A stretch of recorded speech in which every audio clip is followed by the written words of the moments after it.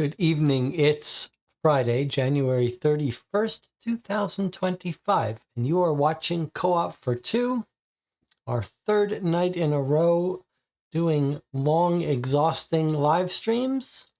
Let's see if we can survive just one more. Today we're going to be playing a game called Lost in Adventure, the Labyrinth, possibly the first in a new series. It's an adventure game, like a point-and-click adventure. There have been a bunch of those games we've played on the channel. The ones that come to mind are Backstories, Alone Under the Ice. There's a new game in that series coming out soon. And Washed Ashore was a little bit like that, slightly different mechanics. All of these games have slightly different mechanics, but I classify all of these point-and-click adventure-style board games that are reminiscent of old adventure games, graphic adventure games, as games that are focused on interactions. Like you get a card, you combine it with this. And we've seen that in a bunch of games, but those are some major ones. Another one that is very well regarded is Cantaloupe. Comes in a book form, but it's still a bunch of cards that you use to interact. So I'm curious to see how it plays. I don't know that much about it. There's not that much coverage of it. It's just been released. And it does have some interesting mechanics that I'm curious about. In fact, it has a little bit of a feel in terms of exploration of a map. It has a little bit of a look and a feel of Seventh Continent, Seventh Citadel, which I've been playing recently. In fact, we played it for 6 hours a couple days ago. We've just started a new threat campaign, and I am loving that, but that's a punishing game. I have a feeling this one is going to be a little lighter. We'll take a look at it in a second, but let's do a little bit of bookkeeping first. Last night we played for 6 hours Deadbolt Mystery Society box called Conspiracy with puzzles and some origami. A good box, but some real frustration. Anything that involves folding paper, following instructions to fold origami is almost guaranteed to have me cursing and angry. And yesterday was no exception. And if I discover origami in this box, we will just click and end the stream immediately. Okay. On Sunday, I will be doing the next video in my board game design diary series on New York Noir, the board game I've been working on for 2 years, the mystery game I've been working on. And I'm going to maybe focus on areas that I would love to have volunteers help with. So if you're interested in board game design, mystery game design, if you're a fan of Sherlock Holmes Consulting Detective, do make sure you stop by Sunday afternoon. That'll be 1 p.m. Central Standard Time. Okay, anything else we need to cover? Let me check in with the chat before we start playing today. I should say, I know some of you get tired of hearing this, but we've made a deal. I'm not going to feel bad about saying it. You're going to cut me some slack. The reason we have this game to play today is because of the Patreon supporters of this channel. And if that's you, thank you for making it possible for me to buy games for this channel.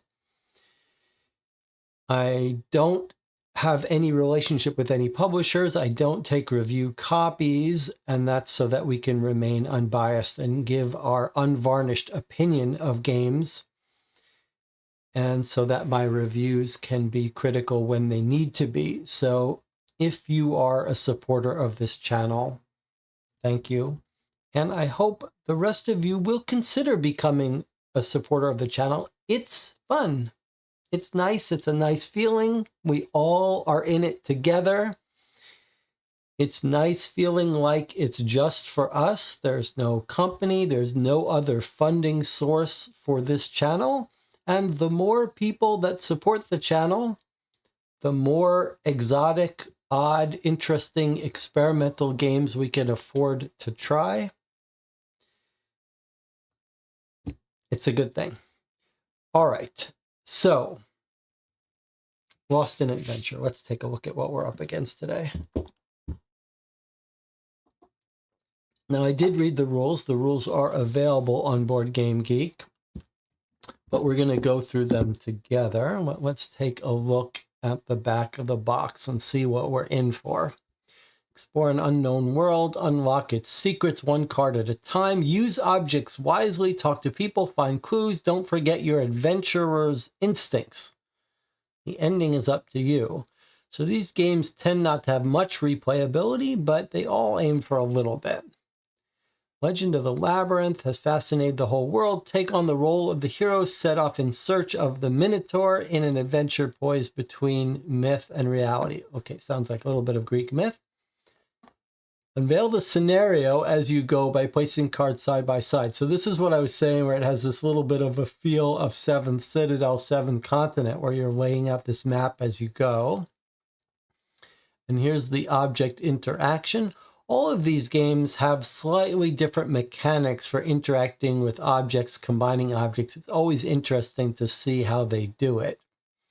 We're going to go through the rules and read that. All right, let's see how it's pitched.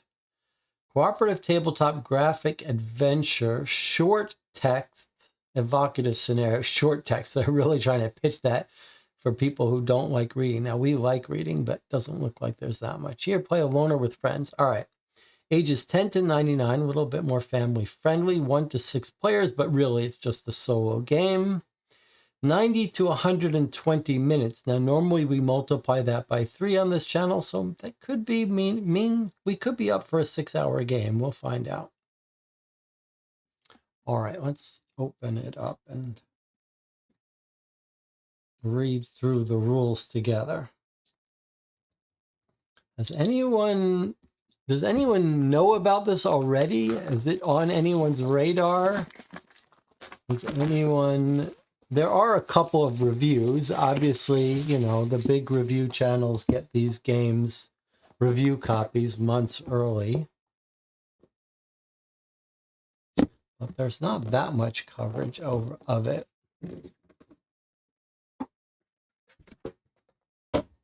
All right. So some tokens and some cards.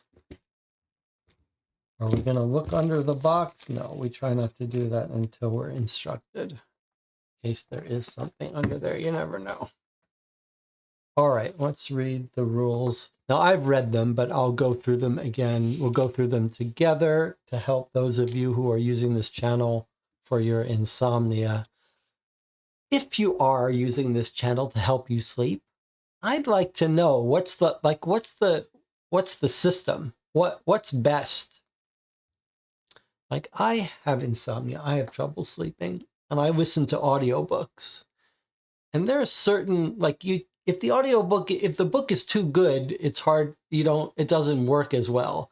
But you get an author that's bad, but just bad enough that it's not excruciating to listen to, but bad enough that your brain wants to shut down. Those work best. And then, so I wonder, like, if you do use this channel to help you sleep, when do you fall asleep? Is it when I read the rule book instructions? Is that best for falling asleep? Is when I do some voices? Is it when I sit in silence? What wakes you up? Like, if I curse, do I need to have some system where I shouldn't be getting angry because it wakes people up? All right.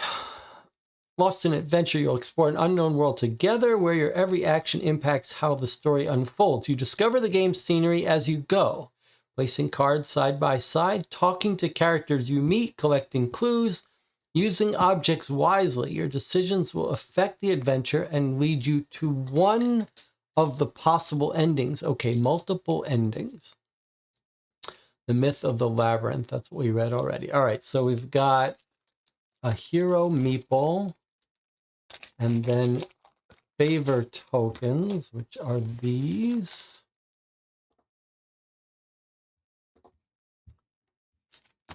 All right, and then we've got the scenery cards, which are these big oversized cards. Will those fit here? I may have to zoom that out a bit so you can see them close up better. Item cards, which look like item and interaction cards. Oh, there's the item cards. No, those are the interaction cards. There's the item cards. And prophecy cards are going to be here in this deck at the top. Okay.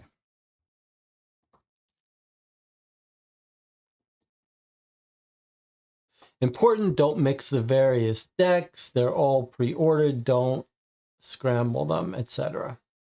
Lost in Adventure is a cooperative game. All players are on the same team and they win or lose together. Your goal is to fulfill all the prophecies and complete the adventure with as many favors as possible. In this game, it's important to figure out who or what to interact with, how and when. Timing is very important. Okay, keep that in mind. Okay, setup. I guess we need to open up these decks now.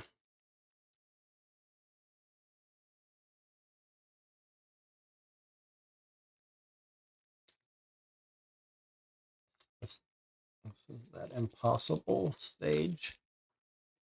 Trying to open these impossible. What? Why can we not improve the technology of this? Clearly, there's some attempt to make something.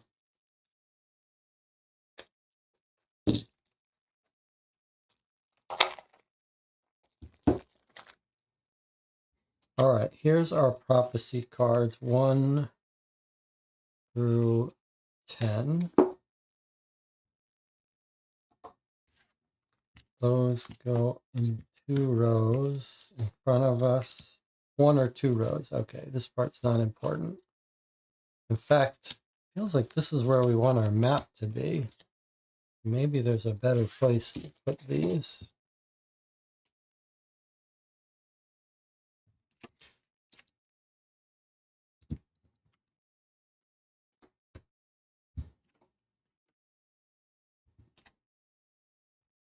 Okay, you can still see these, right? Okay. There's our prophecy cards. And then these are favor tokens. Colored side visible. Forward side visible. Okay, so these are the available tokens, color side up. Okay. Interaction deck B, which is this deck here.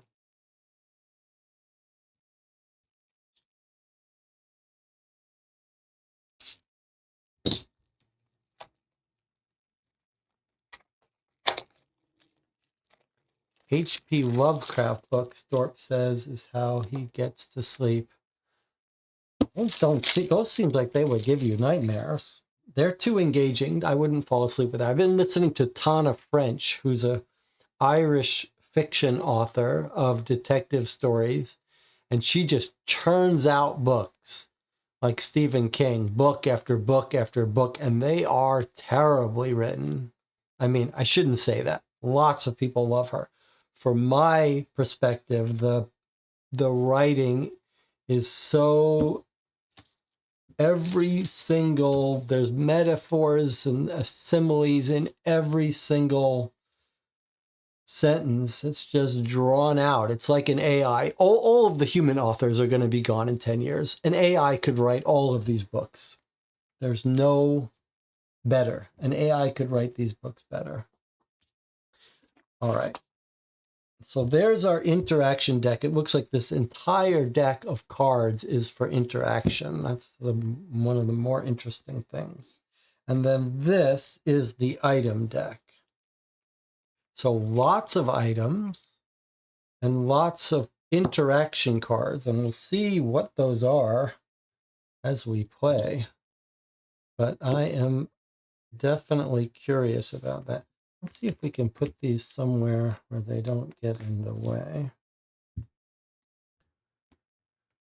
All right, and then the scenario cards, which we don't want to look at. This one feels like it's going to open. Okay.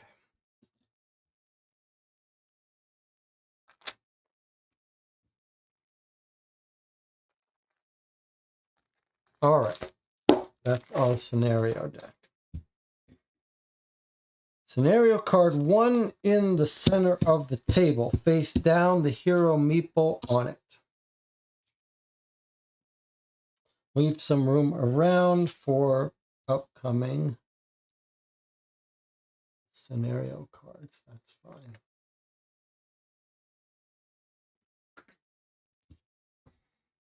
All right. Back to our rules here.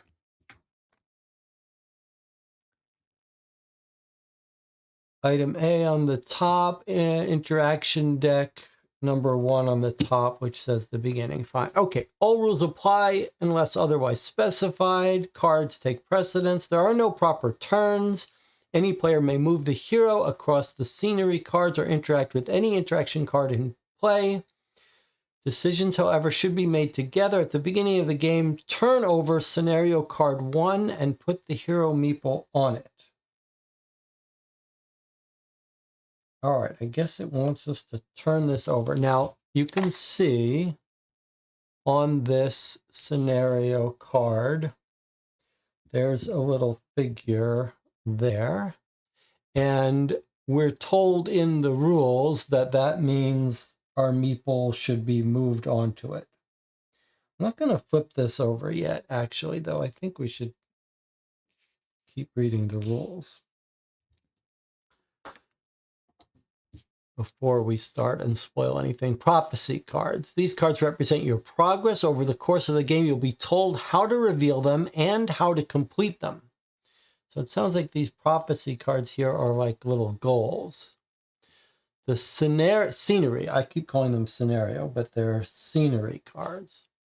So the scenery cards build a map, and on the back, you've got these arrows that tell you how to connect them. When you place new scenery cards, place them face down. Connect the arrows and the numbers, a little bit like 7th Continent, 7th Citadel, except 7th Continent and 7th Citadel, they never come out face down, they always flip. But here they come out face down, and they tell you how to connect them. Some scenery cards tell you that they're going to cover another card.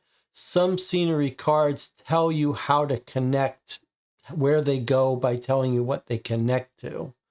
Refer to another scenery card already in play. If that's the case, put the new one next to the one it says it connects to. All right, so here's an example. 21 shows that it is to the right of 28. All right. If one of the cards has the hero icon, turn it over and put the hero meeple on it. So as soon as we turn over a card with the hero meeple, then we flip it over and put our thing on it. Okay, so there's our first card. Here it is. In fact, when we get to the break, I'll make this green screen a little bigger so I can properly show it to you close up. How do I fix that? All right, hero meeple on it. Movement. To move from one scenery card to another, move the hero meeple. You can move to any previously discovered scenery card, no matter the distance. So if it's face up, it's been discovered. So you can move to any face up card that's already been discovered. If it's undiscovered, meaning face down, you can move to it, but only if it's adjacent and connected by an arrow. So when they're face down, you have to move to an adjacent orthogonal, not diagonal. And then look at what this says. Let's pay attention to this. Some scenery cards, when discovered, may activate a chain of events. Wise adventurers never randomly explore the map. That sounds a little nerve-wracking. And when you move on to an undiscovered one, you turn it face up and move on to it. Okay, so you're exploring and you step right onto it and flip it over. All right, so this just shows he can't go diagonally and he can't go to this one because it's not connected by an arrow, but here we have arrows that connect this one so he can walk onto this one. Some scenery cards say you can discover it only if you have at least X favors. To turn over one of these cards and move onto it, you must have a number of face-up colored favors equal to or greater than the number indicated. That doesn't consume the face-up favors. It's just a check, and once it's flipped over, it stays flipped over even if you lose favors. Okay, item cards. Item cards are identified by a letter and sometimes a number. So you can see here's A and there's C3.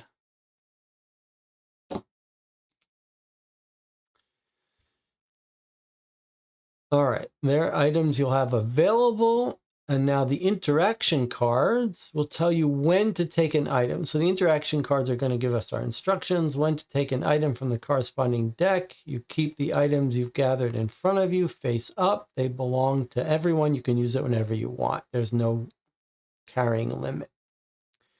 If they share the same letter but have different number, like C1, C2, C3, you can keep similar items in front of you. That seems like a bad translation. You keep everything in front of you. I think it's just saying keep them together. Now, interaction cards.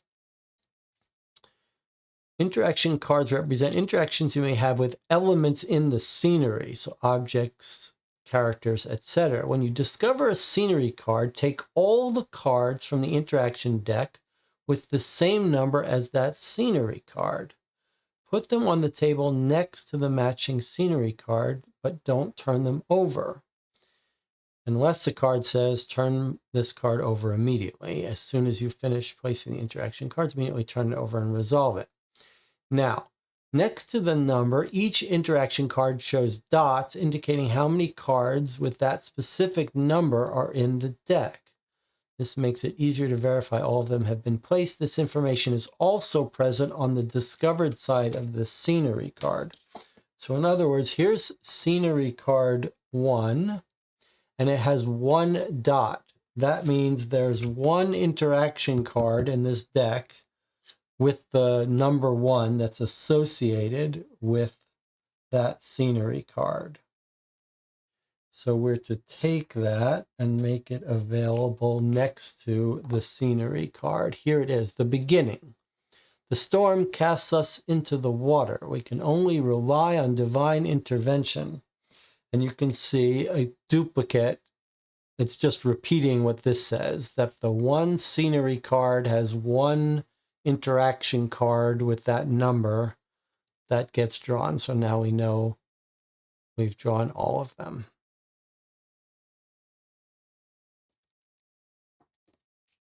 Okay, continuing here.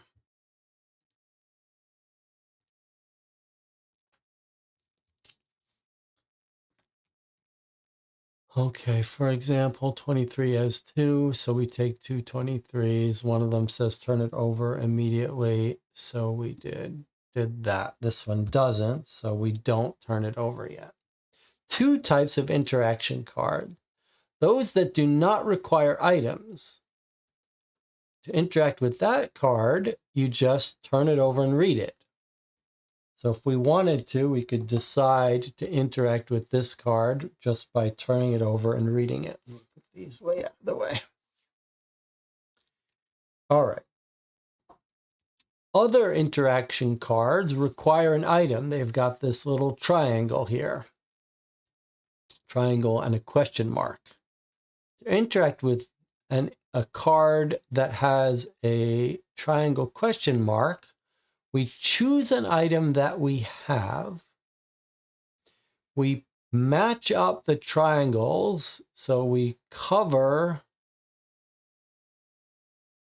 partially cover it with the interaction card. Okay, so the interaction card goes on top of the item.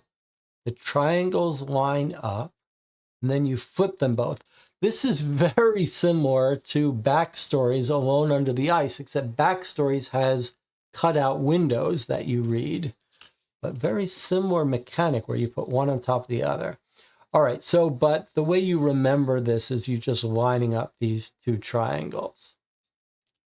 And then you flip it over and you see here when you flip it over what you see. So there you see the back of the item card and then the back front of the interaction card.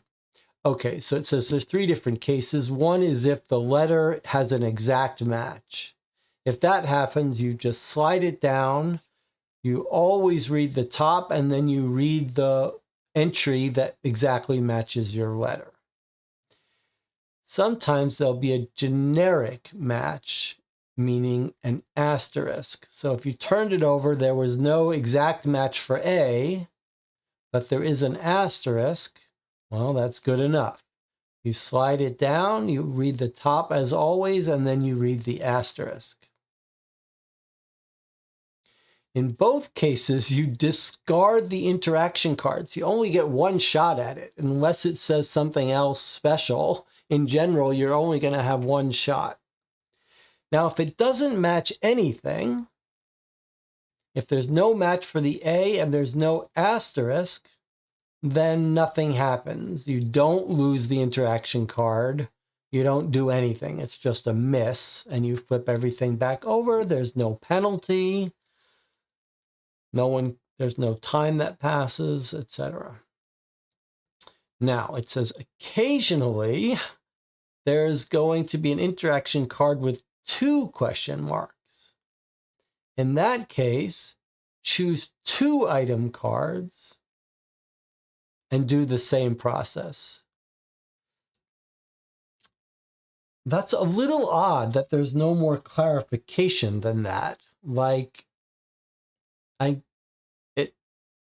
it's like, what happens if one of the letters matches and not the other, or if both of them match? What do you read? It's not clear. Maybe when there's 2, you have to get both of them right. We'll find that out when we get to it, okay? But some of them require 2 cards. All right, we're almost done here. Second to last page of the rule book. Interactions with similar items. Sometimes your item card is going to have a letter and a number. And what the rules say is that if there's only a letter on the interaction card, then that's good enough. Like if it's D and you use a D1 or a D2, both count as matching the D. However, if you played J1 and there's a J1 on the side, then only J1 will count as a match. And if you played J2, it doesn't count as a match. That makes sense. You could imagine there's 2 similar items. You could use either one. There might be an entry for each one separately or a generic entry.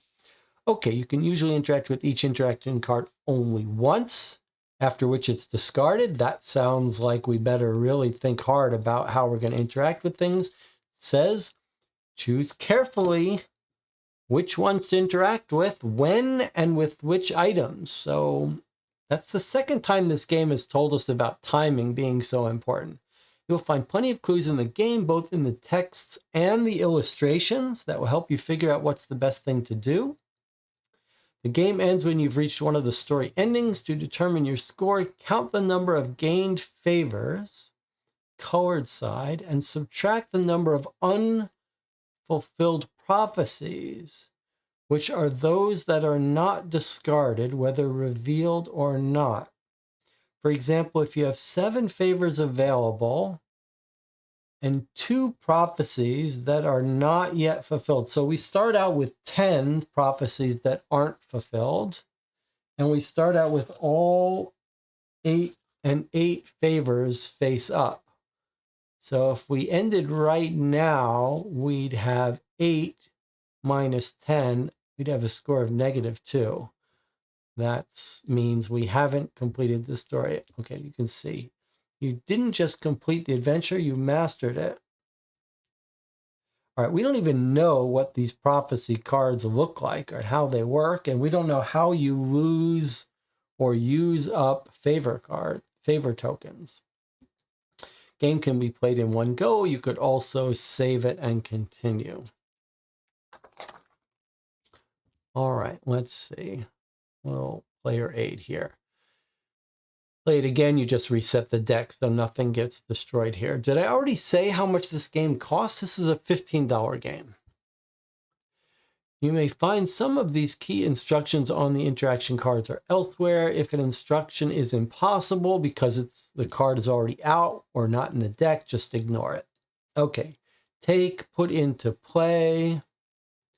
Place scenery, a reminder that you always put it face down. Discover scenery, that's when you put it face down where it belongs, then turn it over and put the interaction cards on it. Okay, so only when we reveal it do we bring out the interaction cards, and that's the term discovery is what that's used for. Discard out of play, don't reveal it, remove a card, reveal, turn the prophecy card with the corresponding number face up. If it's been discarded, you ignore it. Fulfill it means to follow the instructions on the prophecy card and then discard it. So I'm very curious what those are going to look like. Turn this card back over. Turn the interaction card back over without discarding it. Fine. Okay, and here's the symbol for losing a favor means you turn it face down to its non-colored side. If they're all face down, nothing happens. Plus one favor means you turn one to its colored face up side. And they really start all available, huh? Arrange the 8 favor tokens on the colored side. You start with 8 favors. Okay. I wonder if we wouldn't be better off using a little counter instead of these tokens. Okay, little FAQ and then we're ready. I can't find a card. Just make sure it wasn't, if it was previously discarded, that's fine. Otherwise, find it. I don't understand how to move forward. You may have forgotten. So if you get to a place where you can't do anything, it's saying maybe you forgot to bring out a scenery card or an interaction card, or maybe you put something in the wrong place. I must fulfill a prophecy, but I have not yet revealed it. You are ahead of your time. Reveal the prophecy card and apply the when fulfilled effects.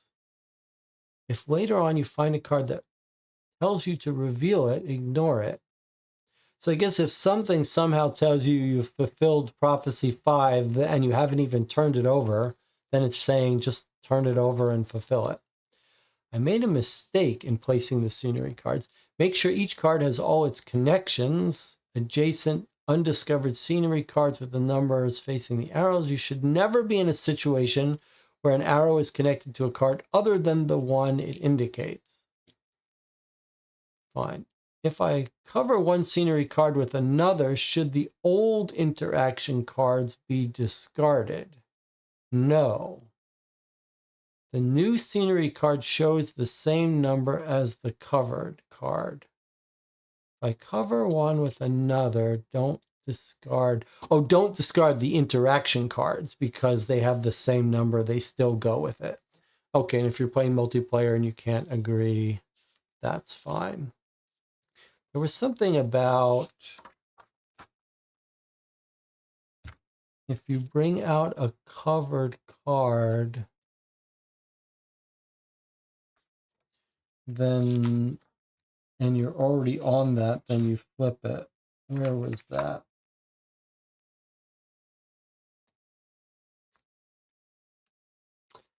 Okay, you cover it, place the new card face down on top of the scenery card. If it has this, you go on it.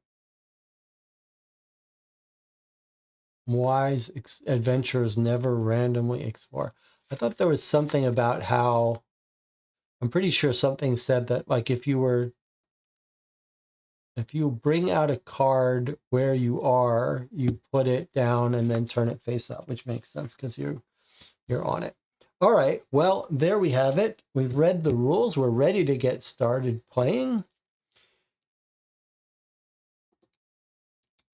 Shindal says, I was wondering if this was like a point and click game at first, but it's not, is it? It kind of is. I played two recently, The Great Abadoon Hotel and the first part of Cantaloupe. Well, I've mentioned Cantaloupe already. That definitely feels like a point and click. This is going to feel like that too, I think. Now, The Great Abaddon Hotel is part of a series called Adventure Games, which is up here on my shelf right there. There's 3 of them. I quite like that. That is another game that has a little bit of a point and click adventure game feel, a lot more reading. I'm quite fond of that. And those are long games. I guess those are like point and click adventure games. Yes, I'm glad you brought those up. I have a couple of those I haven't played yet that I would like to. All right, I'll tell you what we're going to do now. We are set up to play. We've got our first location, but we're going to take our first early break now so that those of you who don't want to have this spoiled and think you may want to buy it and play it yourself, you can always come back and watch this playthrough afterwards. For the rest of you who are going to join me for this, I'd appreciate your help. I like the company, and I'll see you in 8 minutes.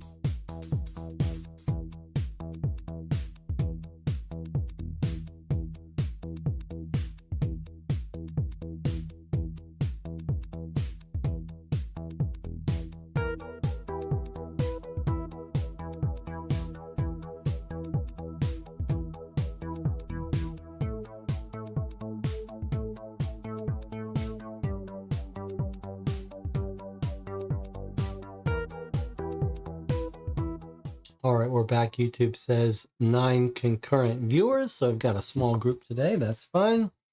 I think what we'll do here is we will replace this meeple with a little blue, this blue meeple with a little blue cube.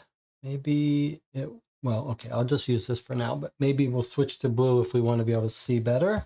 And I think I adjusted this so I can show the full-size cards on the overlay here when we want to look at them. All right, so hasn't told us too much about it. I guess we're on an adventure, but we're on a boat. And there's nothing to do but to interact with this card, right?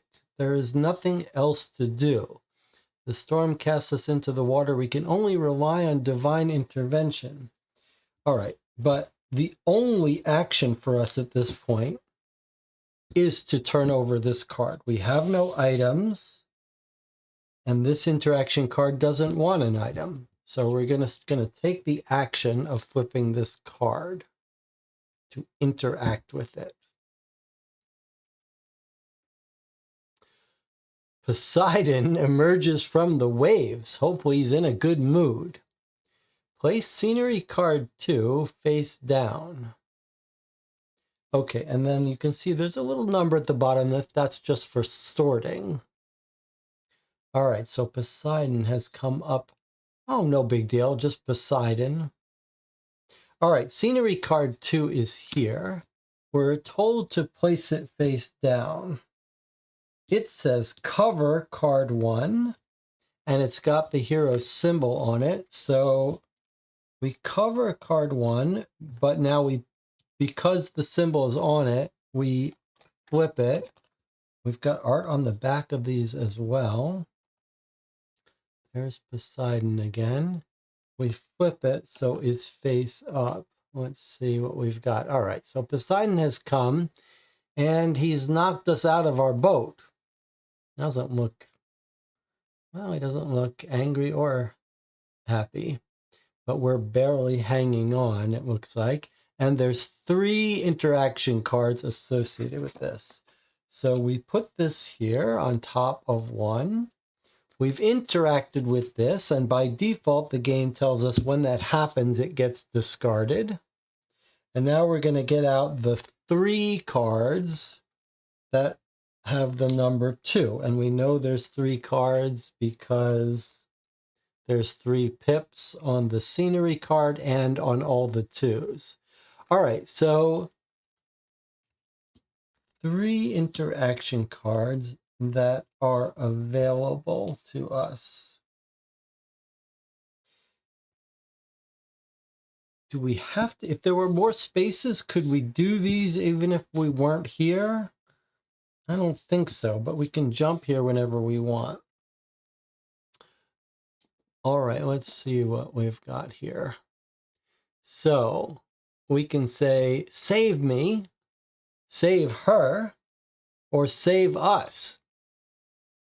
Save me, a reasonable request. Save her, there's no choice but that dictated by the heart. Or after all, save us, nothing is impossible for a deity. Well, we've got our first choice here. Now, is there anything we know about Poseidon that would help us make an informed decision here? I don't think he's going to like it. It doesn't seem very Greek mythology for us to be like, save me, don't worry about her. So I don't see how we're going to do this one. But you could make the case for trying to appear brave and saying save her. We don't even know who this woman is, though. This woman could be our captor as far as we know. But it seems like the simplest thing to do is just say save us. We're both on this same log. Seems like it would be more, we're asking more work from him to just save her instead of us. Like, the easiest thing to do is just save us. It's even less letters. All right, let's choose save us. Let's see what he does. Discard the cards, save me and save her. 2 lives, they're worth more than 1. You are asking a lot, human. Prove your worth to me. Save my friend Asterion, imprisoned in the labyrinth. If you have the favor of the Olympian gods, I will grant your request. You can't put a price on life. So it told us to discard those other 2 without turning them face up. Remove item card Y2 from the game, and then place scenery cards 3 to 9 face down. Okay, so it's already telling us that one of these cards that would have otherwise been available gets removed from the game without even looking at it. I like that. We've seen that before. Where did we see that kind of thing done? I think it was in Escape the Asylum, did a little bit of that swapping out deck. Okay, then take scenery cards 3 to 9. Okay, so we already got a bit of a map.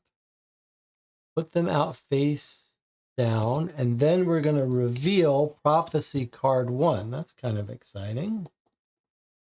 Okay, and then this gets discarded.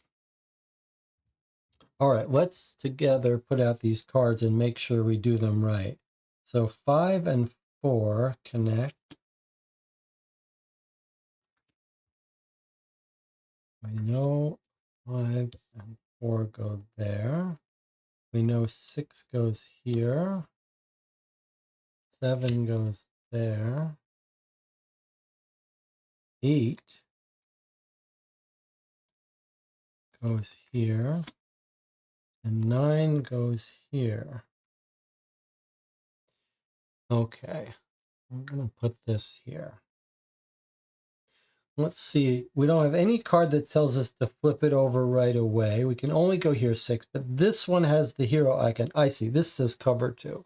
All right, so this stays out, but this goes on top of it. It's got the hero icon, so we flip it and go to it. I don't love this. I don't love that I have to keep these bottom cards here. It feels like that's going to get messy. We might just put these aside. All right, let's take a look at what this new card is. So there's someone sitting on a rock. She's got a balls of yarn that she's organizing. And there's a little, like, looks like a torch, unlit torch here. And we're supposed to bring out 3 cards. But before we bring out those, well, let me bring out these so I don't forget to do them. So 3 cards. All right, we'll take a look at these in a second. But we were supposed to also reveal Prophecy card 1. This is the first time we've seen a Prophecy card. I'm very curious what it's all about. So it's like a task. The Minotaur. Asterion is in the labyrinth. You will rescue him from his imprisonment. When fulfilled, you get one of your favors turned face up.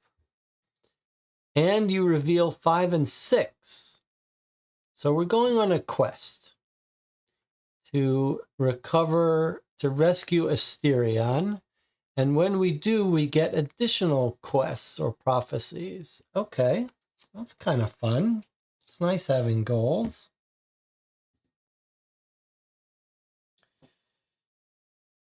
Now, look at how these cards have images on them. Like here looks like if we want to go back and talk to Poseidon, he's in the water, right? And then there's the labyrinth.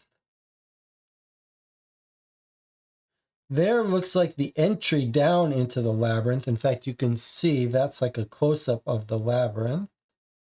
Talking to some people, we have to have 6 favor. This looks like the king, whoever the king is of this Greek isle, and this looks like some battle axe. Now, let me point out, we can't go from here to here. We must walk through here. So the only way to get to here is to go through the labyrinth. We could go here, but this does not look like he's happy. He wants to see us. He's like, go visit, go save my friend. That doesn't feel like we should be going here. All right, now let's look at these 3 interaction cards that are available. The Awakening, turn this card over immediately. I guess immediately is immediately. All right, let's turn this card over. When I open my eyes again, the glow of the sun prevents me from focusing on the imposing settlement looming on the horizon. Knossos, the city of the labyrinth. Take item A and reveal prophecy 2. Wow, we've got a new prophecy already, and item A. All right, so here's item A. We get to look at this. Let's see what it is. It's a hand. My 5 fingers are the best tool at my disposal. Keep this card in front of you. Okay, so we have a hand. I'll just put this here for now. So this we could interact with other things in order to pick them up or look at them. And then reveal prophecy 2. What have we got here?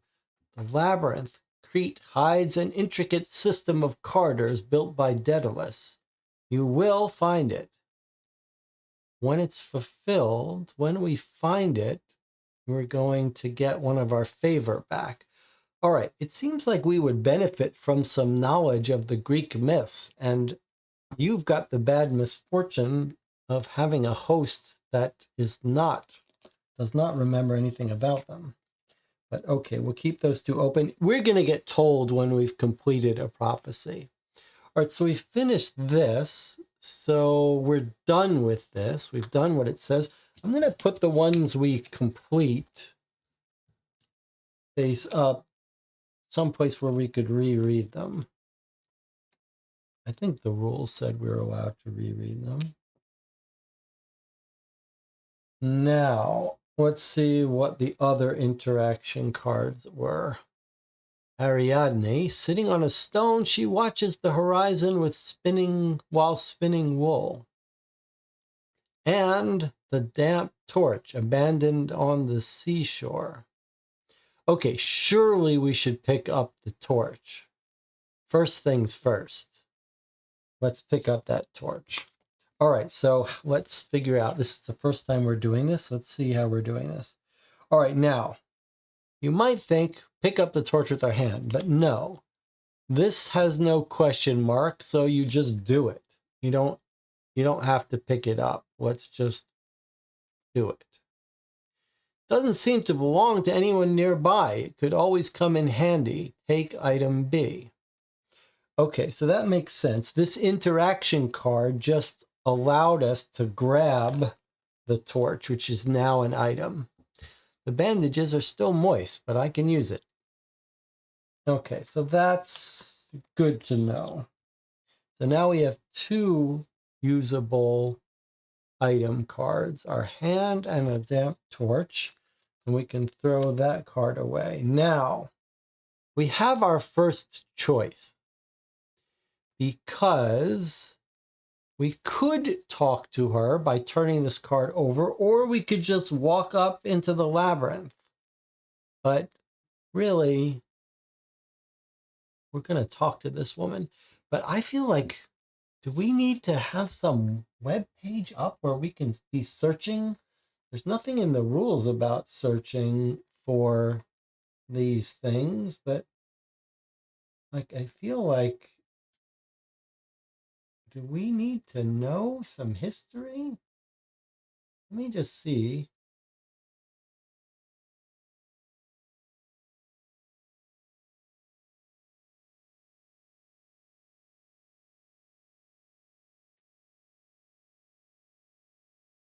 In fact, we search for Greek mythology. Like if we have a search up ready for us to search for Greek mythology plus anything else, In Greek mythology, Ariadne was a Cretan princess who helped Theseus escape the Minotaur. She later became the wife of Dionysus, the god of wine. Well, if she helped someone escape the Minotaur, that kind of seems like could be useful to us. And now that seems like that's King Minos. And we're on Crete. All right, well, she knows about Minotaurs, so let's have a talk with her. Father shut himself in the throne room and doesn't come out anymore. He seems to be secretive. He's ignoring the needs of the city. He's upset and says the gods have abandoned Knossos. Well, they don't seem to have left the sea. Anyway, I'm looking for a labyrinth. My father, although he's a bit gruff, can help you find it. But he certainly will expect something in return. Put interaction 49, Ariadne, into play and reveal prophecy 3. So it's told us to go grab a specific new interaction card. Ariadne. Okay. And we're now going to look at prophecy 3. A gift for Minos. Minos is a king who always demands something in return for his help. You will provide him with a gift. Okay, so keep your eye open for a gift. Now, we should also notice that there's 12 possible prophecies in the entire game. And I guess ideally you're going to get to some ending, but ideally you'll get these all in one gameplay, but maybe you could play it multiple times to get different ones. But as you can see, everything we've played so far is basically going to be the same if you replayed the game, although you could say, save me, save her. Okay, so we've done those two. And then this goes away. And now Ariadne comes out in different form. We could interact with her again now. And she's not upset at us. Why not interact with her again? She says, it's dangerous to go alone. Take this. A ball of yarn? Made of wool, yes. What am I supposed to do with it? It serves to keep you from losing your way. Oh, that's right. That is the story of not getting lost in the labyrinth. You either leave the breadcrumbs, or I think in the story, the Greek story of the Minotaur, he does take a string and leave it. I don't know if it's a string that she gives him in the story. Maybe she does. Serves to keep you from losing your way. I think I have a good sense of direction. Oh, then you'll find some other creative ways to use it. Take item K1. So this isn't you can tell the sort of the tone of this game is that the Greek mythology figures talk as they should, and we're like this modern bratty person. So we got item K, which is the ball of yarn, never lose the way. Ball of wool yarn. Keep this card in front of you. Okay, I'll just put it down here with these others, and we're done with this card. We have finished our interactions with Ariadne. Now, we have no cards to interact with. We've got objects, but nothing to interact with. So the only thing for us to do is move to one of these spaces. But we have our first real choice. We could move here or we could move here. Do you have a preference? I mean, you could make the case that he's not ready for us, that he wants us to rescue his friend and then we come back. That seems like what we want to do. On the other hand, you can make the case that, like, we're going this way. So should we talk to him while we're here? I have a feeling he's not going to be thrilled with us, but I'm open. What do you think? Should we just make our way and assume he doesn't want to talk to us until we rescue his friend, or should we go walk over to him?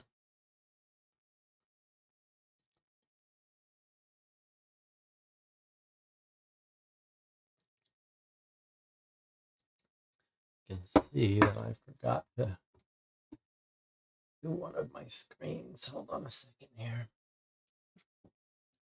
So during the break, I adjusted the green screen, but I left one of the screens wrong. There.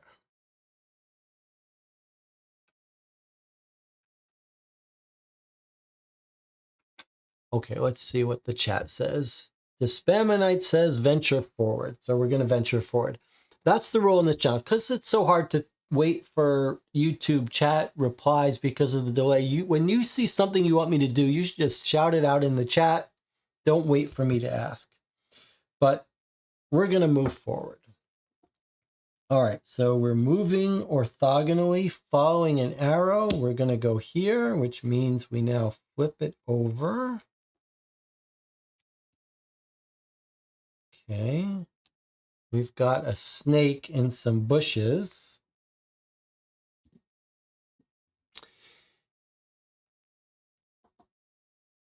Nothing under this guy. Well, we have a torch, we have yarn, and we have a hand. All right, but let's do this first. 5. So you can't interact with these cards ever. It's always through these interaction cards, which come out. You never interact with the scenery directly, you just interact with the cards that are available. Okay, let's see what we got. Clinging to the bush, he peers at me menacingly. I must be careful. But the berries, they're delicious. The bush is loaded with them.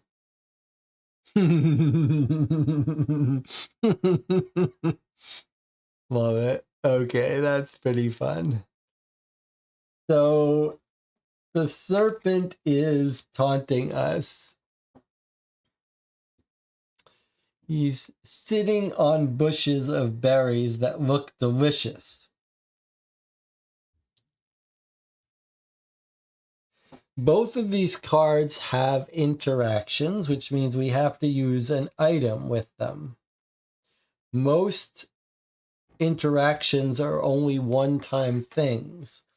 So the question is, should we use our hand on berries, in which case the serpent seems likely to bite us?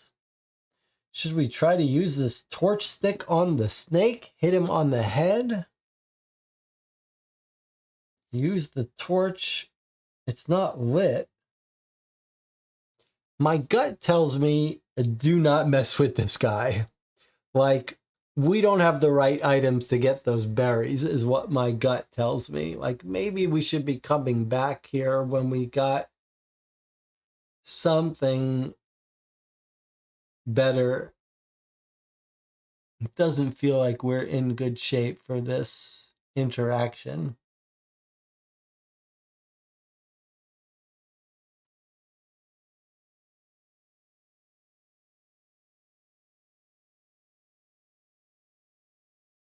Rocky Helton, an author of A Case for New York Noir, says, hit the serpent with the wet torch. I don't know if that's right. I don't know if that's... I feel like that's not safe. That's not safe. I think we got to keep going. We'll come back here with this guy. We do not have the right item for him. I'm going to keep moving forward.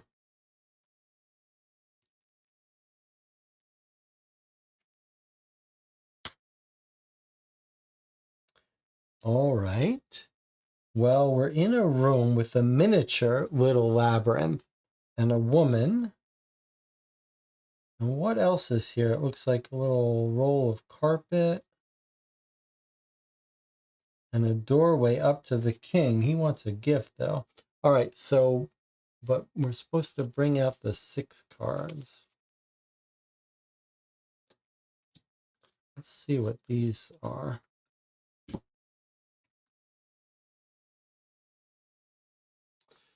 The labyrinth model is too small for me to fit in. Okay.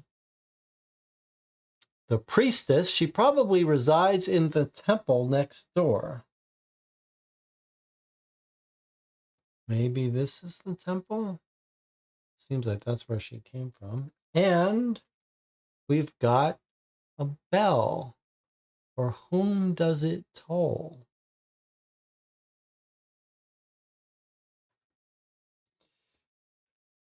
Well, the bell we have to interact with. We would have to use our hand on the bell. Let's see. Let me put this up here. Or here, maybe. But we could talk to the priestess, or we could just look or interact with the labyrinth. I think we should talk to this woman first. What bad can happen to us by talking to the priestess? I tried to break a branch off of one of the magical trees of the labyrinth, but a nymph appeared and chased me away. They're magical. Can't the branches magically grow back? I don't know. The nymphs watch over the vegetation of the labyrinth and take care of it. They are divine creatures. Better not to upset them. I'll be careful, though I would like to meet a friendly one. How few have the pleasure of meeting them. When they do, it's a matter of moments before they disappear. Good to know. I'll remember that. All right, so if a nymph appears, we have only moments before they disappear. All right, and we're done talking to her. Now, I feel like this place is dangerous. We shouldn't be just ringing bells and stuff till we know what they do. But I don't see what harm can come from us looking at this. So I'm going to do it. What is this? A labyrinth for ants? Inside the sculpture are some statuettes of armed guards. Better prepare for the worst should I encounter the full-sized ones. Interesting. Okay, and then this disappears. So we could ring the bell if we wanted to. I'm a little hesitant to do that. Remember that even if we went very far away, you can always jump back to any place that's been revealed. Like we could jump back here. Doesn't cost us anything, doesn't cost us energy or time, so we can always come back. All right, so we could go up and visit the king, but we're supposed to bring him a gift, so I don't feel like we're ready for that. I feel like we should go here, especially while we still have favor. So let's do that. Let's go over there. Okay, a little council having a meeting. Looks like there's a gold shield or something.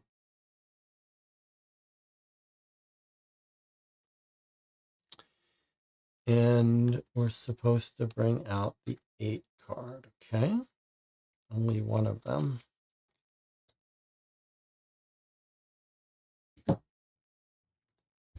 Anything else you notice in this? Not really, just the shield of a house on it. He's arguing with the other priests. I could try to eavesdrop.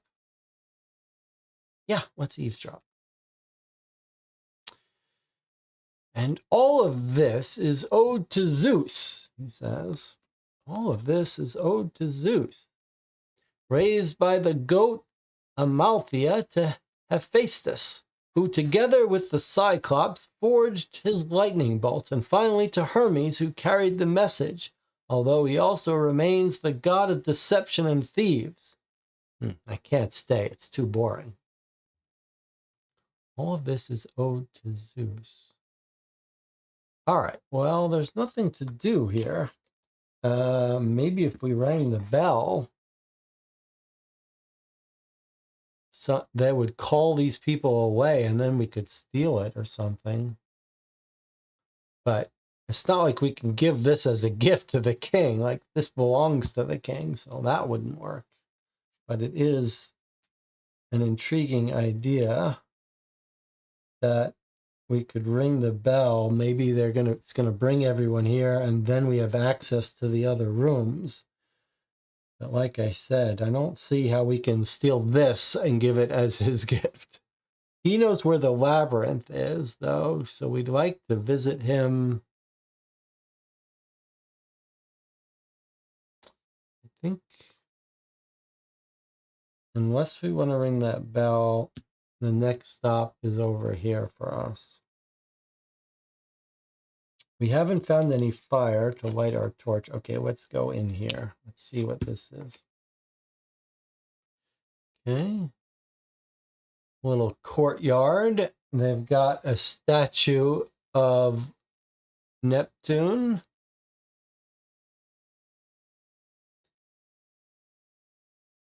And his trident. I see some weapons here. Looks like a battle axe, people talking, and a stall.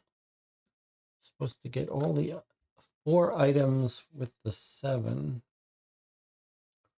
A bunch of stuff here. 4, yeah,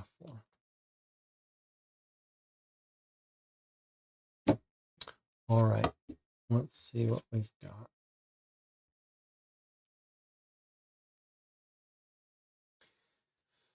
So we can visit the old man. Hey, you, come closer. Or the wooden Poseidon. Not Neptune, Poseidon, different, same basic god, different people call it. Okay, it's a wooden Poseidon, some kind of rough toy, apparently of little value, must belong to the children. Maybe Poseidon wants us to show him that and say, look, we're your friends. A ceremonial axe often used to decorate the city. This one is not fixed to the wall. Seems like we might be able to pick that one up. And then we've got the nephew. He's listening to the elder. And we can interact with. But why would we? How would we interact with him? All right, let's talk to this old man and see. Hey, you, come closer. We're starving. Do you have anything for us? Couldn't you buy food here in the city? Food is scarce. Wouldn't you have any berries? Well, to be honest, if you bring us some, we'll give you this precious key that was in the labyrinth. What am I going to do with it? I still don't even know how I can get into the labyrinth. Talk to Minos, but bring him a meaningful gift, something to remind him how we once prospered. Okay, so we're going to have to bring these guys berries. They're going to give us a key that was found in the labyrinth. So we are going to have to get those berries from the serpent, but we haven't found a good way to get them. Okay, and then Minos wants something to remind him how we once prospered. So maybe he does want this golden thing. Maybe we ring the bell, they leave, we come and get it? I guess we're going to look at this. I mean, we're not picking it up yet. Let's just see what happens if we look at it. As easy as stealing from a child. Never mind. Take item U. Okay, and we lose a favor. So we've just stolen something from kids. I didn't even mean to, but I've just stolen it. So one of our favor tokens gets flipped. Now we have 7.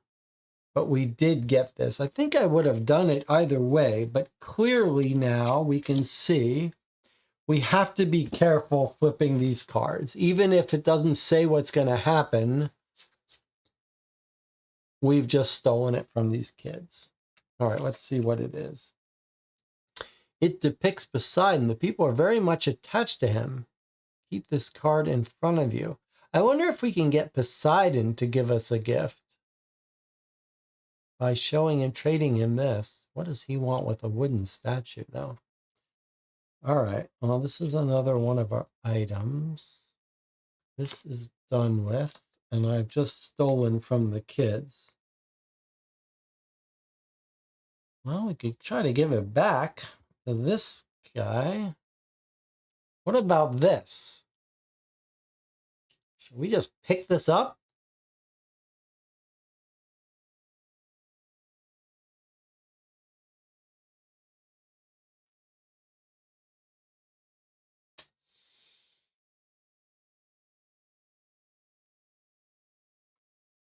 Rocky says, a ceremonial axe would remind him. Did we have 6 spirit to explore that? I'm not sure what you're asking, but we don't need 6 spirit. We don't need 6 favor to explore anything. The only time you need to have a certain thing is when you're here. Oh, and you're asking about this. Yes, we start with all 8. So we actually had 8 to begin with. Now we have 7. I guess I'm going to flip this over and try to take it. I'm a little nervous. No, we got it. Take D1. We just got it. That's good. Oh, maybe we're going to find out that it was that stealing again here too. No, I would have preferred a sword. Keep this card in front of you. Okay, so we now have a whole bunch of items. I think I need to zoom out so you could see them a little better. And then this is gone. All right, so frequently when we have an interaction card, it just takes it for us. Now we've got weapons. I mean, we could kill the snake with the axe, maybe. That's not a terrible idea, unless snakes are precious. But it does seem like that's a good way to kill a serpent.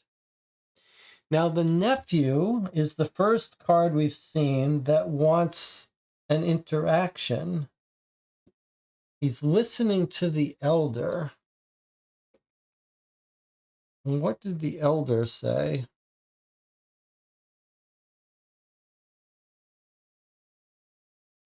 The elder was asking us about berries. He says we're starving, so I think we have to give the berries to the nephew. We have to give the berries to the nephew because we can't give the berry to the old man anymore because he's not around to interact with, but the nephew we can give berries. So I think we should now head back to the berries and the snake and kill it with the axe. I just hope it's not a god in the form of a serpent, because that won't go well for us. Or we could go to Poseidon and show him this wooden statue. I think we should go to the snake. Okay, so we're going to go over here. This is a little nerve-wracking. A serpent, he's clinging to the bush. All right, here we go. This is our first time we're doing this. So we take these 2 cards, we overlay them like this. And probably this is a D1 because probably the D's are weapons. All right, so we've lined up the question mark with the D, and now we turn it over. Does anyone, before I do this, this is your last chance to stop me if you think I'm doing something dangerous and bad.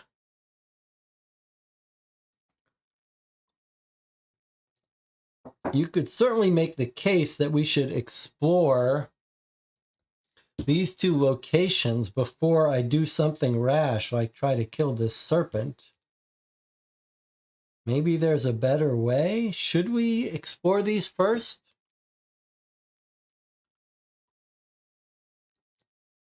I just feel like we don't have a gift for him, but You can't talk to the king without a gift, so we can't visit him, but we could visit Poseidon first before I go killing this serpent. I wonder, am I being rash?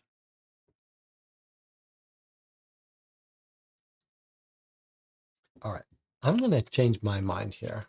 I think before we go killing things, we've just landed and we're going to go steal an axe and kill it. Let's go back and talk to Poseidon and be like, you got any advice for us before we... So I'm going back here. We're going to go here. I don't think he's ready for us, but let's see what happens. What the... Poseidon? It looks like a statue of Poseidon and a gigantor crab. I think we're going to have to fight this thing now. But we do have an axe. All right, 4 cards. This is not quite what I had in mind. Okay, so it's a statue of Poseidon towering over the sea. Was I hallucinating earlier? Okay, that's a cool idea. And we walked onto it. Okay, now, so there's that. A giant crustacean. Holy crab. What do they eat to get like that? And rotted wood belongs to an old wreck. I could collect it. All right, well, we should go take this wood. Why not? Doesn't give off a good odor, and it does not seem very durable. I'll take it anyway. Take item T3. I mean, when in doubt, take all the items, right? Not very often that taking an item will backfire, but it could. All right, so we picked up... Yuck, it's almost breaking. It's kind of rotted. Yuck, it says. All right, well, I'm not sure when we're going to use that. Let's start a new area here. And the nephew is over here. Okay, so we finished with that. We have 2 interactions we can do here. I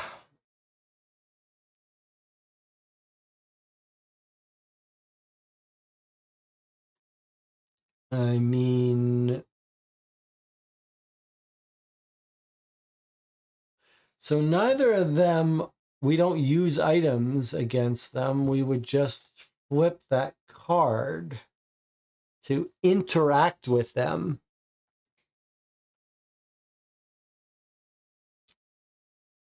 I suppose we could kill this crab and feed them crab. That seems like more healthy, more nutritious than berry, but I'm not sure we can beat this guy if it makes us fight him, and I'm not sure... I don't... Our odds are not great. And is this crab worshipping Poseidon? Poseidon might not like it if we fight one of his ocean creatures. And what would we do with this statue?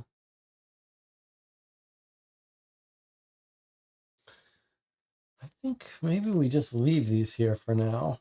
I mean, I'm tempted to look at this statue, but I don't want to hang out with this crab too long. All right, let's go kill this serpent. I'm coming back here. I'm going to try to use this axe on this serpent. So we've lined up the serpent and axe cards. And now we're going to flip it over and see what happens. All right, so remember the rules. First, we look for an exact match. There's no exact match, but the D and the D1 are a close enough match that we are going to reveal that. So I'm going to reveal it now, but we shouldn't be reading the stuff. We shouldn't be reading the A, B, G, and D stuff, just the D. So I'm trying to think, like, what's the... Can I cover it?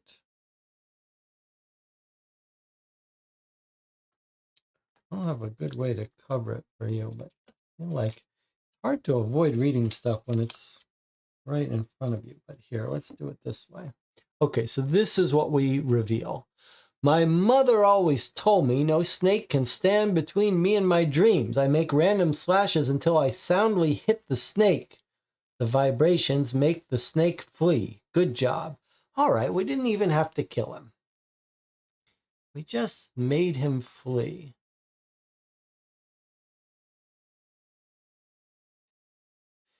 This is interesting because it doesn't tell us to do anything. So this card just gets discarded now. Nothing happened, though. We still have our axe. I'm guessing that when we interact with this, it's going to ask us if the snake is still here. So let's try that. We're going to try to use our hand to get berries.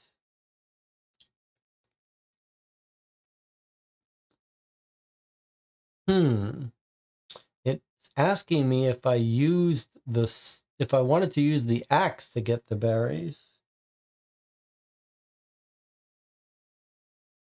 Uh-oh. All right, so we're not supposed to read the D part, so I'm just going to cover this up. All right, let's see if we were right. If interaction 5, a serpent, is still in play, it's not. He would bite me. All right, so that's good. By scaring away the snake, we avoided losing a favor. Otherwise, the worst that would happen is we'd lose a favor. Either way, it says, look at that. If we had tried to use the axe on this branch, we would have ruined them. Too much aggression. I ruined them all. So I know I'm not supposed to read that, but I did. With a little patience, I collect them all. Take item E1. So if we had used the axe on the berries, we would have lost the berries. That is a little nerve-wracking. And it does suggest that we can be harshly punished by small mistakes. All right, so we didn't get lucky. We used our skills, our brains, to get us these berries without getting wounded by the snake. So far, we're doing well. One leads to another. They're highly appreciated by the locals. All right, now we know what to do. We've got this guy's berries. Now we're going to come back up here and give the berries to the nephew. And then he's going to give us the key that we want for the labyrinth. Right? He's got his hand out. Let's see if this works. All right, E is the right thing. Let's see what happens. This key is said to open something in the labyrinth. Take it, it's yours. Discard item E that we just used. So we spent the berries to give him what he wanted. And we got item J1, which is a key. Who knows what it opens? All right, well done. And then this guy is done. All right, so exactly like a little point and click adventure game. We scared the snake away, we got the berries, we gave the berries, we got the key.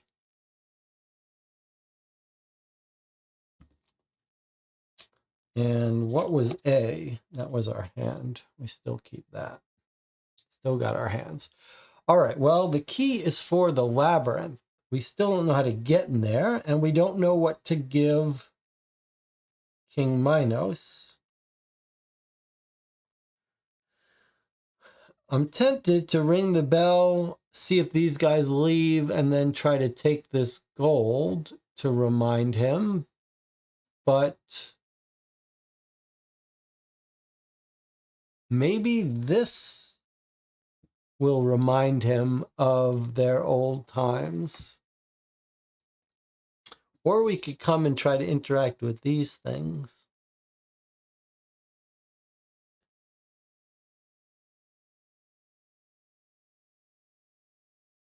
Rocky says, I would be hesitant to fight anything substantial with the ceremonial acts.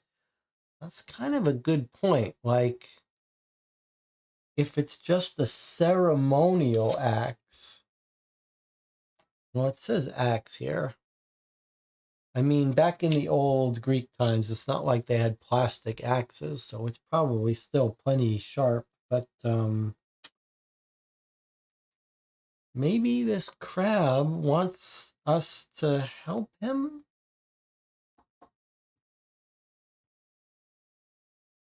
I mean, he likes water. He'd probably have an easier time swimming over there. I don't know why he's looking at this thing so weird.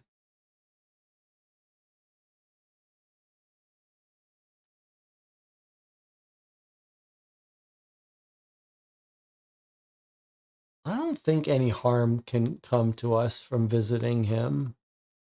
Maybe he'll give us a clue what he wants. All right, let's go visit him. Oh boy. He's got a guard with another gold shield. I don't think he's going to be impressed by a gold shield if we steal it. He might, in fact, say, you just stole one of my shields. All right, well, there he is, King Minos, with one guard in front of him. And they seem to worship Poseidon here. Let's get out the 2 9 cards. Oh boy. I'm not thrilled with this part. We're in the throne room and it says, turn this card over immediately. I hope I don't get punished by not having a gift for him. The harsh-looking man squares off with me, then with a nod signals a guard to advance, who admonishes me. You are in the presence of King Minos. The labyrinth is forbidden. Only the king can access it. Things may go south very quickly. I should take care of all business in town before talking to the king. Reveal prophecy 3, which we already have revealed. That's just the one that reminds us that Minos wants a gift.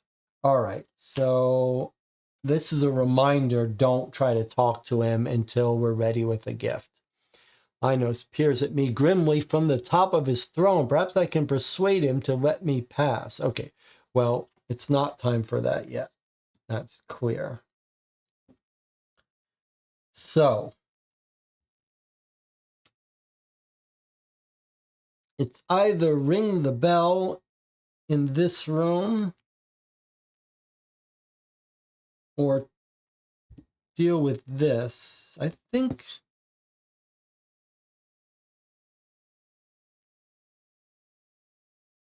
we should actually ring the bell because we're going to steal this. Even if it's not to give to him, it might help us against this guy.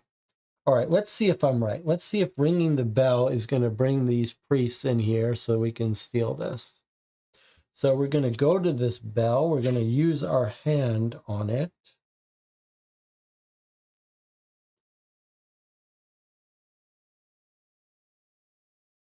Is there any other thing we could use on it? We've got our axe. We've got broken wood. We've got a torch, a key. I don't see how we could do anything else. All right, here we go. We're going to ring the bell and see what happens. All right, well, A was the only thing you could do. I shake it a little to brighten up the place, but turn away when I see the unenthusiastic looks of the inhabitants. Place scenery 41 and 42 face down. Unenthusiastic looks of the inhabitants. Okay, 41 and 42. All right, let's see if my theory was right. 41 says, discover only if you have at least 6 favor, which we do, and cover 8. Bingo. Well, I don't know if bingo, but... And then this goes over this. Uh-oh. So now we're going to see what happened in this room now that we've rung the bell. I think those... Yeah, look, you can see. The priests that were in this room have now come into this room. So I think I was right. Yeah, look. They've all come to check out the bell that they've been called to. You can see here it says 42 on top of 6. And now we're going to sneak over here. We have enough favor to get here. And now it's empty. And you can see there's cards to bring out. So it seems like I was right. So 41 has 2 cards. And in fact, there's something else there that we didn't quite notice, which seems relevant for us. So there's the Medallion of Olympus, a precious artifact in an abandoned temple, a classic. And a torch. It's within reach. Maybe I could take it without anyone noticing its absence. I mean, we have a damp torch. Can we not just light our damp torch rather than steal this one? I don't like the way that's phrased. Maybe I could take it. All right, this is what I really want, though. So I'm just going to flip this and try to steal this. Take item F.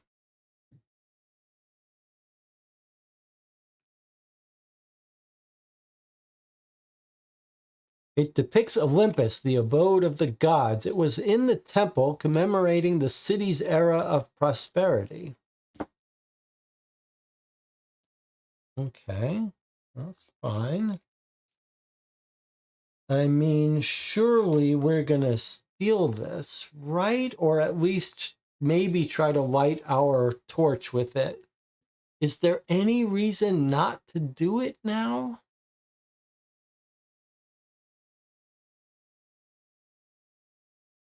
Like, we're not quite ready to go in there. Should we wait? I mean, we've now stolen this thing. Are we going to get caught?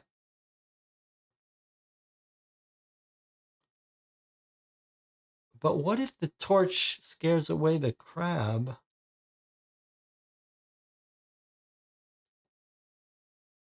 All right, I got to take it. Let's see what happens. All right, we just took it. So far in this game, stealing is good. No bad has come to us from stealing so far. We've stolen some pretty dramatic stuff, and no one seems to be giving us a second look. Light the way.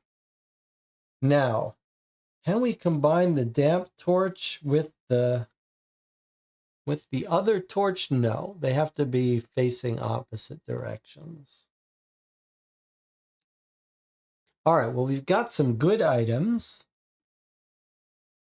Now, it is a very interesting question whether King Minos would be impressed by this and be like, oh, what a nice gift from the temple.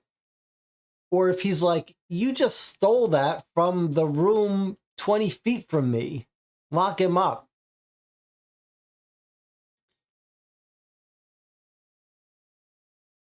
And it's a medallion, not a shield, really. So I don't think it's going to help us with the crab. But it feels like going to him, he might be like, go this way for the real labyrinth. So we might not have a shot at this anymore. I wonder if we shouldn't handle this first. Maybe he wants some rotten wood. I think I'm going to go here and deal with this first. I'm not like, let's just try it. Let's see what happens if we check out the statue. Maybe we'll take a break first. All right, we're going to take an 8-minute break. So far, it's a fun little adventure, but danger works around every corner, or so it seems. I'll see you in 8 minutes.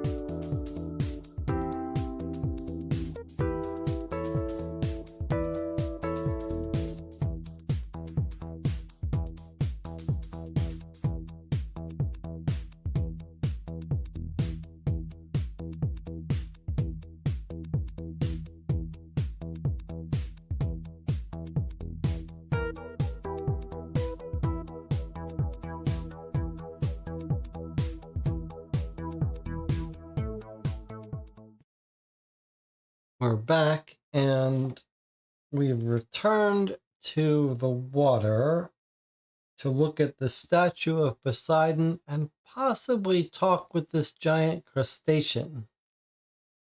Why, you ask, am I doing that? Why not proceed straight into the labyrinth if we have the gift from King Minos? I don't know, but I'm nervous about leaving this unexplored. So this seems a little safer. Let me interact with this.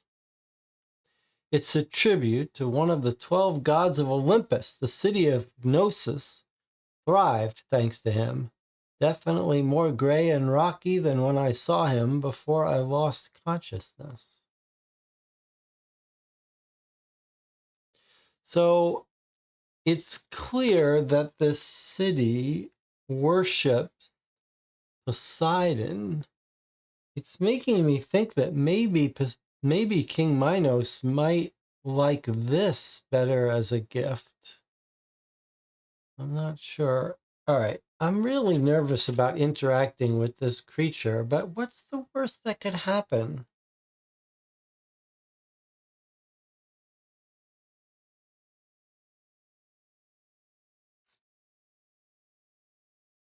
He bit me.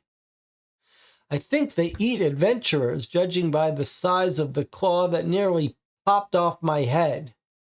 Bad idea to annoy everything around me. Better to proceed more cautiously when I notice dangers. I just lost a favor. That guy just bit me for no reason.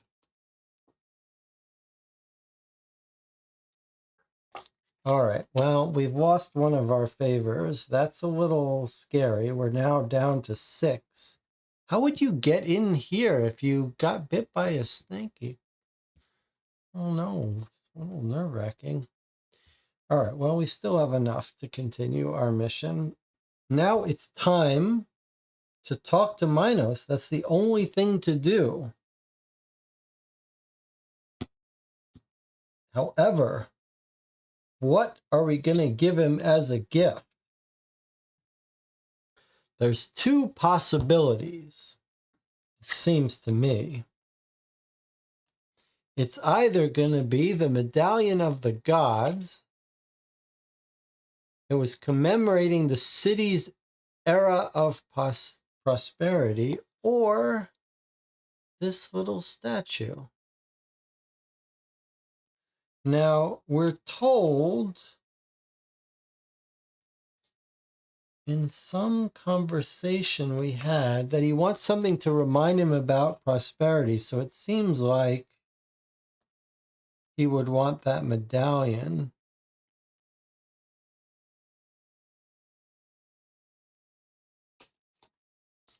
We talked to his daughter.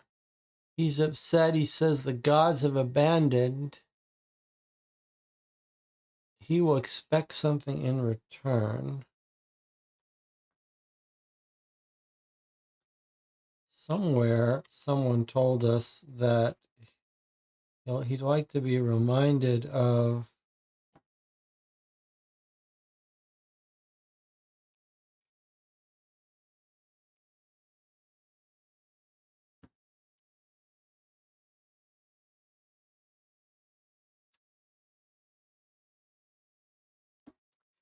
this guy said outside, he said, talk to Minos, bring him a meaningful gift, something to remind him of how we once prospered.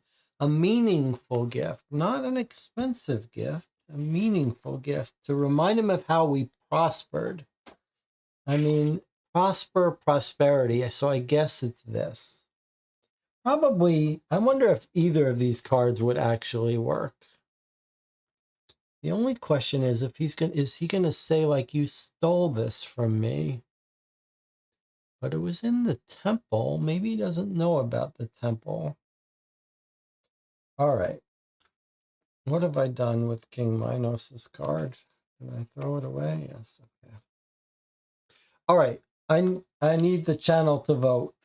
What's it gonna be? Are we gonna give him the reminder of prosperity by giving him the medallion of the gods, which commemorates prosperity?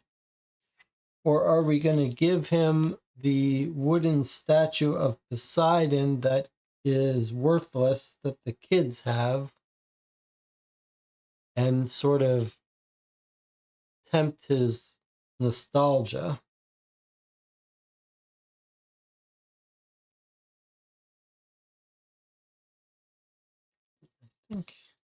I mean, it's got to be prosperity, right? The only question is whether he's going to be like, you stole this from me.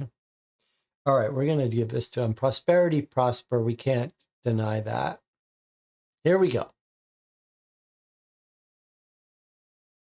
So it doesn't even, oh yes, it does have an asterisk. So if we had tried to give him the wooden Poseidon, we would have read this asterisk entry. We could have also, it has an item for the, if we had tried to use the ceremonial axe. So we would read the top, but there is no top, so I'll just do it this way. Where did you get this? All right, I certainly do not oppose the will of the gods. Discard the medallion. Remove all scenery and interactions from play.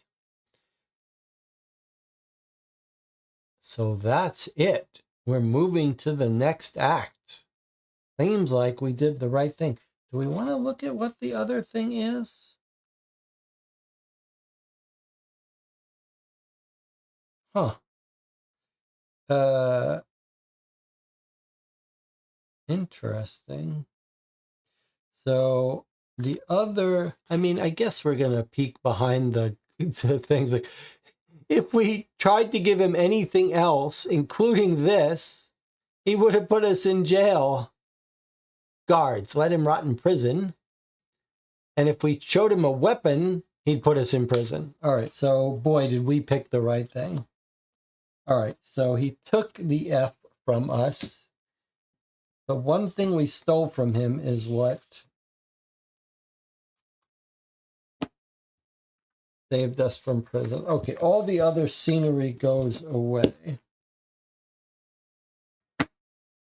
Our items stay out. Any other interactions we hadn't interacted with, like the crab, if we hadn't interacted with him, would go away. And now we're told to bring out 12, 13, 14, 15, 18, 19, and 20. And 3 is fulfilled. So we have fulfilled this one. When fulfilled, +1 favor. So actually, one of our favors got reset. Now we've got 7 of 8 face up. That's good. And this gets discarded as accomplished. All right, so we've made it to Act 2. 12, 13, 14, 15. And we're not in jail, which is nice. 18, 19, and 20. Okay. It looks like we're going to come out on 12, which is going to flip face up in a second. And let's see. 13 goes here. 14 goes here. 15. 19. 18. And 20.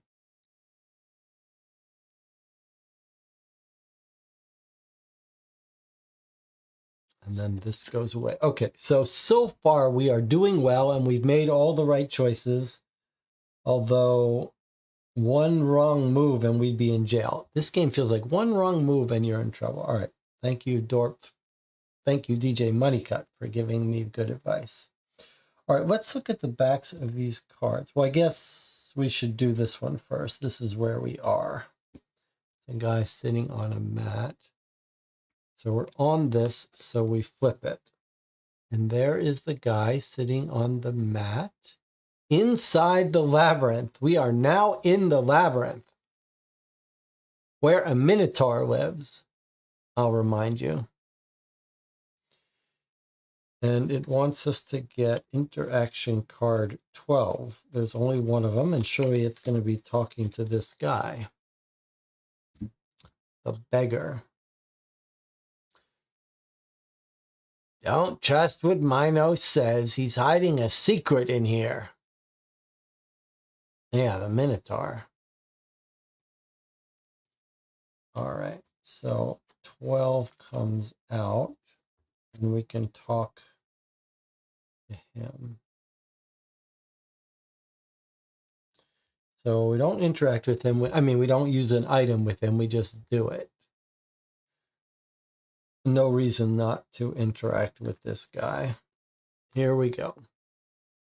Well, let's see. Is there anything else to do? What does this say? If you come from 13, discover only if you have at least 5.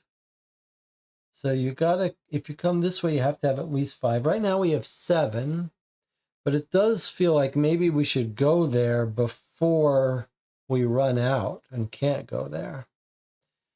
We've got a locked chest here. We do have a key that might open it. We've got another sort of cabinet here.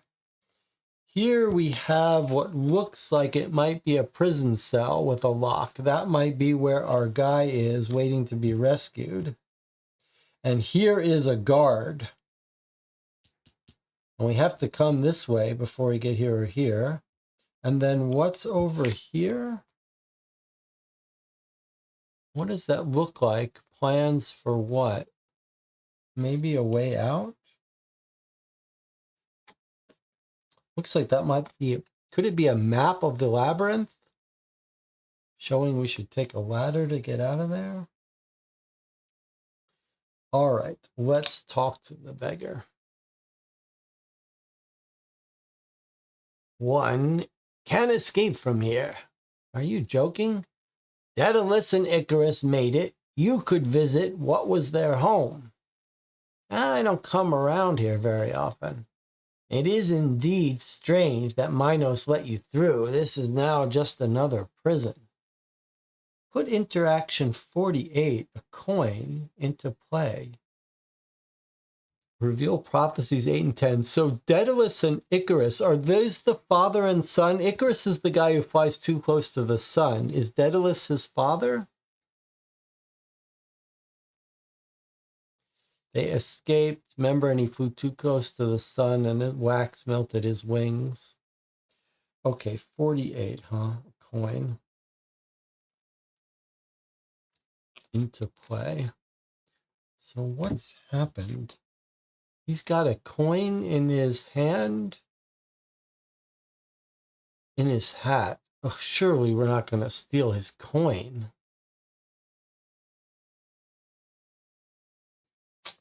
That's troublesome. And then reveal prophecies 8 and 10. Okay, let's see what 8 and 10 are. 8 says it's Daedalus. You'll find Daedalus and the place where he takes refuge. When fulfilled, +1. And then here's the secret room. There's a secret place inside the labyrinth hidden by Minos. By acting cleverly, you will find it. Now that is intriguing. Let's keep our eyes open for something on a card that might suggest where there's a secret room.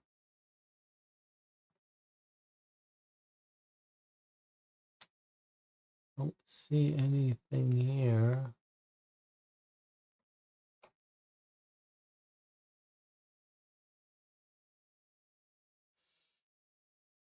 Oh, what are we going to do about this coin, though?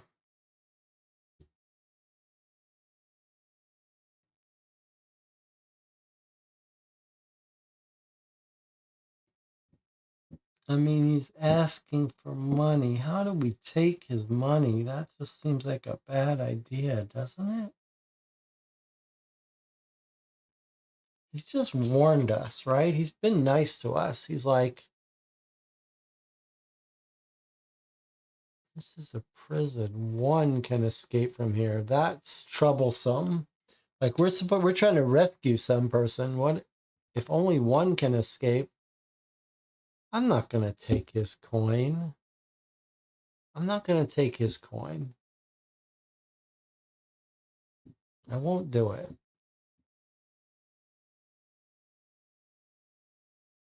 I won't do it.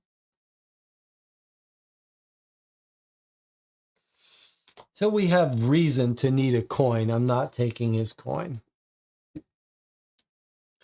All right. Well, there's only one place to go then.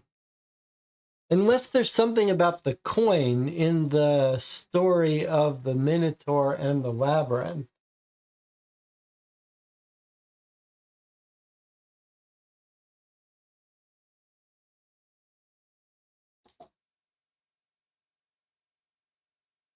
Is there... Can I search here? Minotaur Labyrinth coin.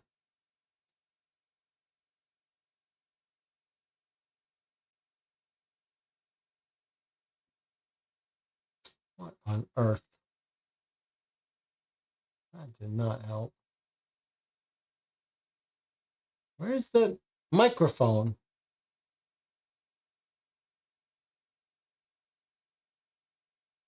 No, no, no. Guys, no. No, no, no, no. No, no, no, no. Let's see if Google's better. Minotaur Labyrinth coin.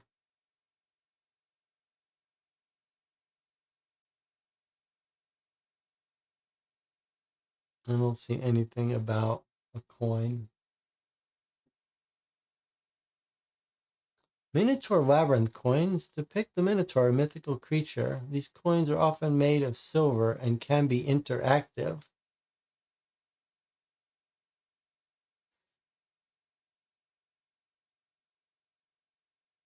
We are in this city.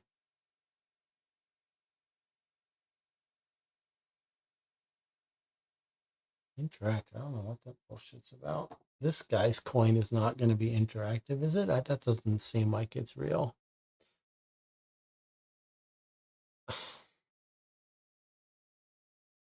I'm not taking that coin till we need it. This guy might be like, you stole a coin, I'm going to arrest you. I'm not taking his coin for no reason. All right, well, there's nowhere else to go but here. Let's see what this guard has to say for us. Hey, there's no guard there after all. But there's lots of weapons for us. Dead weapons from dead soldiers. Okay, so 3 13s.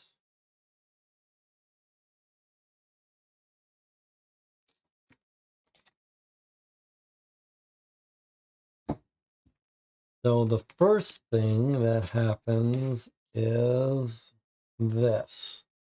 Turn this card over immediately. The alleys weave into a tangle. It will be hard to find Asterion in here and escape. Fulfill prophecy 2. A guard patrols this area. They prevent me from going further. If you have D, which we do, we have an axe. In a sudden burst of confidence, I managed to defeat them with ease. So, okay. So we fulfilled getting ourselves into the labyrinth. So actually, our 8th token has now been refreshed. We have 8 favor now. We have a full complement of favor, and we defeated the guard patrol. So this just got resolved without any problem. That's great. So we're doing well, but we're supposed to be leaving Yarn. We're supposed to be leaving Yarn before we get lost.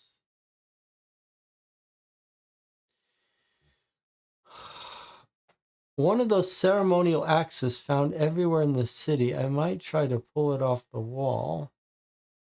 or a hammer. I might try to pull it off the wall. That sounds like a trick. But the hammer, surely we can take. I want to just take that hammer. Surely it's safe to take. C1. All right. So stop. Hammer time. Keep this card in front of you. Okay, now we have a hammer.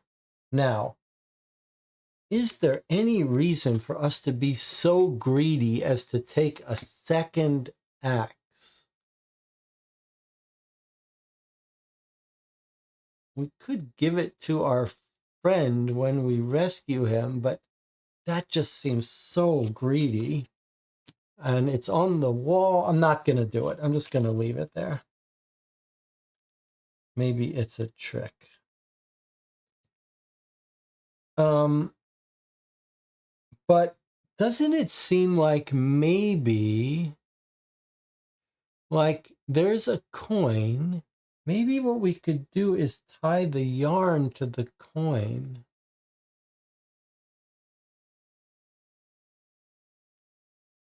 I feel like, what's the harm in trying that?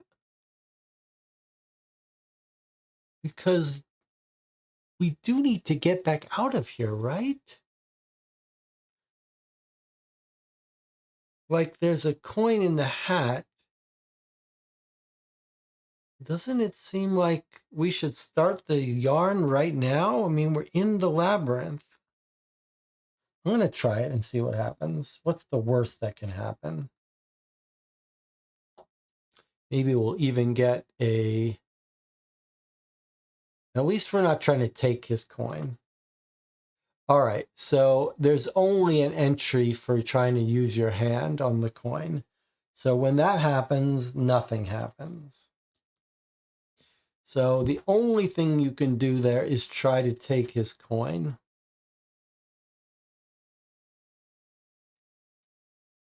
How are we going to take his coin? Then he's going to get mad at us. I'm not doing it. I'm not going to do it. I'm not going to do it. All right. Are we looking for a secret room? What if taking that gets us the secret room? No, surely not.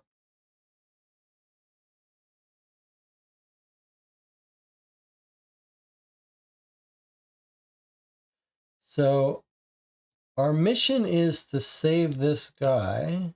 He seems like he's in there.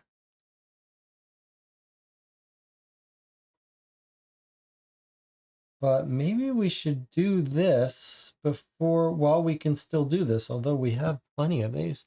All right, where do you want to go? This could be the map to the labyrinth. Maybe we should go there first. This could be what we're supposed to do, rescue our guy. This could be some treasure. Where do you want to go?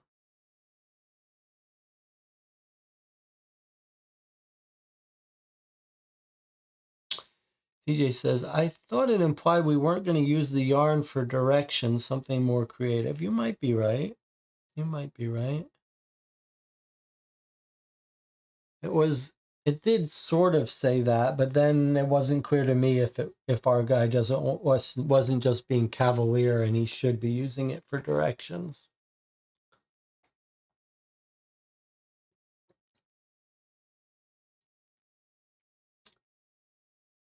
You will find Daedalus and the place where he takes refuge.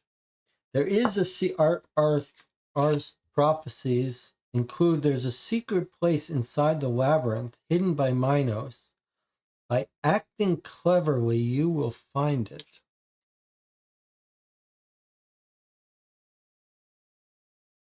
All right, where do people want to go? That is the question.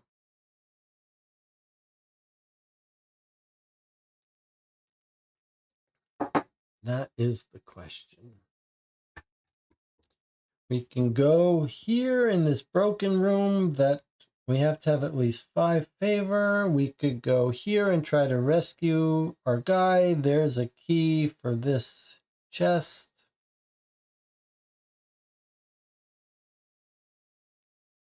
There's another chest. That looks like some plans.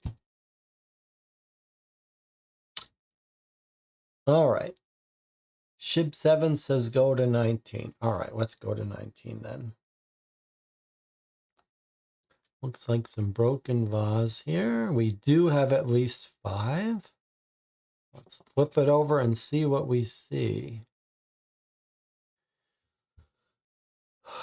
Okay, broken stuff and labyrinth, and go get item 19.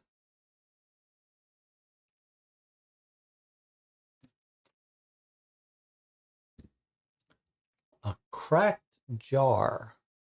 From the way it looks, it's been forcefully plugged. Gulp.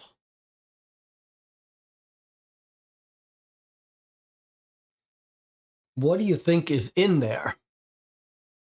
The only good news is I don't think the Minotaur's in there. But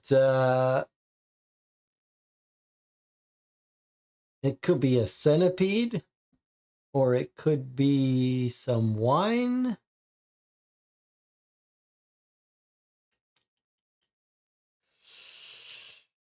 I think in this game, it's best to be prepared. So let's not open it just yet until we figure out whether we notice something that could help with it. Like maybe someone's going to tell us, hey, by the way, you might have seen a jar. There's some creatures in there. Don't open it. So, and we're looking for a secret room, huh? Let's go here. Maybe we can open this.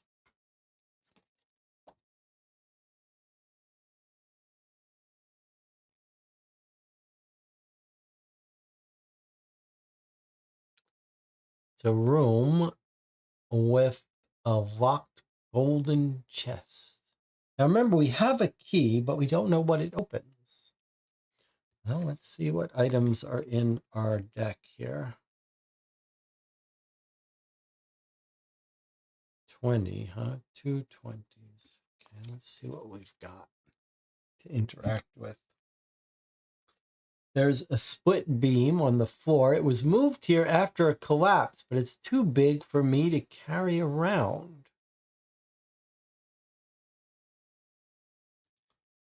And an adorned cabinet made of solid gold. Need to find a way to open it. I mean, there's not going to be a Minotaur in there, but that seems like it's a trick, a trap. But I'm inclined to try our key on it. But what are we supposed to do with this split beam? Doesn't really look like a beam, but too big for me to carry around. What would we do with it then? Light it on fire? Why would we do that?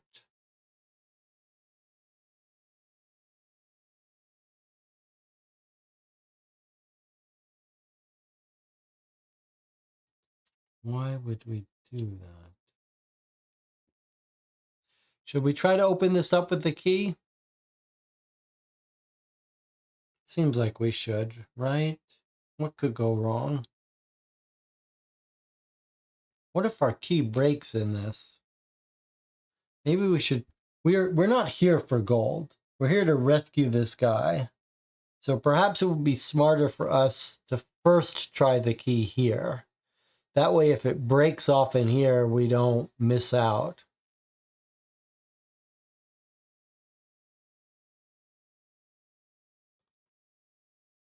Oh yeah, if the key matched the color, it would be more intriguing. All right, I'm gonna go here. Although this looks like it could be plans for the labyrinth, but I'm gonna go here because I want to try the key on here first. Oh, I see. It's trees. We heard about a nymph, didn't we? If a nymph comes, we only have seconds to react.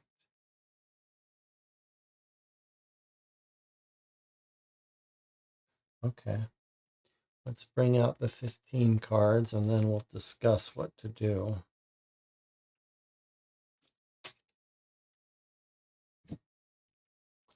The Sacred Tree. It's a magical aura. It looks like no one has touched it since the day it was born, and some leaves are falling off. Also, there's a front door, robust, but perhaps it can be forced.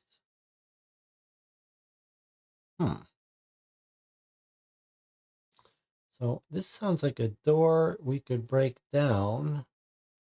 Not really a prison door. And this seems like where the nymphs are going to come out. Well, we're certainly not going to chop it down, but we could touch it. And then if a nymph comes, what do we do with that nymph?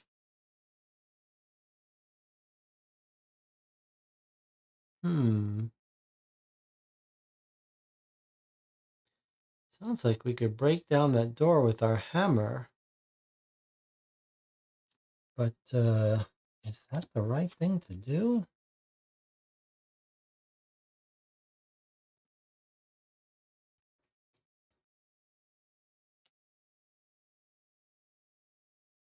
I guess maybe I'm going to keep exploring. Nothing bad has happened to us. But then it said a smart adventurer doesn't just go exploring for no reason. What is this thing at the bottom of 14? Does it look dangerous? Looks to me like these could be floor plans. I'm going to go in here. Oh boy. That looks like fog of war in there. Oh, that looks like where the Minotaur lives. 14.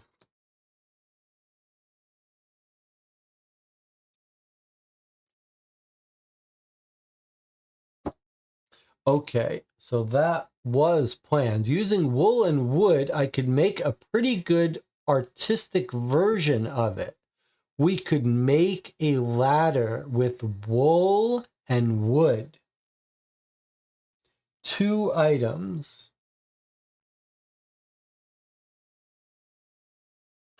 So is that our yarn and our beams? Because this is very fragile.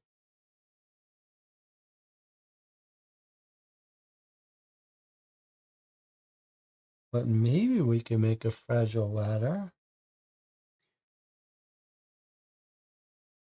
2 items, yarn and our wool yarn. Well, that was what DJ Moneycut was saying, that the yarn is not for leaving a trail, but for using. And here it looks like we've got plans to make ladder. So I do feel like that's going to be that. And then here we've got a fire pit. Fire's running out, but it can still be used to light something. So I think this is just, if we didn't have a lit torch, this could be used to light our torch. But we do have a lit torch, so I think we don't really need this.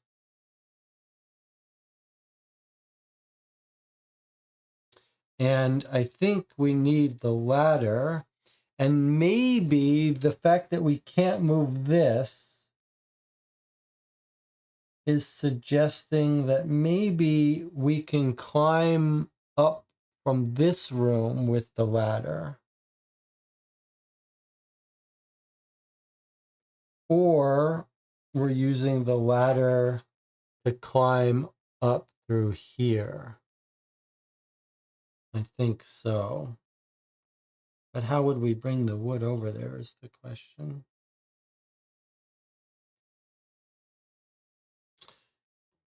We could chop up the split beam, and then maybe we'll have pieces of wood to carry around to build a ladder.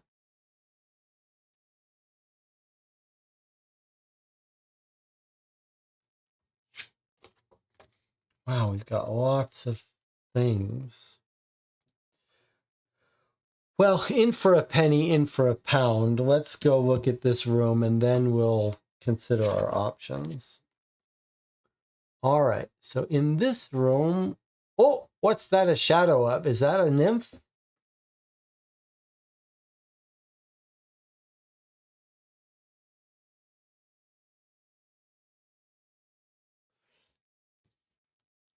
I think that might be a nymph, but I'm afraid we don't have what it wants.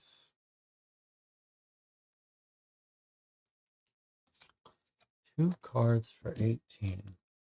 It's the sacred altar. Something seems to be missing, but I should be careful. The effects could be unpredictable. Interesting. I think I know what I want to do. Does anyone have any idea what to do there? Because I have an idea. Let's see what the chat says. Anyone get any idea from that?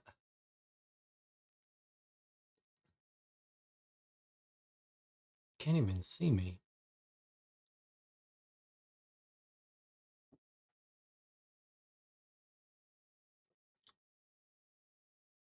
Does that give anyone any ideas? Because it gives me an idea. Well, that coffee's good. That's the Mad Goat Mexican Chiapas coffee.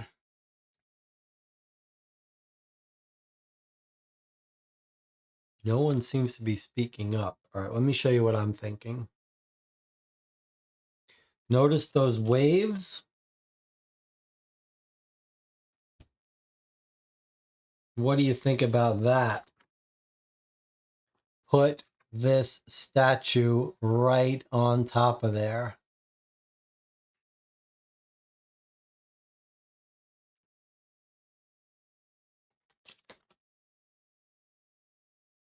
All right, so we have this altar that's there.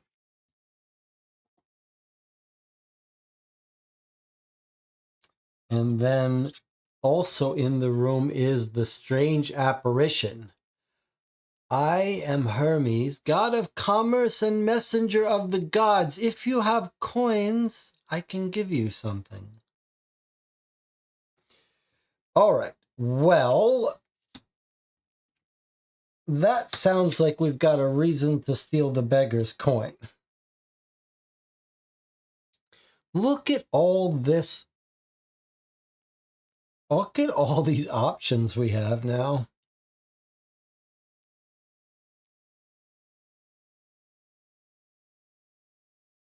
It's kind of crazy, huh?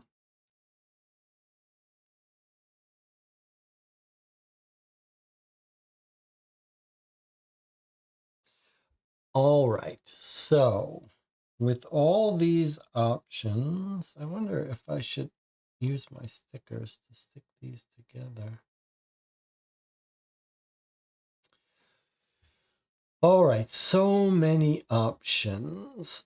So many options. Let's talk it through. We know the trees cause nymphs to come, but we don't know what. We know we have to act quick if there's a nymph, and they're unpredictable.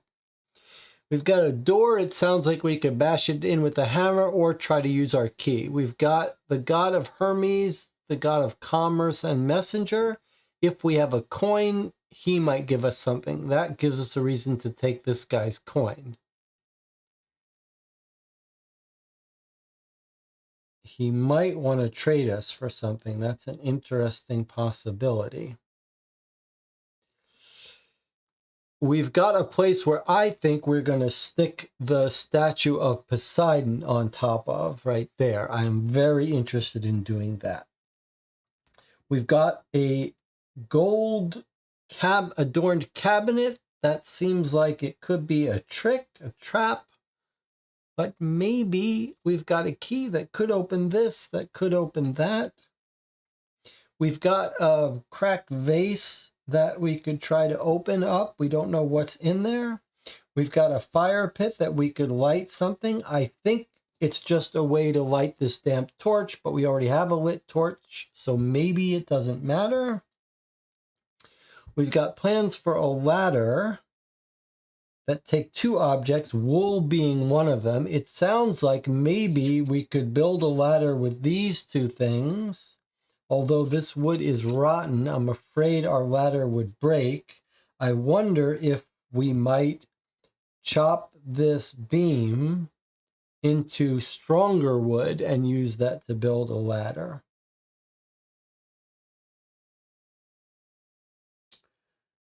So the question is what to do first. We've got a ton of stuff. DJ Moneycut says maybe rather than just steal the coin, we could trade him for it.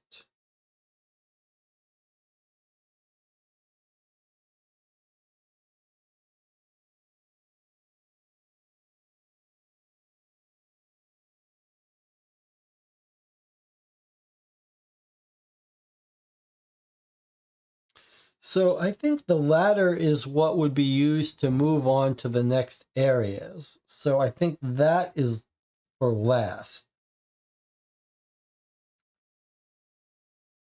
I am worried about opening this and getting a trap, but I feel like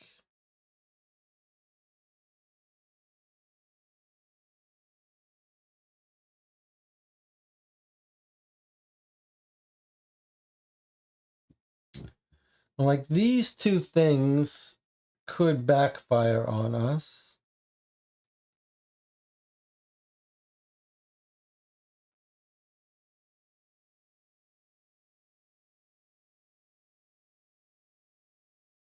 I know I want to put the Poseidon thing here. I think since we're here and I'm determined to do this, I'm going to do this right away. I'm going to put the god of Poseidon, the statue of Poseidon, onto this sacred altar. Its effects could be unpredictable, but nothing's going to stop me from trying to put this on here. Here we go. O, Z, and F. Nope, I was wrong.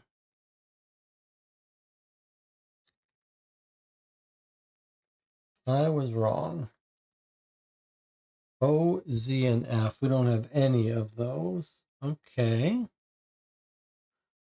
Oh, I was so sure that was going to be a cool effect, and it wasn't even an entry. Well, maybe we can trade him this statue. We're going to go get that coin. The only question is, do you want to try to get something first that we could trade him for?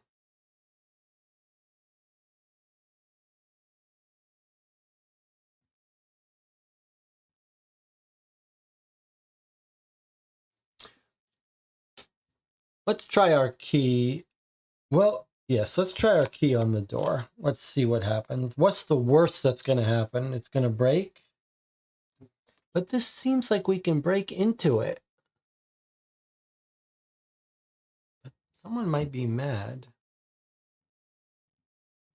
All right, I'm going to try our key on here before I try the key. But what if you can only use the key for one thing? Then we miss out on that.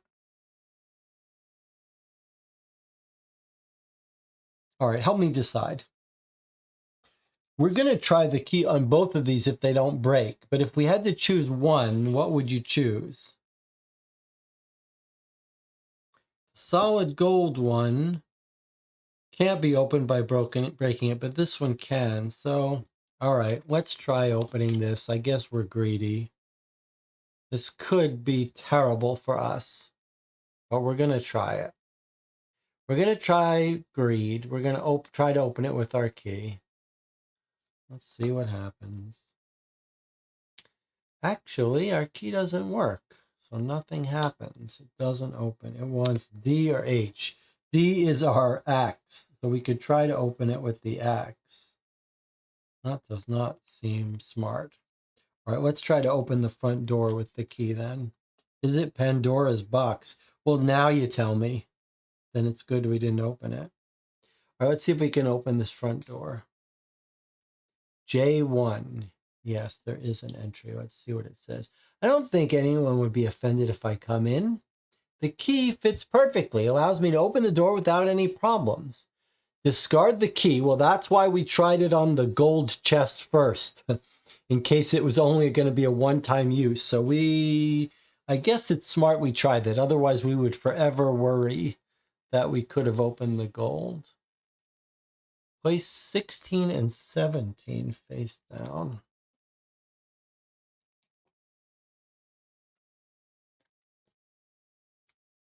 Okay, so we've done the key. That was what it was for. So they gave us the key. We used it. It's done. We could have also used our axe, but then we would have lost our axe. Interesting. Okay. Probably we shouldn't be reading that, but it's okay. We're not going to be playing through this too many times. Okay, 16 goes on top of 15. So we've broken open the door, and then this new room becomes available to us. Well, let's walk on in. I mean, we've opened the door. In we go. So, the gold key. All right. So this is Daedalus and Icarus. There's his wings made with wax that Icarus used and Daedalus used to fly out of their prison. And in the myth, in the story, Icarus flies too close to the sun. He gets from his hubris, and the sun melts the wax and he falls and dies. That's where you get the expression, you're flying too close to the sun.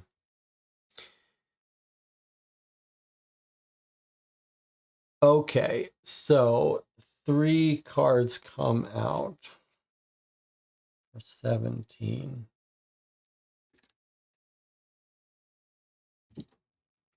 So we've got plans for wings, a strange contraption devised by Daedalus. This shows how to build the frame. And then we've got the bookshelf. Something strange about it. If I put my ear close, it's as if something's whispering to me. That seems like a secret room, doesn't it? There's a secret room behind that. And then we have the ornate key, which looks gold. All right, so Daedalus and Icarus, and they've got, boy, there's so much here.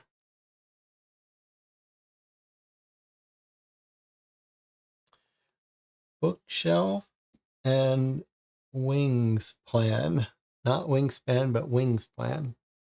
All right, so I think there's a secret room behind the bookshelf. I'm not sure how to access it. And how do we get the key? Oh, here's the key. I was like, wait a second. We saw the key, but how do we get it? All right, let's go grab the key. We're in here. We've broken in. We're gonna steal that key so we can get the gold. Take item H.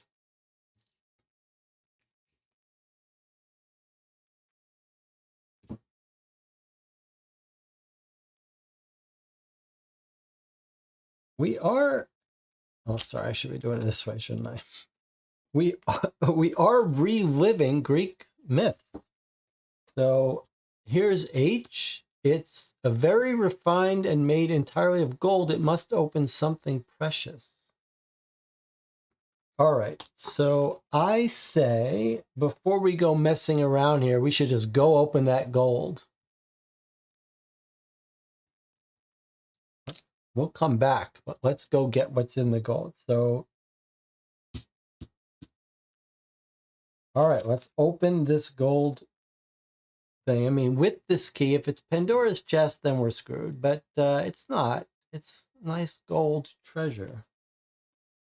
All right, here we go. So H, the key fits perfectly. Discard item H, place scenery 44 face down. So we could have just broken this with an axe. We just would have lost a favor. All right, so instead we lost our key. But a new scenery has come out, 44.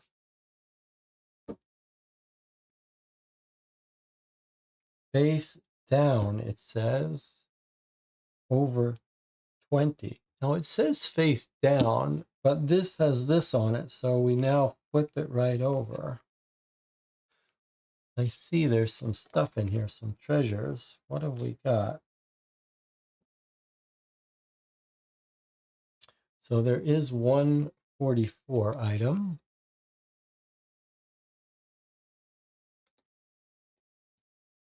Look what it is. Maze tools. Inside the toolbox, there's a toolbox with some tools, but there seems to be some missing.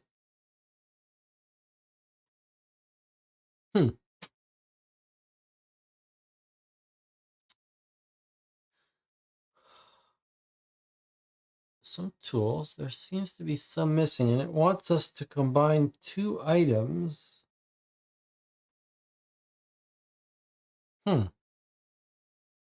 That's weird.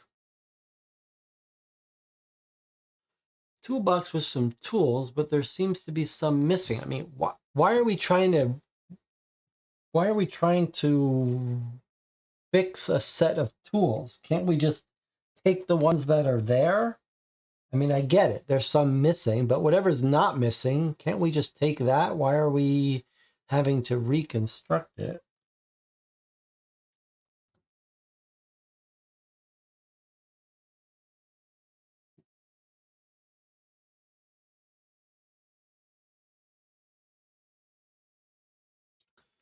All right. I mean, this is pretty fun. There's so many things to do.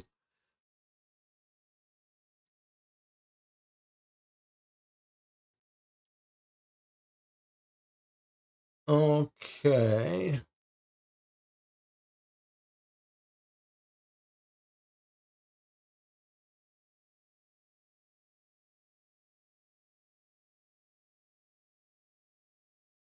Let me put this aside so we have a little bit more room.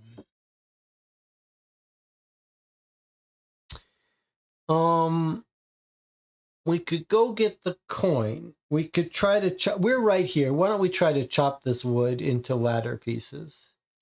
DJ says, should we put the hammer in here? The thing is, it wants 2 cards. The rules said when it's 2, you gotta use 2, right? It says, let's just read those rules again. If it has 2 question marks, choose 2 item cards instead of 1. So we can't just put 1 item in that thing. We'd have to put 2 items in there. And I'm not sure what 2 those would be. But yeah, hammer. I mean, I guess if we're going to give it to someone, we could give them hammer and some other tool. But without the second tool, I don't see how we can do it.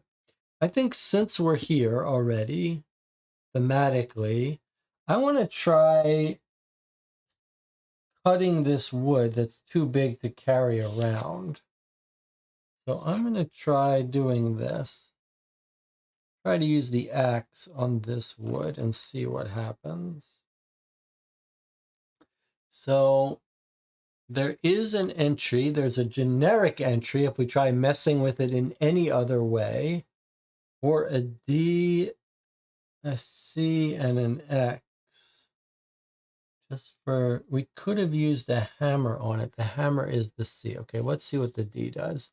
I chop it so it's easier to carry. I do a pretty sketchy job with the axe. So if we had C2 or X, we could have done it better. Maybe that's a better item. Okay, so we lost one of our favor because we didn't do a great job with the axe. But we did turn this wood into pieces we can carry, which was my intention. Take item T1.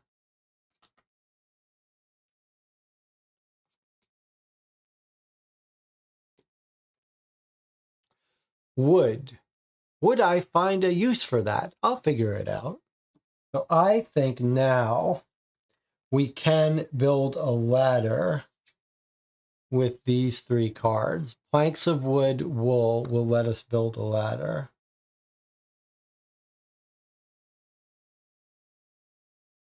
On the other hand, we could also fly out with wings. I think we might be able to do the same thing to build a wood frame.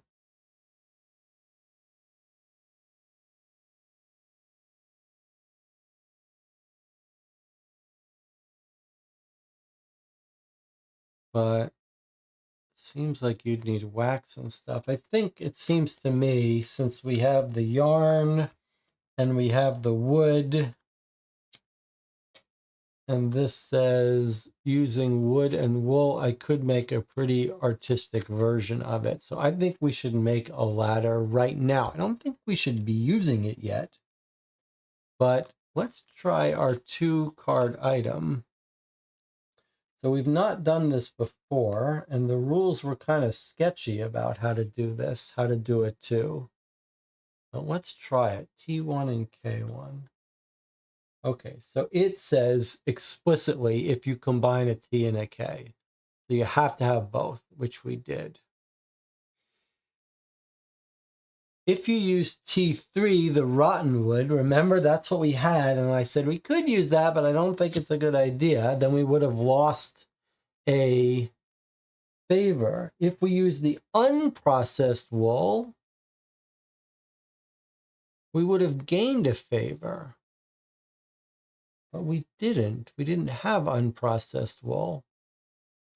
We just had our processed wool. So actually, so we didn't gain a favor. That's unfortunate. But we never saw any unprocessed wool. Okay, discard our T and K. We lost those. But we did open a new set of rooms. I sure hope these aren't rooms I wanted to go to.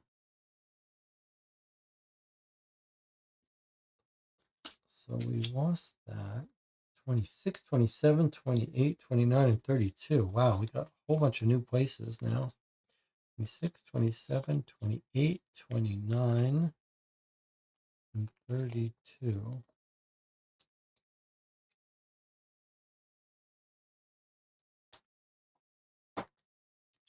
Looks like we're going to have to spread out now.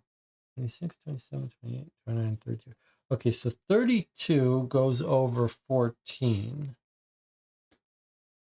Then 26 card comes here, and 27 is to the right of that. So we're going to have to shift everything over. Well, why don't we take our break, our hour mark break. We've been playing for 3 hours so far. I'll see you in 8 minutes, and in the meantime, I will move everything over a little bit. 8 minutes.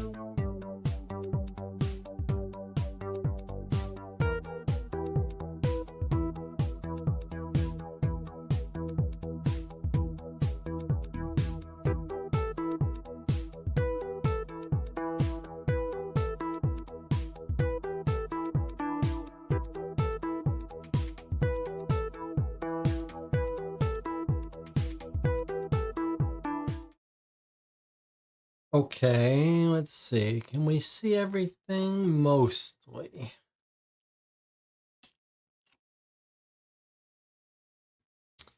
And we've got 7 of 8 favor. So we're in pretty good shape here. I've moved our items here. Here are the new places that came out. We've built the ladder here. That brought these. I see a minotaur sitting here. So maybe let's not go there. So we've built ourselves a ladder over the wall.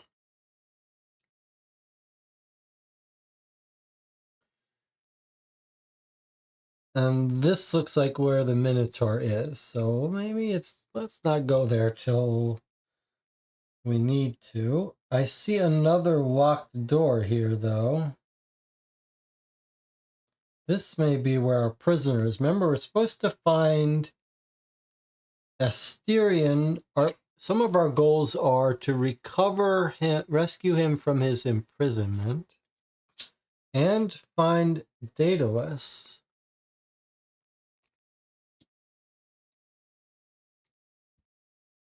We did lose that key when we opened the door, right? I'm not sure why it told us to lose that key. Like, why would we lose the key?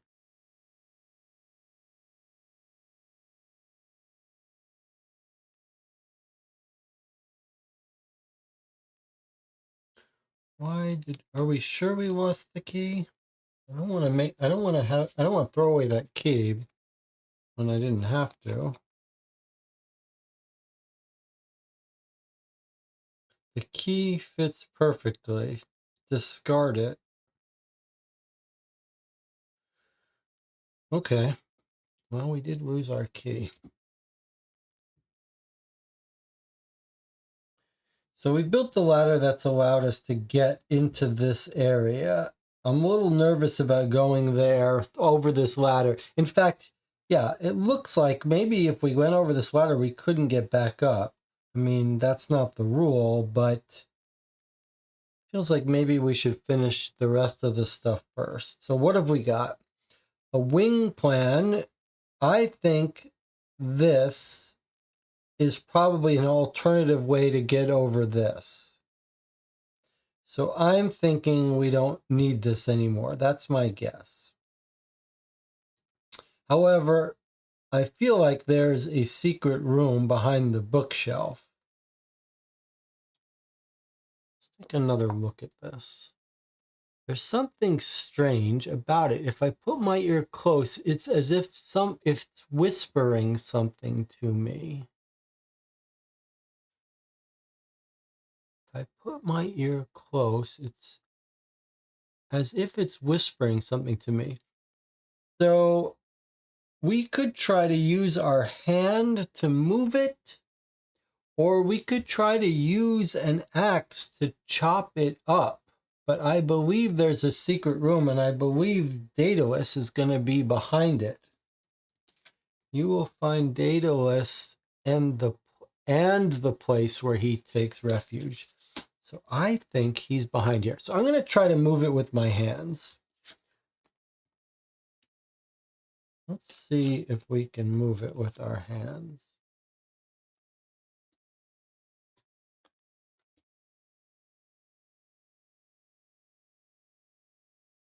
Okay, there is an item for it. It says, those whispers become insistent. Hold on, it's wind and it's coming from back here.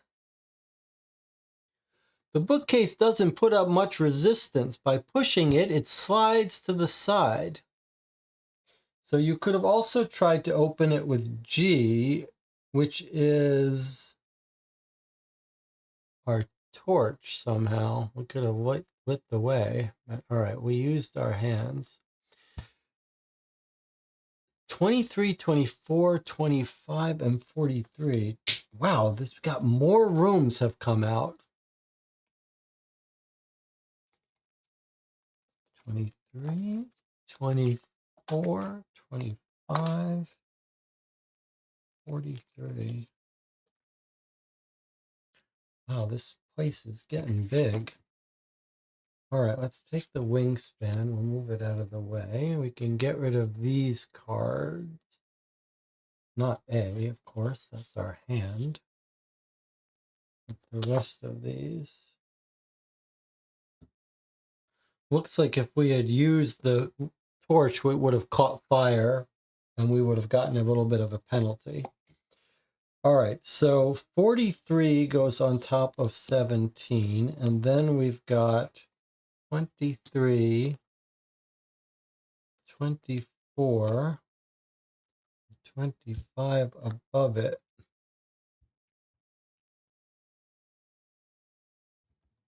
Oh, you can just barely see. Can I zoom out more on this camera? Look at that. Look at this good system I have for you guys. Look at this good system I have for you guys. Come on. Where else do you find this? Wow, we've got a big map here. All right. So I actually use stickers to sticker some of these things to keep them from shifting around. Where's my stickers? So let me sticker this place in place. This was my tip for the 7th Citadel, and now we're using it here. All right, so this place gets replaced. This card is coming to take its place. I could use better stickers, though, for these bigger cards. Let me just... Nice thing about the stickers is you can shift the whole thing a bit, but I know we have so many extra cards here. Okay, so we've slid the bookcase over. No new items come out. And we pop out on top of this one. But now we can go this way and this way. And I think Daedalus is going to be in here. And he's not our enemy, so I don't think he's going to... I think it's okay for us to go in here without visiting Hermes and the coin. Does anyone think differently? Like the nymph and the tree? I feel like this is a pretty safe in here is what I'm saying. So we might as well go in this way. Let's go to 23.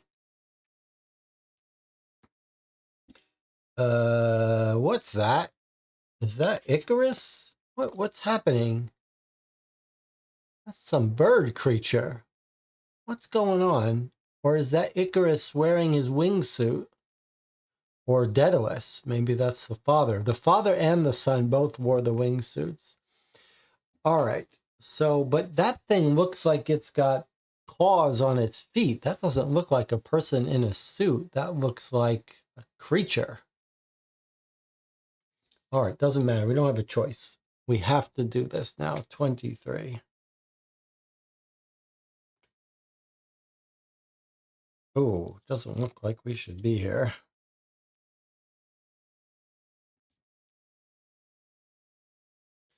It says towards Mount Ida.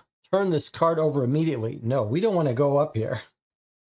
The road opens onto a part of the labyrinth that's in ruins. The construction of the house must have separated the labyrinth into two parts. There are stairs leading up to what looks like a hill rather than a mount, but that will do just as well. And then what have we met? Whoops. A harpy, just like DJ Moneycut says. It stands on the road to Mount Ida. From its look, it doesn't seem sociable. I might try to drive it away. Okay, so if we wanted to go up into the second area of the labyrinth, we'd have to scare this thing away. All right, let me just put this guess over here. We do have fire. Fire might scare it away. I'll put this torch down here somewhere. And I'll put this information about Mount Ida separated the labyrinth into two parts. So I don't know when. It's not an escape, but it's a different part of the labyrinth. There's one that way, one this way, I guess. I don't know if it's time for us to go up there or not. Let me put my sticker here. But it's not for us to do yet, I don't think.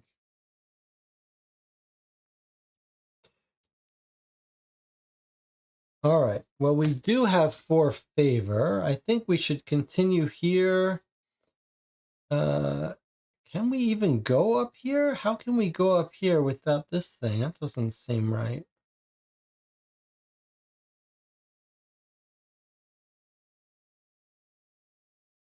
All right, let's go here. We do have at least 4. Let's see what happens. Oops, what's going on? All right. So that looks like the lightning bolt of Zeus. And there's a cave painting about giving a goat some honey or something. And I will note there's a picture of a goat here. It's a pretty cool scene. In a little cave here. 24. That seems like Zeus's lightning bolt. Let's see what we've got. Where are my other items? Maybe I can put them here.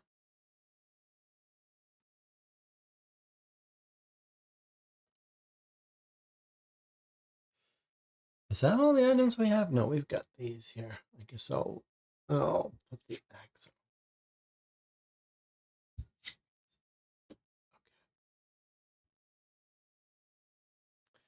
Okay, let's see what we see in this room. We've got paintings. They depict a goat feeding. We've got the Cave of Psychro, which we're supposed to turn over immediately, and the symbol of Zeus, an important artifact forged by a Cyclops, depicts a lightning bolt. The Cave of Psychro. Okay, I don't know anything. I don't know that name. Turn over immediately. Zeus is believed to have grown up here. Some engravings adorn this place. If I have item F, we do not have an F. Then the devotion is admirable. Otherwise, this place is ignoring me.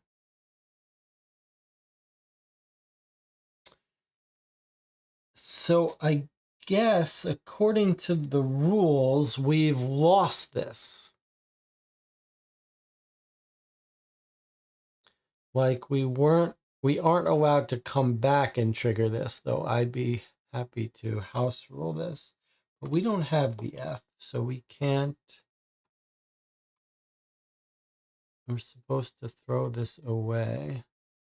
Zeus grew up here. Wow. Cave of Psychro, huh?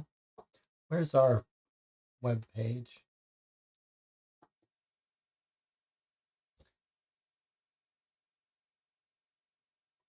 Cave of Psychro, Zeus.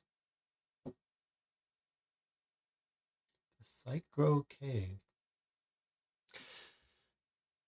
The Psychro Cave is an ancient Minoan sacred cave in the Lassithi Plateau in the Lassithi district of eastern Crete. Psychro is associated with other legends place Zeus's birthplace as the Idaean Cave on Mount Ida, which was up those stairs.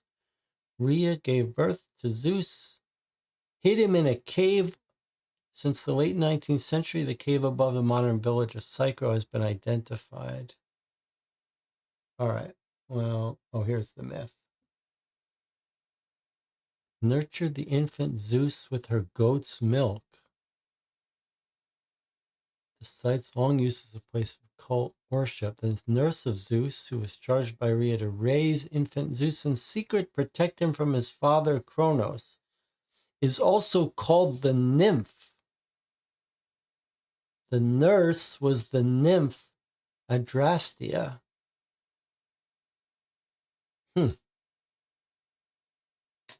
Interesting.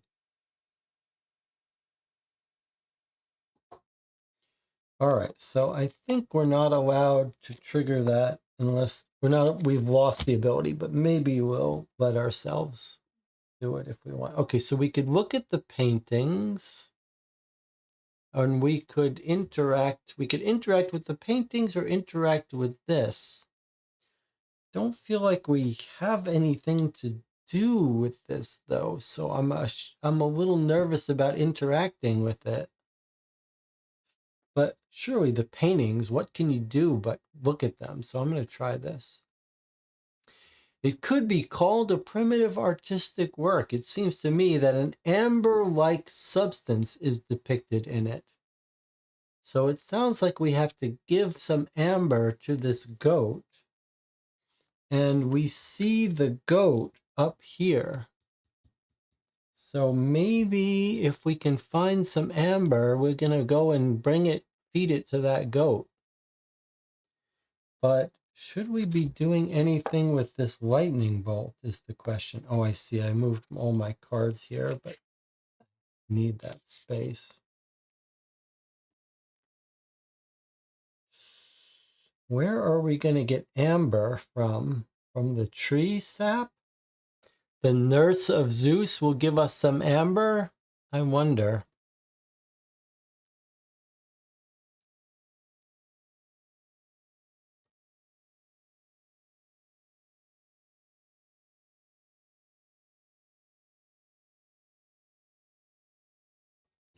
Should we interact with this now?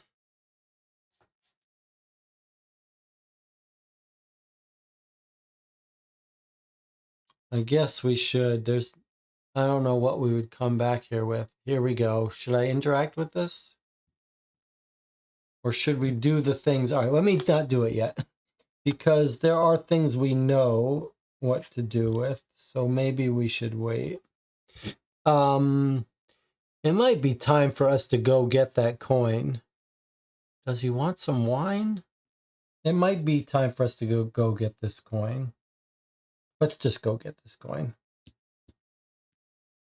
All right, beggar coin. I'm not going to chop off his hand or threaten him with a hammer. I'm just going to use my hand to take this coin. So far, this game doesn't really punish stealing.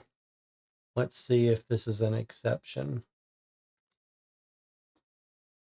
All you can use is a, hey, what are you doing? That's mine. So we lost one of our favors, but that was the only way for us to get a coin. Sorry, guy.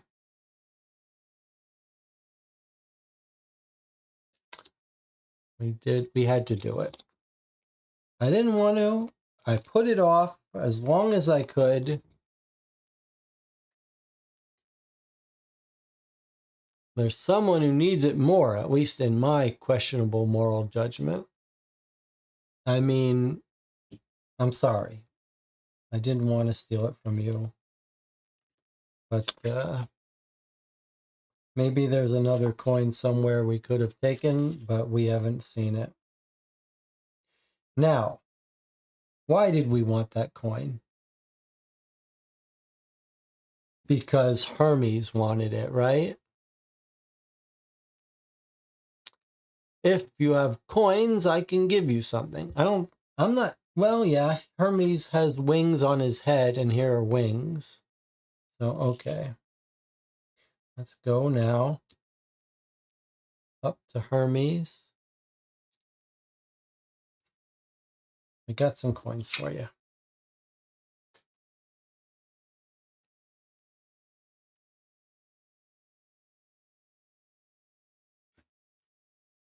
Discard the coin. We give him the coin. Okay. Then take item K2 and turn this card back over. If there's no K2, take T2. All right, well, there is a K2.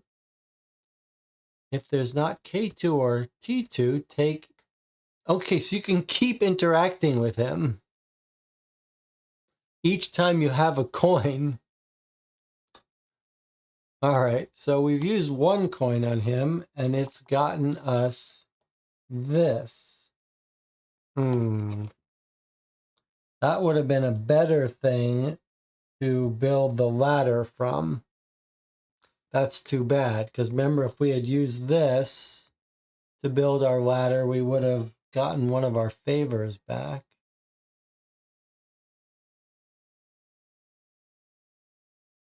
If we have another coin, we can talk to him again.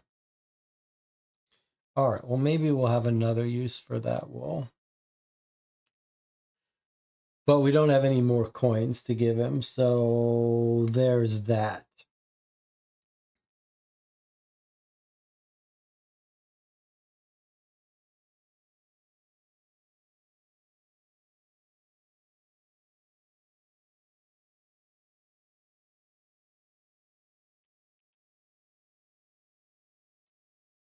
Let me just make sure, like, we can't steal more coins from that beggar, could we?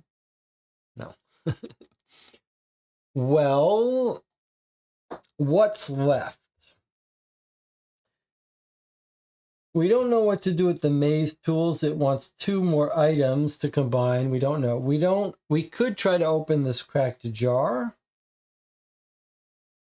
We don't know what to put on the sacred altar. The tree seems like we could touch it and maybe summon the nymph who will give us some amber, perhaps. We've got a whole bunch of extra rooms. We could try to scare the harpy away with fire. We could try to touch this artifact.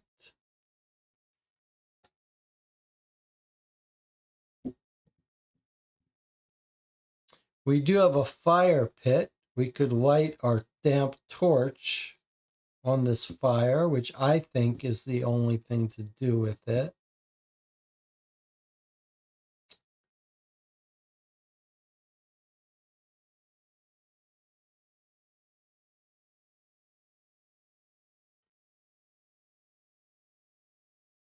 So what's it going to be?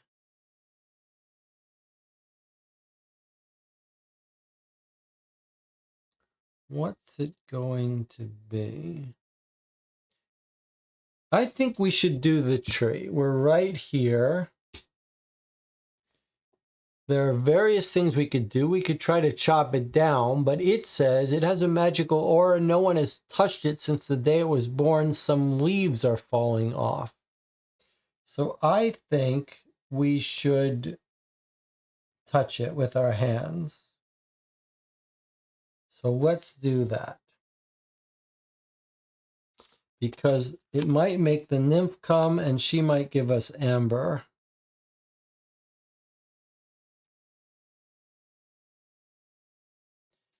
The only question is whether, if she's the nurse of Zeus, should we deal with this first to see? All right, I'm actually going to put this off because I'm a little concerned that this will give us some information. So I'm going to interact with this and see what happens.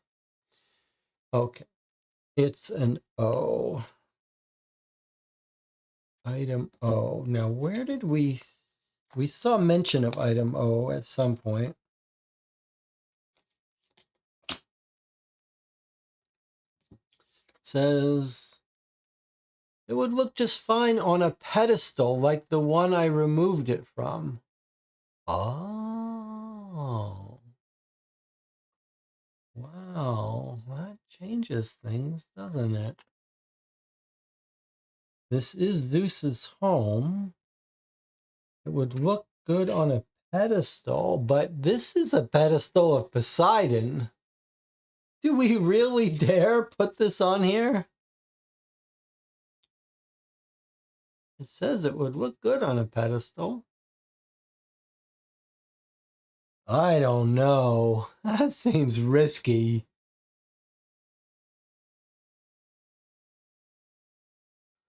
That seems risky to me. To put Zeus's thunderbolt on Poseidon's pedestal. All right, let's do the tree. I'm going to rub the tree and see what happens.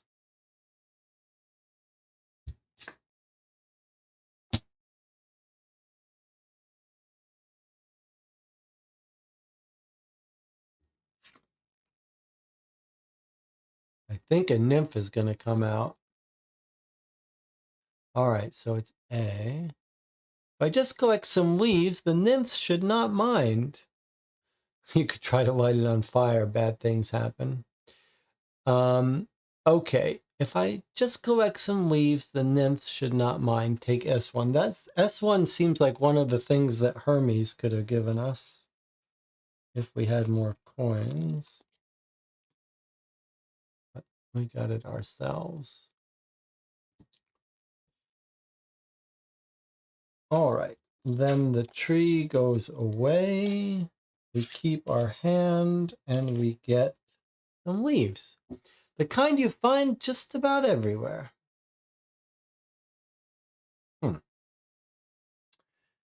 No, that's not amber. That's not what a goat wants. We don't know what to do with leaves, do we?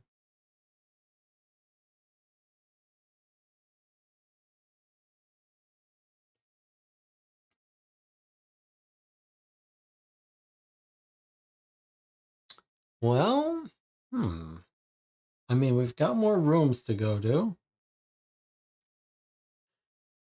We could put the lightning bolt on the pedestal. Isn't there a lightning pedestal? Well, there's the lightning pedestal that we got the lightning bolt from. That's all. There's no other pedestal. I think we have to see if there's amber in here. Cracked jar. Let's try to take off the lid with our hands, the stopper with our hands.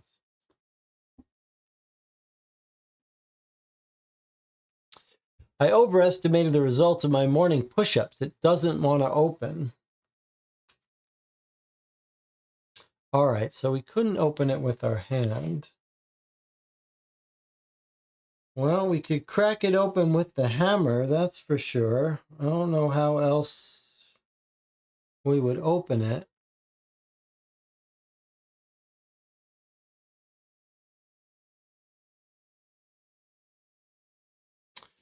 You don't think that we could combine these two? Like, look at that ring where the hammer is. Maze tools. I'm just going to try this for the hell of it, because I don't think anything can go wrong from trying this. So I'm going to try to do K2 and C1 with maze tools. No. Okay. So that's fine.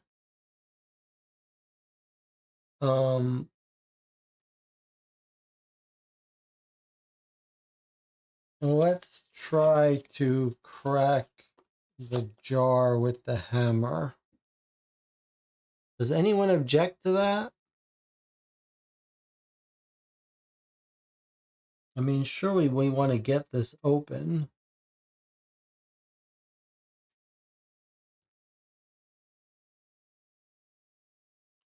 What about the hammer and the axe with the tools? I don't think so. No, it says it wants C1 and C2, which we probably shouldn't know, but I don't think we have a C2. So we need like the hammer and something else. We need like two hammers.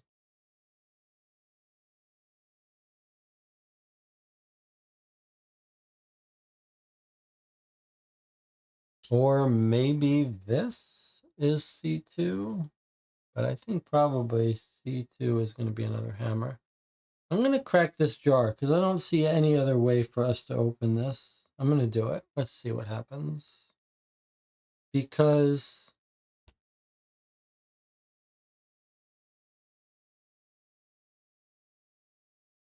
well, unless can we tie a rope around it? I don't see how. K2, no. I'm going to use the hammer on it.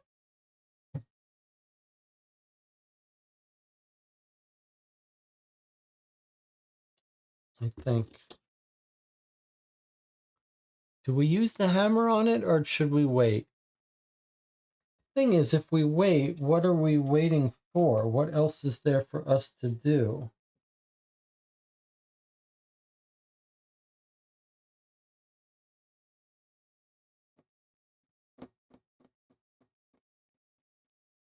I suppose we could scare the harpy, we could explore new areas.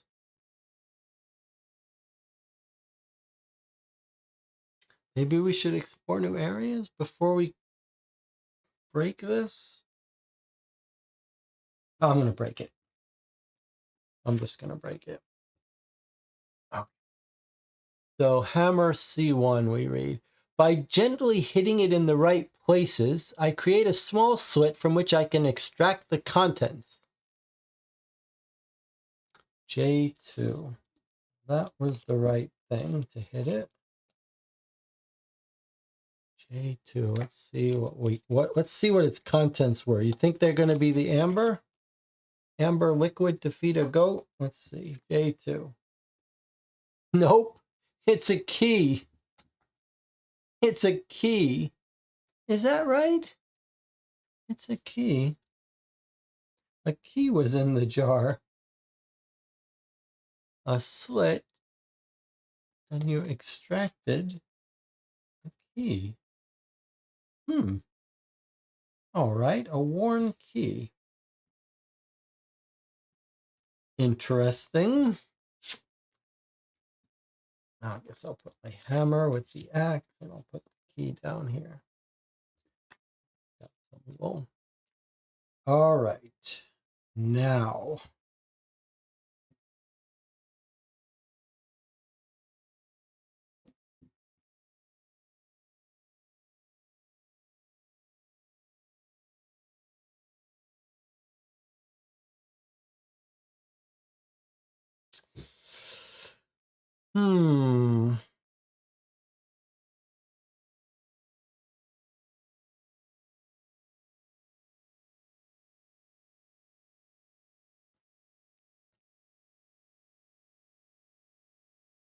Well, we have a door here that wants a key, so let's do that.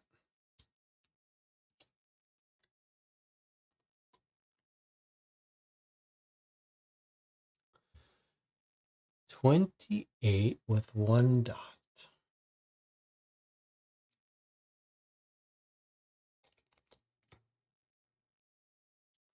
The closed door. Old but sturdy, it will not open without a key. Well, let's try the worn key.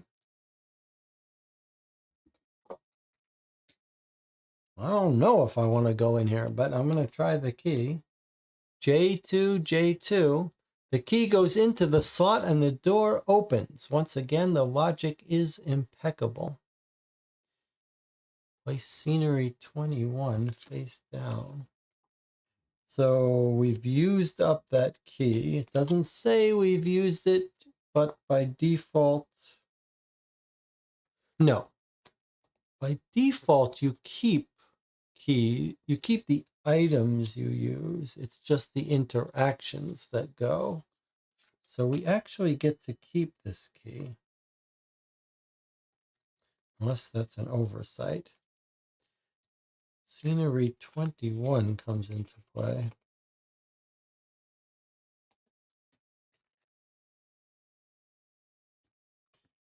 And 21 connects to 28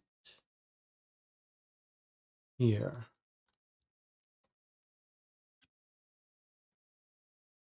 And there's a fire pit here. No, the fire pit is up here.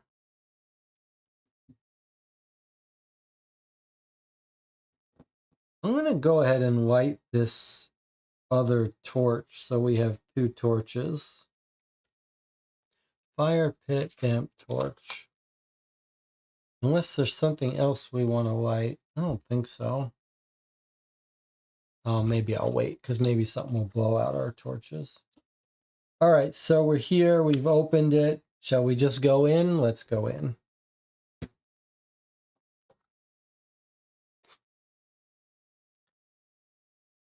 Aha. Okay. Well, so this is funny because there's no items here. It's just a bunch of vases. There seems to be something hiding here, but I don't see how we can trigger that. There's nothing to interact with here. But what do you see on the wall? It's a lightning bolt on top of that water pedestal. So the first time I look at that, I'm like, okay, that's a hint to put the lightning bolt there. But now I see like skeleton ghosts. So now I'm worried, like, is that going to cause death? How do you read that? Do you read that as a hint that we should do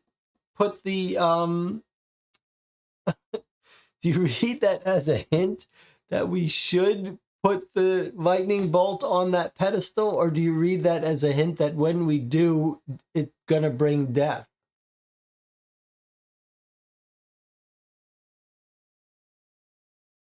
And what is this hiding little thing?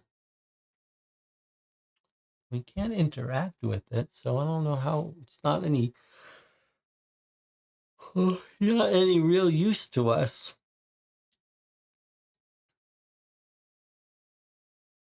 But this is the question I have for the group. Is this a hint to put the lightning bolt on the pedestal of water, or is this a hint that when you put the lightning bolt in the water, it causes death?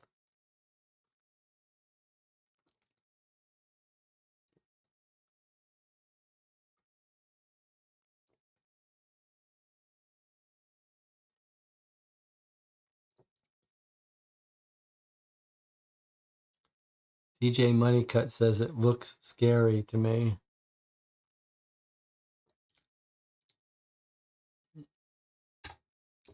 That's a pretty interesting situation.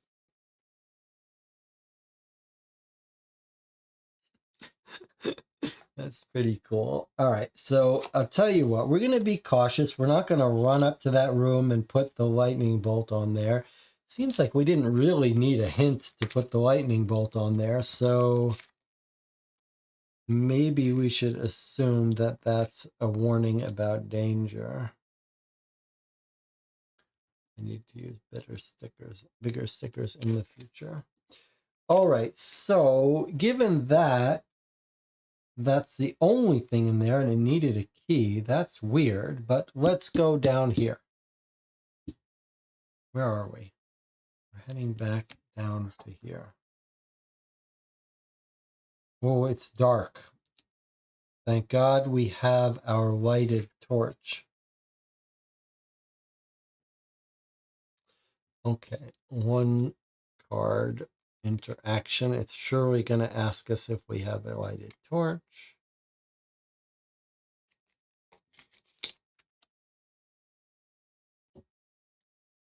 The dark cave. Turn this card over immediately. I can't see anything. Something is needed to illuminate the area. If you have item G, which we do, the room is illuminated. Put 30 and 31 face down. Otherwise, just 31. Okay. 30 and 31. Okay, so 30 goes on top of this room. And then 31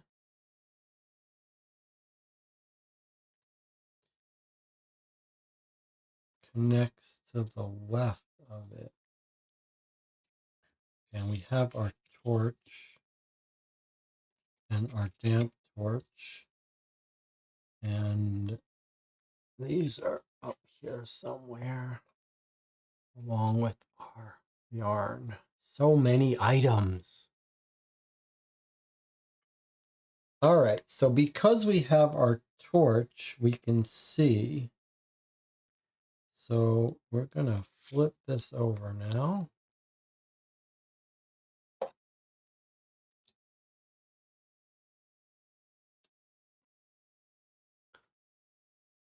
And we see a pool of water and some scene.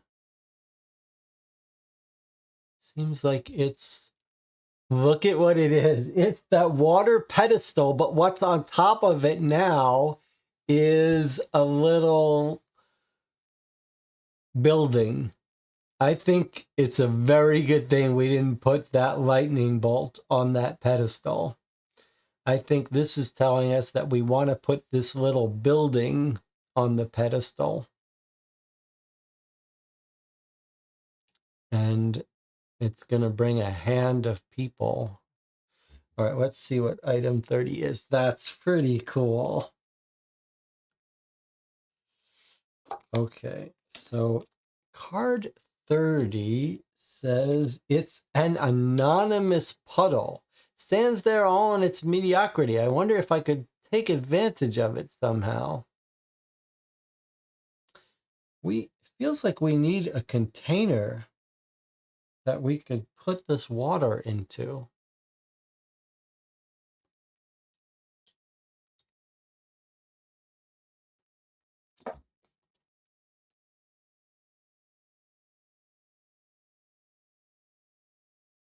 I don't feel like we could drink it, but I feel like we need something to put water into.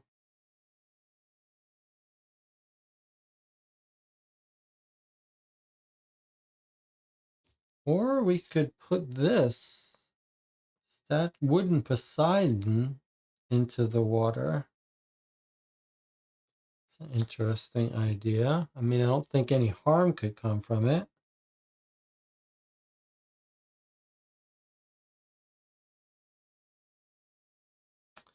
But I also see a little nymph here on this card. I think maybe we should go here first.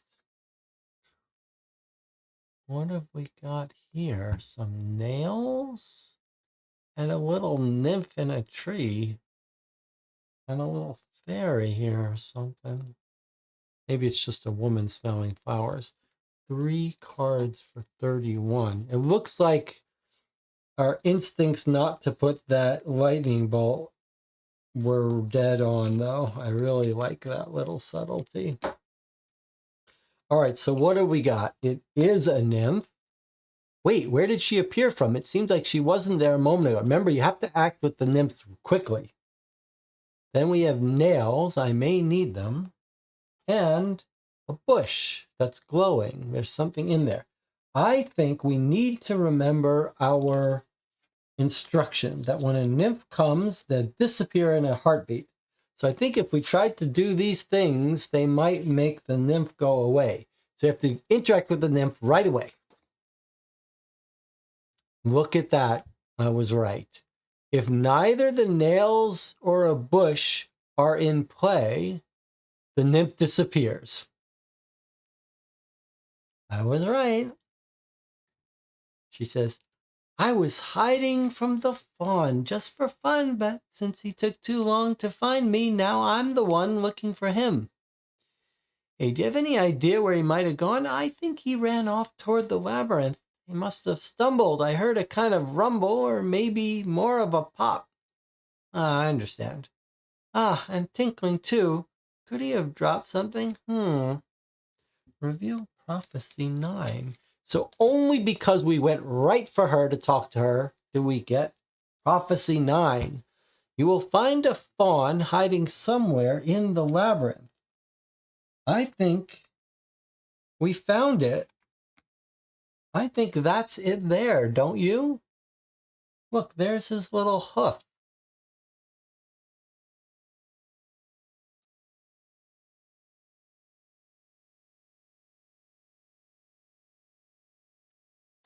So,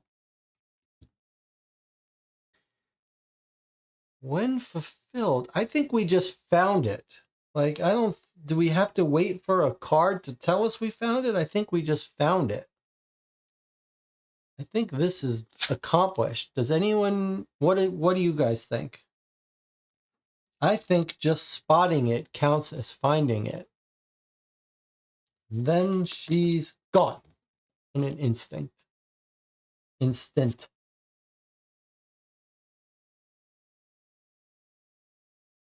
I think we found the fawn. So I'm going to refresh one of our favors and throw this card away and consider that found. I think that's subtle, but that's how it is. And you can let me know if you agree with me or not. Now, I think we need to get the rest of the stuff. Nails, I may need them. Take item C3. Well, now we have nails and a hammer. That's more promising. I could nail them somewhere, maybe with the help of a hammer. Yeah, that sounds promising. Mm, mm.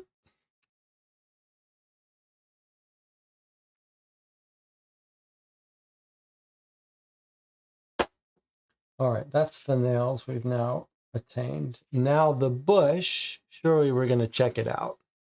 Hey, it's a coin. So we didn't have to steal that coin after all from that guy. Can we go give it back to him? No, it's too late. We already stole it. But we could use the coin again on Hermes. He'll give us something else that we're missing. But I think the things he gives you are things you could get on your own. So there's a shimmering coin.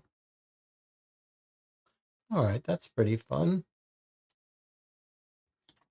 So down here we found, hey, look, you can go up. You can go up this way now. We connected these. Now we can go this way. All right, so if we get stuck, we could give this coin to Hermes and he might give us something else that we're missing, but we should probably wait till we can't find anything on our own. There's the Minotaur. I mean, I don't want to go there till it's time to deal with him, but maybe the Minotaur's. Who is Asterion? Do we need to search for that? What if Asterion has some history in Greek mythology? Asterion, Greek mythology. Ooh.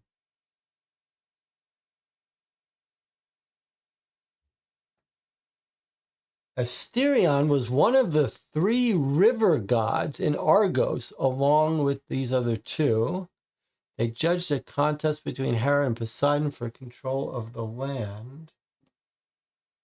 The gods ruled in favor of Hera. Poseidon retaliated by drying up their rivers. The river Asterion flowed west, disappeared into a cleft in the earth. Asterion the Minotaur. Asterion is the name of the Minotaur.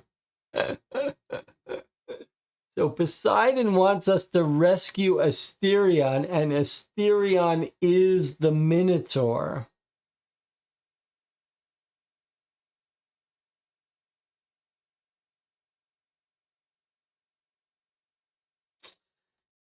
All right, that's what I had a little bit of a feeling of that, didn't I? Well, here he is. I mean, we could go rescue him. Maybe he's not harmful to us because we're going to help him.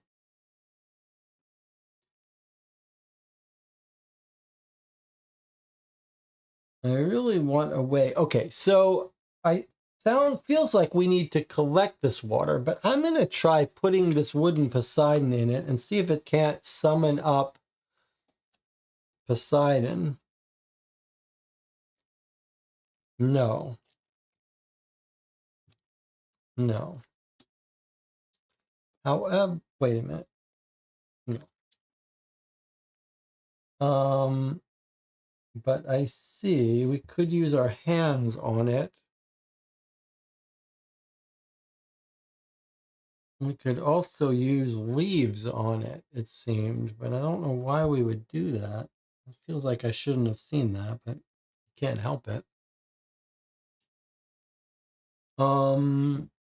Okay. Where are we gonna find this thing to put on the pedestal? Down in here? Up here?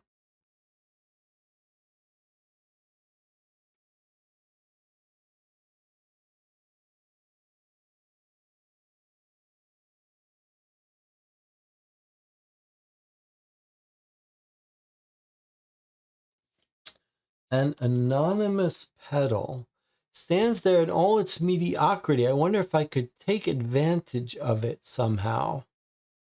That's a very weird way to say that.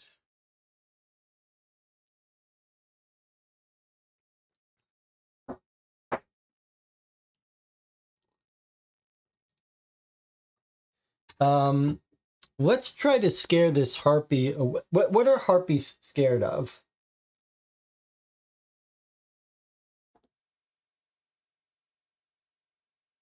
What are harpies scared of?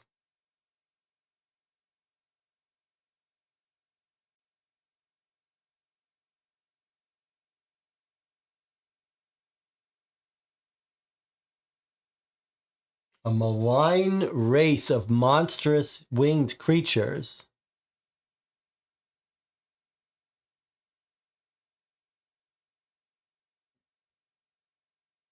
Notoriously malevolent, taking joy in hurting, torturing, and killing their victims. Songs luring us.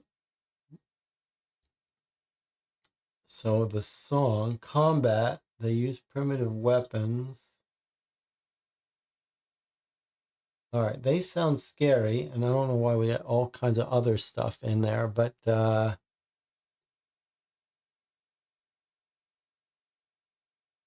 you can scare them off, but can do little to fight them.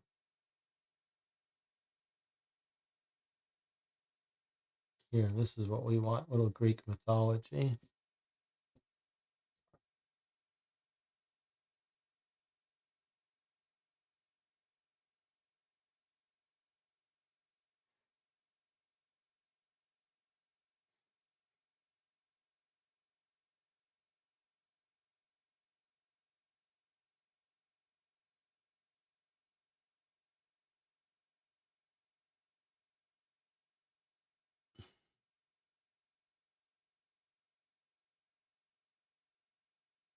I don't see anything how to defeat them.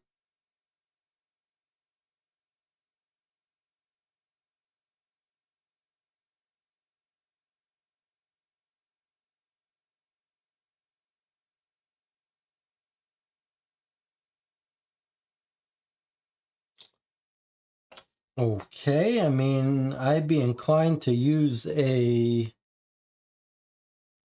torch to scare it.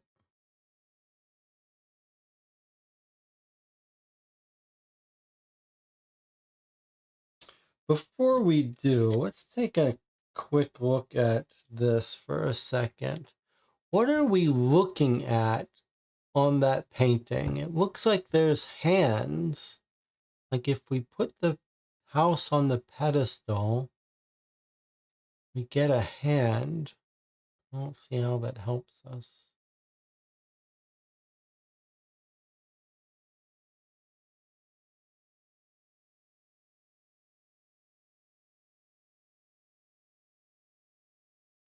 Doesn't really help us.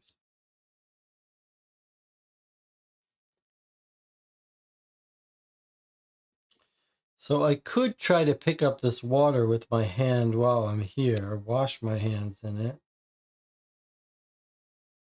I guess I'm going to try that and see what happens. Do you have anything that needs to get washed off? Not really. All right, let's see what happens. Ah, I don't know now. I don't want to use it up. The game said you got to be careful because normally it goes away. Take advantage of it somehow. It doesn't even say collect it. It says take advantage of it.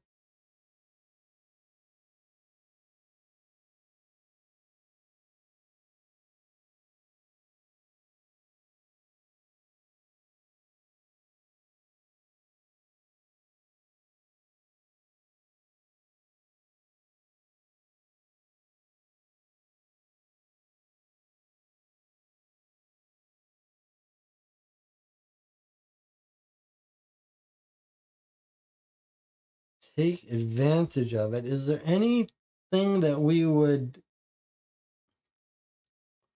Is there a fire we want to put out?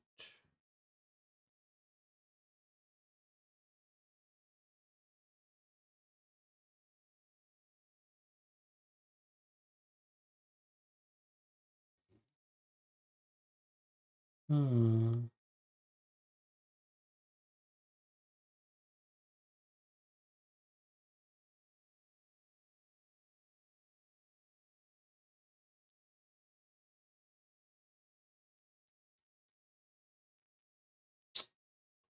Any ideas? Looks like I'm here all alone. I guess I'll try to scare off that harpy. Unless, what if there's something under this water? All right, I'm going to try to use my hands. Maybe I'll feel around and be able to feel something in this puddle. I decide to refresh my mind. Maybe there's something that once soaked in this water can come in handy. Well, I consider that. I considered that. We do have a damp torch and we have unprocessed wool. Let me see.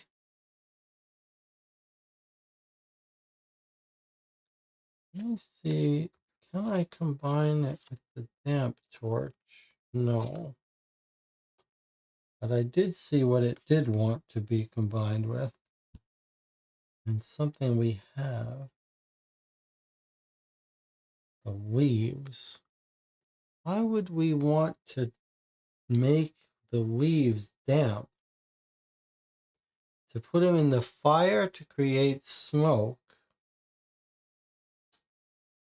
But why would we do that? Could make leaves damp, put them in fire, make smoke. Why would we do that though?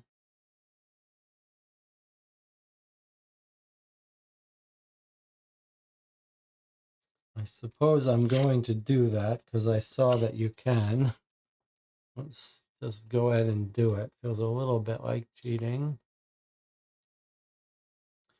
I wet the leaves. For some reason, I feel I've done something very clever. Okay, so S1 turns to S2.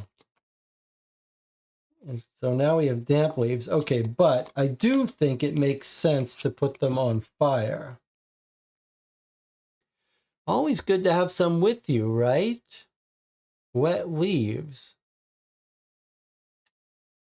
And now I guess we're done with the puddle. I do think we have a campfire here. We could put the leaves on that. They would create smoke that would let us maybe come in here and not be seen.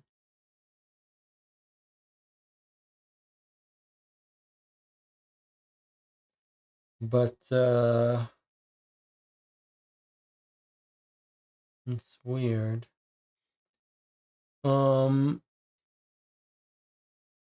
All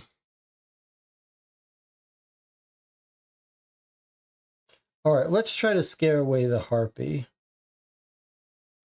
So I'm going to head up here. I'm going to show the fire to the harpy and see if that doesn't scare it away. It says I might try to drive it away. Okay, let's see. So we do have a G trigger. It soars up and pounces on me, but I can take it. After several swooping attacks and an unpleasant close encounter with fire, the harpy beats a retreat. So actually that seems like it was the right thing to do. If we had tried to do something else, we would have lost a thing. If we tried the axe, it would steal the axe. So G was the right thing to do. Now we get item P. So we scared away the harpy, which is great.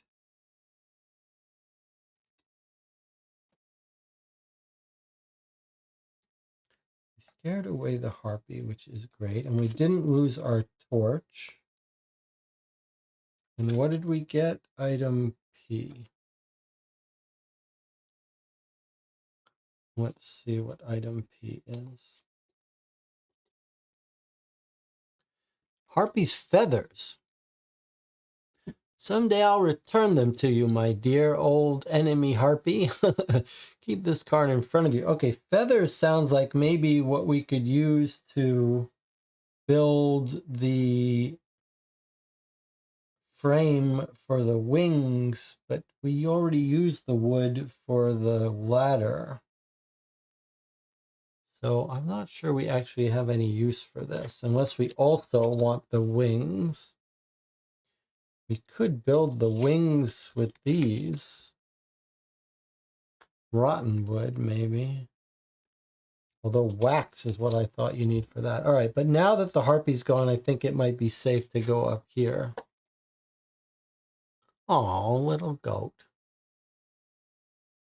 And some apples. Now, didn't Zeus used to disguise himself as goats?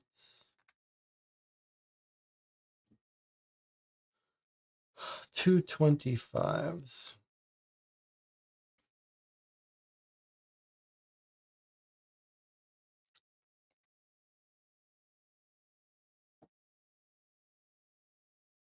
So, Amalthea, a goat. Is it possible she's talking to me? And a fruit tree. Nice and loaded. Some of the fruits are almost falling off. Oh, it sounds like the goat just wants some fruit instead of amber. All right, let's try. Let's try helping him get a fruit. Nice and loaded. I'll take as much as fits in one hand. Take item N.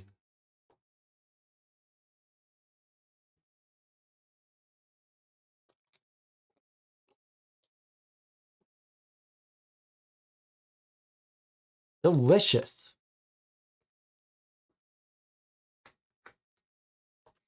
All right, well, we didn't find anything amber, but maybe this goat needs to be fed. And maybe it likes apple juice. That was the amber, and we're just going to give it some raw apples. Let's try it. Is there any harm that can come out of this? No. Does he want cooked apples? Let's see if he'll eat some raw apples. He's just a goat. Surely a raw apple is good enough for a goat. Uh-oh. I raised Zeus myself, but for a long time now I have not had any visitors. The goat looks at me disconsolately. I'm afraid I had more hallucinations. It's just a common goat.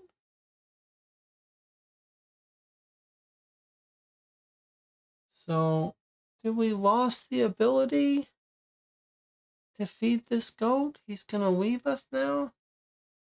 I don't like that. No, surely not. D is if you had tried to use the axe on him. I'm not letting this go away. We tried to give him a thing and he's going away?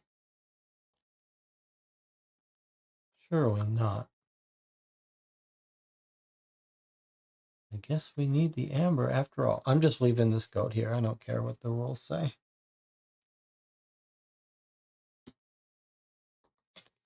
All right, well, we have an apple, but we don't know what to do with it.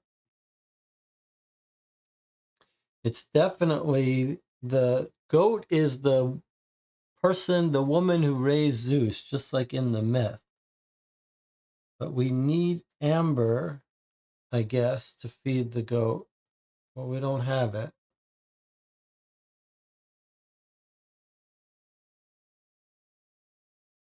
Surely it doesn't want a cooked apple. What is amber?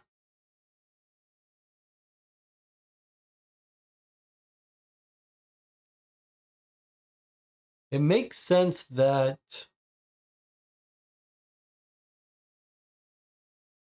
I don't know what makes sense. Um, hmm.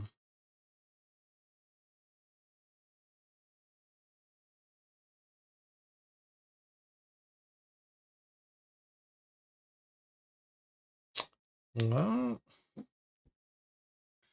let me see what happens if we try to use the feathers and the rope with the plan for wings. It does say how to build the frame. That seems like we need wood.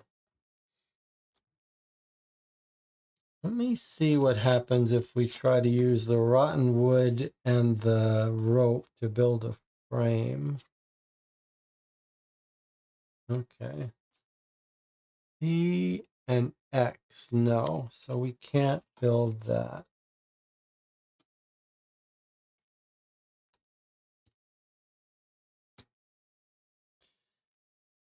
Hmm.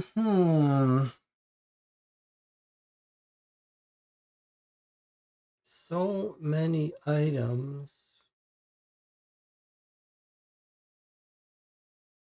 What do we know to do, though? We don't know how to build the wings. We don't even think we need it. We don't know what to do with the maze tools. Hanging axe. I'm going to go grab this hanging axe and see if something happens. Oh, it's just there. Let's see. I managed to detach it, but taking it off the wall was not so easy. I lost a lot of time. So I lost a favor. Take item D2.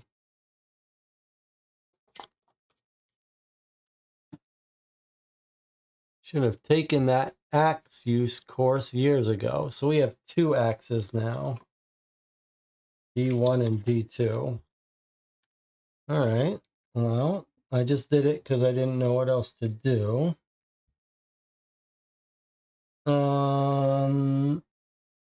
Hmm. We could give the coin to Hermes and see if he can come up with anything else. All right, let's give the coin to Hermes and see what he wants to give us this time. Okay, it says if there's no K2, I don't think there is a K2 because I think we took the K2, yes. Okay, then take T2. All right, there is a T2. Okay, so he gave us more wood. And then he turns back over. So now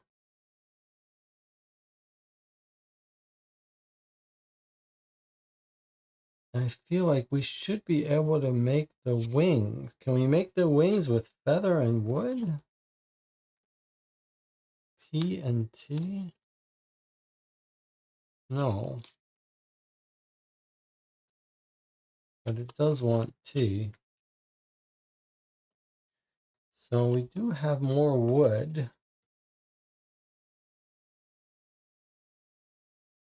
But I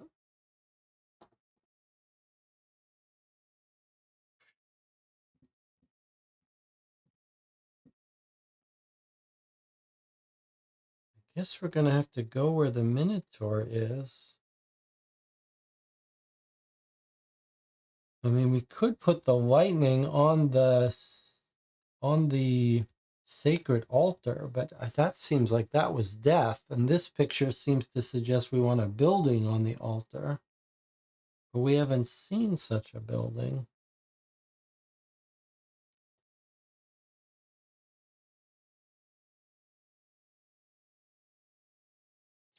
All right, let's go to 14. Let's try to create some smoke on the altar before we head down to where the Minotaur is. Let's see if that does anything. Fire pit and the wet leaves. No.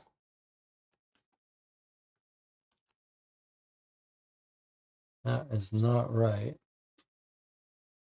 But we could light the torch with it. And we could light the wood with it. How strange.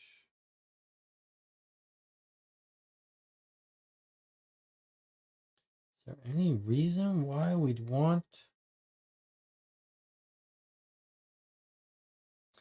What if we put the hammer and nails in the tool chest? Does that work? C1 and C3 in the tools? No.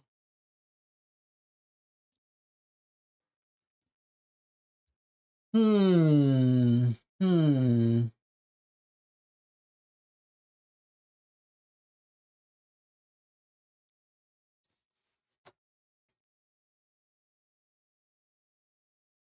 So I lost the coin because I gave it to Hermes. Well, I guess there's nothing to do but go down to the Minotaur.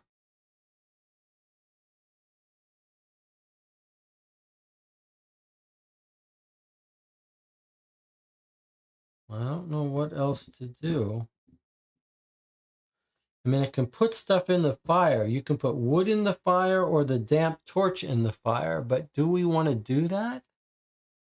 We already have a torch. It feels like, why would we want to light the other torch?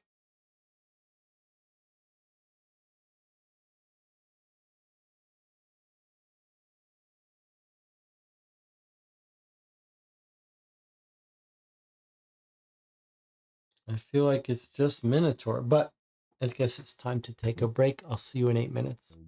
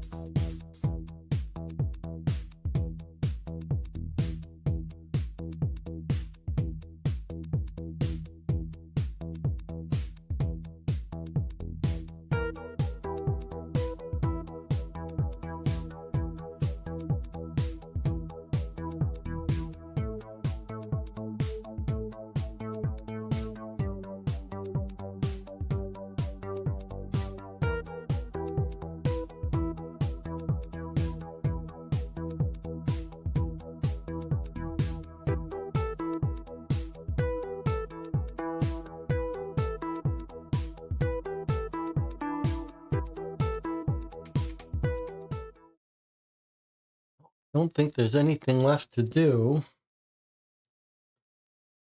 Nothing major to do now other than go into the Minotaur lair. I was sort of thinking we would do it as the last showdown, but I think we've run out of basic things to do other than just light things on fire. So, or put the lightning on this pedestal, but this seems to think death will happen, and this seems to think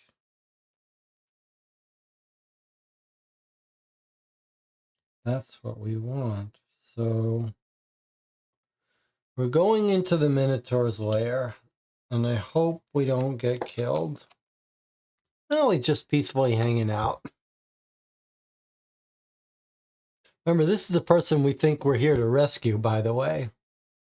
I thought he was going to kill us, but he looks pretty peaceful. Okay, 26 cards. 26, 26, 26.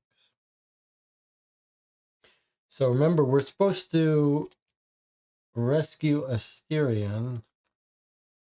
So here's what we see. We see Asterion the Minotaur. He's relaxing and enjoying the sunshine that occasionally peeps through the clouds. We also see a saw. You can see it's made from the skeleton of a fish. And a rock. It's looking at me suspiciously.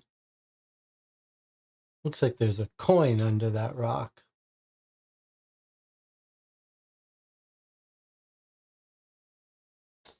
All right. Well, there's a saw. Let's just go pick up that saw first. It has a comfortable handle. Take item C2.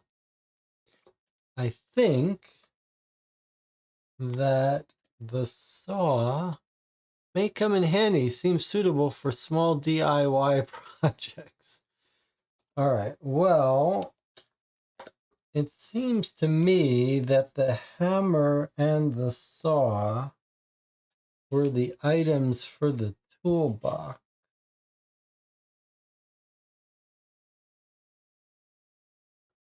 So let's see what happens if we try to put them back in the maze tools, which is a weird thing to do, but C1 and C2.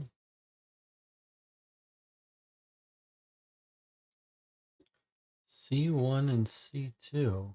Of course, I saw and hammer. The saw and hammer I found belong to Daedalus. If you have the nails, discard them for a favor. And now take item X. So we do have the nails. I guess we're in addition to the nails. These are Daedalus's tools. So we discard all of these tools. We don't need these tools anymore. Hammer, saw. Remember, we could have sawn those boards more efficiently, but this is telling us to get rid of them all. Get a favor back. We've now got 7 of 8, but now we get item X. Is that going to be like the tool chest of Daedalus? Best to realize one's handcrafted dream. So it's sort of like using them all at the same time now. That's quite interesting because we know that the wings and the boards, his Daedalus's tools and the wood should be able to make this item. Yes. Let's see if we need this. Oh yeah, I guess we do. I guess we do want this. Discard the 2 items we just went to all this trouble to build. Reveal prophecy 4. If you use the rotten wood, which we considered, but I didn't, we would lose a favor. Let's see what prophecy 4 is about. The wings of freedom. To escape the maze, you will fly away. With your wings, you will fly over the Mediterranean Sea.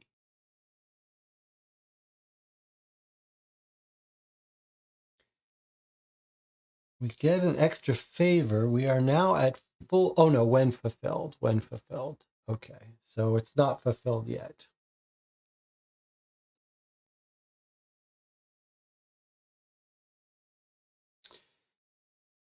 And now we get a wingspan? Wings plan. Wings plan. Into play. What is this? Strange contraption devised by Daedalus. I need feathers to glue to the frame. Well, we do have feathers, but we don't have glue. Is that what the amber can be used for? We have feathers, but it says, it's kind of weird. It says I need feathers to glue to the frame, but does it mean I need feathers and glue? All right, well, we'll just put that out for now. All right, that's pretty cool. Now we've got a rock we can interact with. I guess we're just going to pick it up. I'm going to pick it up with my hands and see if we don't get a coin.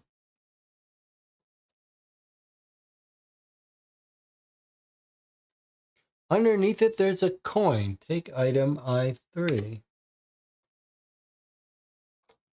Okay. So yet another coin that we can give to Hermes, who gives us something we're missing. And comes back. We're done with that.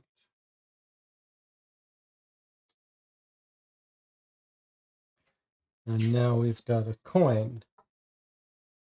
But what's left is the Minotaur to interact with. He's back out here.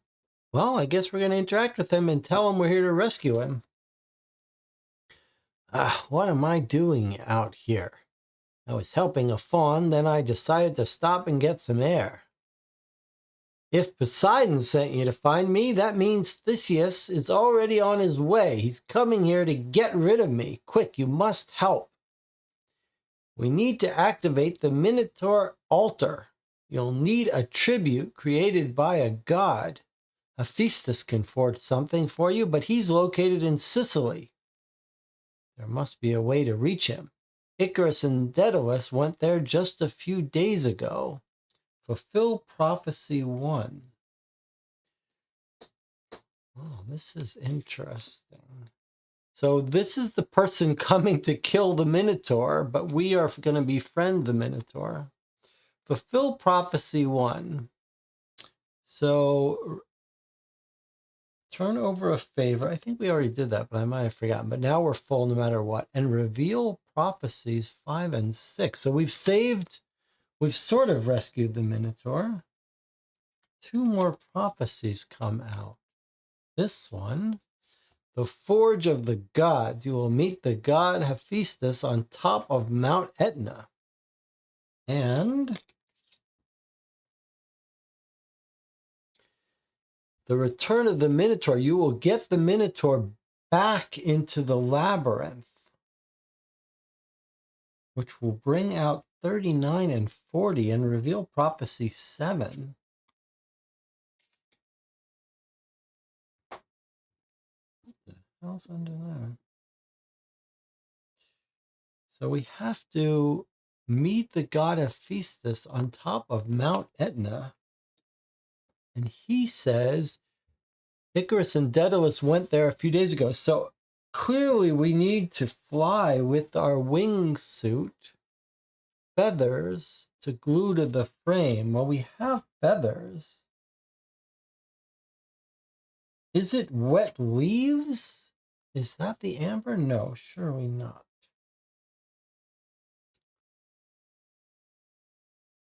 Okay, well, he just talked to us. I guess I'll keep that out there somewhere. I guess we're going to tell him to sit tight while we go over here. Honey. Honey. There's the amber. Honey, but we could also use as glue for feathers, I wonder. Okay, 27. All right, we're getting there. We're getting there.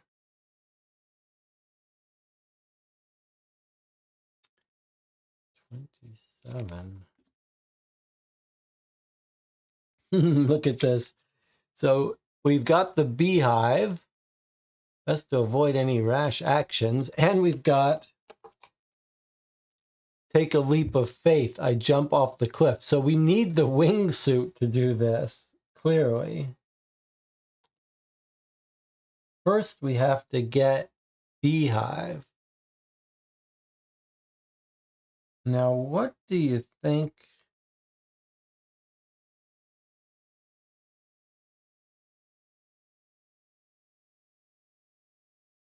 I have a theory.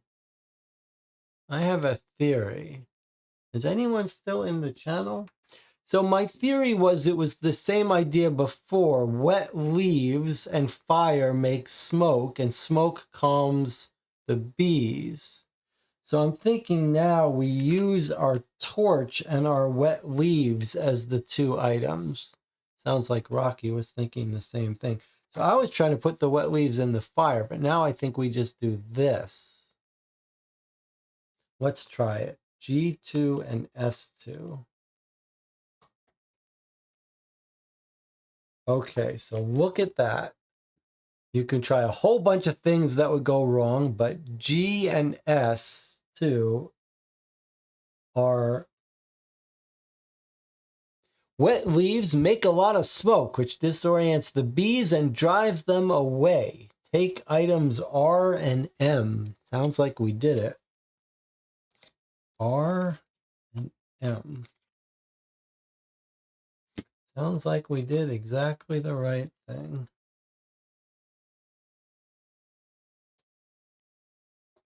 And does it say to throw away these? It doesn't say to throw away. I feel like that's a little bit of an oversight. I don't know how we still, maybe we have so many wet leaves that they last forever. All right, let's put this where it belongs. And let's look at the two items we got. Wax, sticky wax, and honey. Also called ambrosia, the food of the gods by some. All right, well, we know we're going to use wax and feathers to make our suit, but before we do, we're going to walk past this guy, say, just wait right here a moment. We're going to come up and we're going to give some honey to this goat who was supposed to have run away, but we whistled him back and he came back. Okay, here he is. I raised Zeus, it's a woman. Amalthea. I raised Zeus himself, but for a long time now, I've not had any visitors. I hope you have good intentions. You could try to kill it with an axe, but no. We give her some honey. And it reminds her of past years. She thanks me by giving me one of her horns. Take item Q.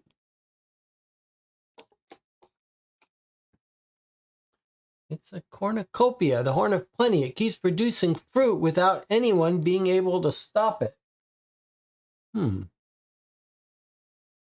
Now we have apples and we have a cornucopia. And it didn't tell us to get rid of the honey. Maybe, surely it's gone. Maybe I'm forgetting that we are supposed to get rid of both of them unless told differently. I thought it was only the items, but now I can't remember.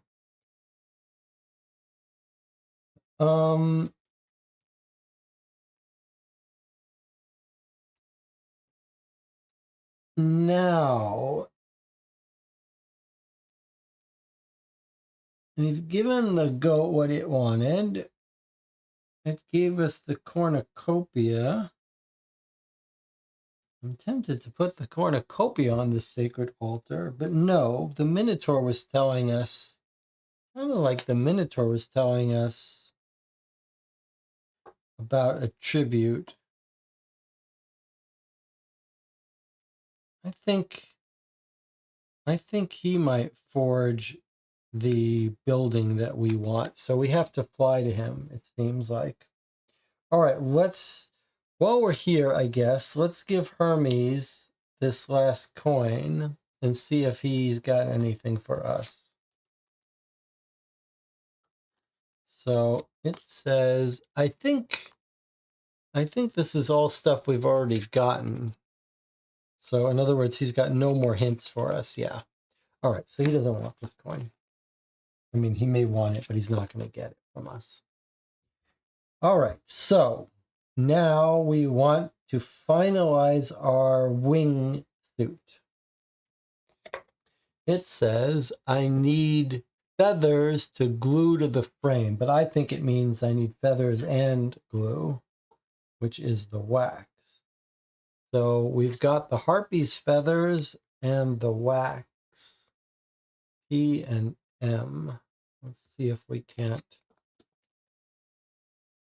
combine these. M and P, yep. Discard item P, take L. So it does tell you when you discard an item. So discard item P. We lost the feathers, but we still have some wax. I guess we still have some honey too.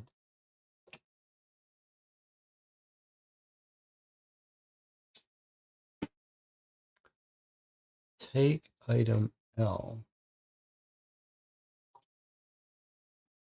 All right, is this our wingsuit? Yes. With these, I can get out of here, although they don't seem too strong. Okay.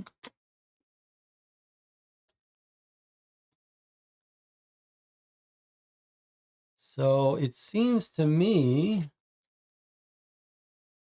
that we can fly away now. Now you might say, hey, if we fly away, is this going to get wiped out? What about this nice stuff we wanted to do? But if we look at our prophecies, it says you'll find Daedalus where he takes refuge. And the Minotaur told us that Daedalus and Icarus flew to Sicily. Remember, Icarus is going to have died in the sun, so it makes sense that we fly to Sicily. And it says here, to escape the maze, you'll fly over the Mediterranean Sea. So that makes sense. And then we're going to meet this guy there. But then you will get the Minotaur back into the labyrinth. So I think we're coming back here. So I think it's okay if we're leaving with some unfinished stuff, because I think we're coming back. So I think we're ready to jump off here.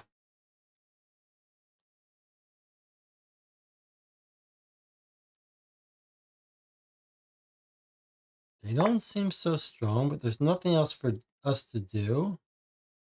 I'm jumping off. Before I jump off, does anyone want to speak up and say something else to do? Because I'm about to jump off. You better speak up if you think there's something else we should do instead.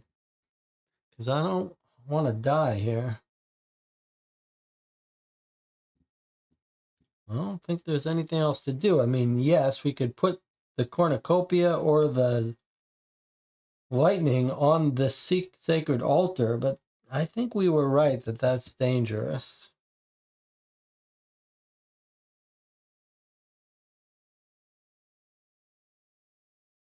All right, no one's saying anything. I'm going to jump off here. Leap of faith. Let's see what happens. All right, you need L, which is exactly what we used. It could have been a finale with a bang. Instead, the wings hold me up and allow me to fly. What a wonderful feeling. I would have loved to admire the sun up close, but a cloud covers it. So I postponed this idea until the next useful opportunity where you would die. Okay, it says fulfill prophecy 4. So we fulfilled this one, but we're already at max favor, so nothing happens. But scenery 34 comes out next to the labyrinth. Oh, look at that. We're just flying over the mountains. All right, so we fulfilled that one, and we're just flying now.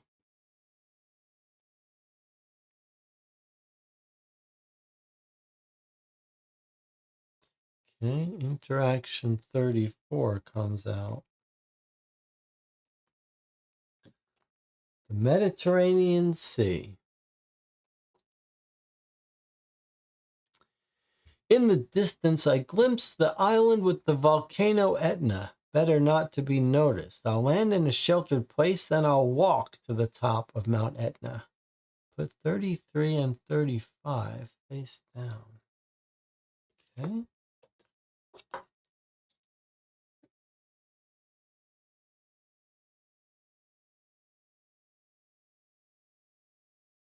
$33 and 35 face down. They connect. Okay, so this one we kind of get rid of. It seems this cover over 34. That's fine. All right, let's put them up here, I guess. So we're not in the labyrinth anymore. We're up here in the sky. And 1, 2, 3, 4, 4, 8. That's okay. We're up here in the sky. Oh, it's the Cyclops. He does not look happy.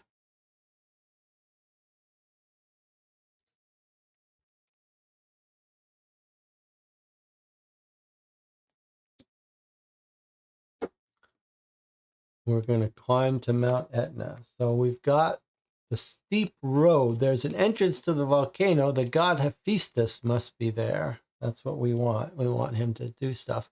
But we've also got a berry bush that's just ripened. Well,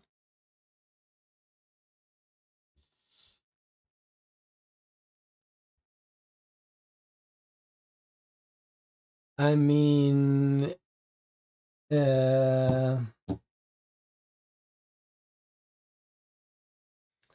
weird because we've got a road or a bush. I mean, is it smart to pick berries when this guy's standing right there? But on the other hand, I guess we're just going to look at the berries and hope this guy doesn't try to kill us while we are doing so. It may not be the best, but I don't think he will complain. He won't? Why not?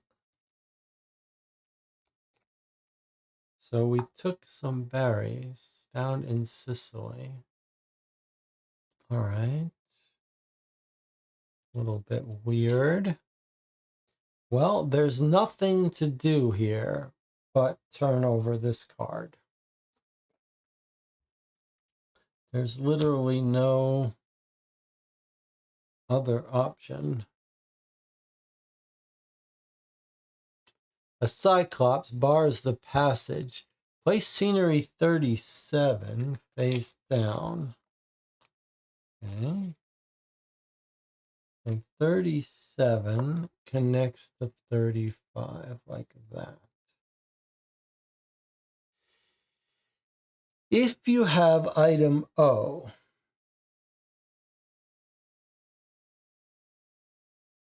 we do. That's the symbol of Zeus. If you have item O, he tries to explain it's an artifact forged by his ancestors. He'd better guard it. Discard item O. All right, he's taking this away from us. I don't love that. Otherwise, okay, so you could have used an axe to kill him, and then you'd lose your axe. Otherwise, there's no way through. What the hell would you do then? I guess you'd have to go into the 33 location. I guess I didn't think about that. I didn't even think about the fact that we could have, instead of dealing with him, just gone here. But he took our lightning bolt and left.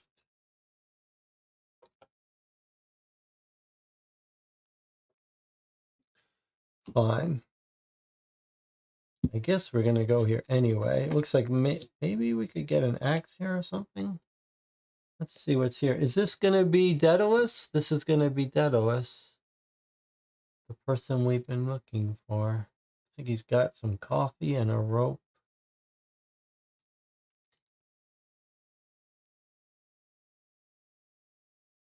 He's not going to be in a good mood. His son just died. Right? Flying too close to the sun. Having escaped from the labyrinth, he now lives quietly in Sicily. Did you really build those wings? I wouldn't dream of doing such foolishness. That was nonsense written by my grandson. No, my son and I arrived in Sicily on a small boat. Okay. Fulfill Prophecy 8. So we found Daedalus where he takes refuge, and we would gain a favor, but we're already maxed out, so nothing happens. That was funny, though. And then we're done here.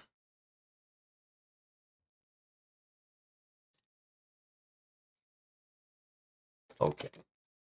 Now we can go up to here because we've defeated the Cyclops, and this guy is going to build something for us. What is he going to build?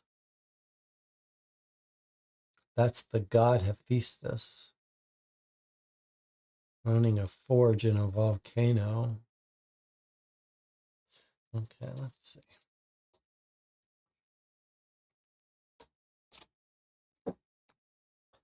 God Hephaestus.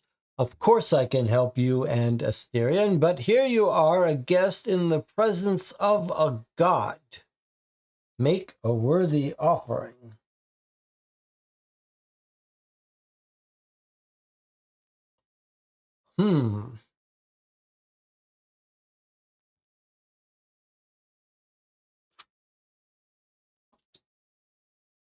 Well, make a worthy offering, huh?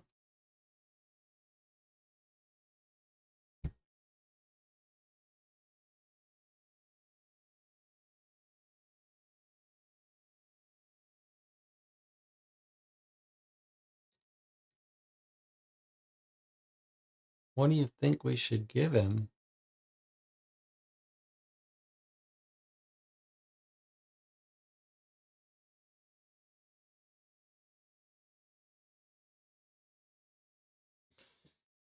The one thing I was thinking we could give him that's pretty cool is this cornucopia.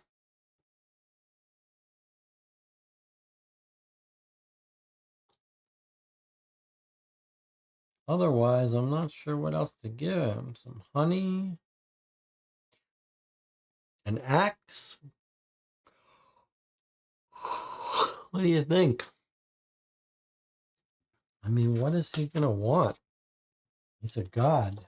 He just wants a tribute, I guess.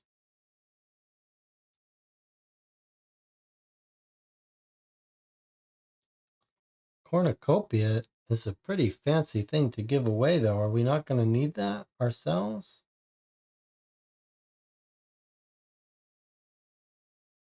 We could give him this little coin with Hermes' wings on it. We could give him some fruit. I don't know if they got fruit here. Got berries.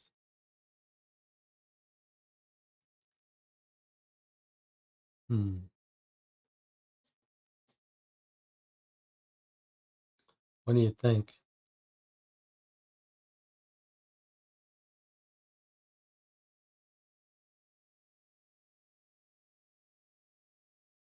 Could try to give him a coin, and then if he doesn't like that, we could give him the cornucopia.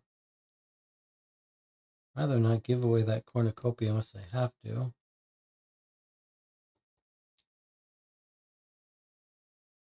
Who else wanted, who ate the berries? Oh, just the peasants. Surely he doesn't want that. We do have 2 axes.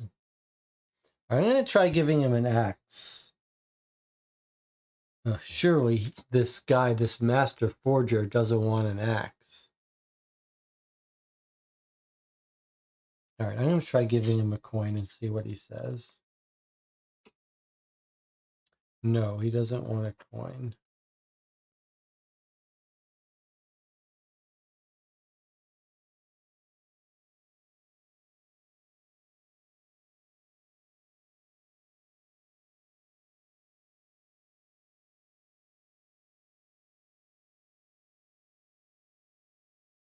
It seems he wants the berries. Or you could try to give him the berries. E, N, or Q. Or the fruit. All right, let's just try giving him the berries that are right from the ground. Oh, he didn't quite like that. What an outrage. Here, don't let me see you again. He doesn't like the berries. What if I had given him fruit? You could have done better, he says. All right, doesn't matter. I gave him the berries.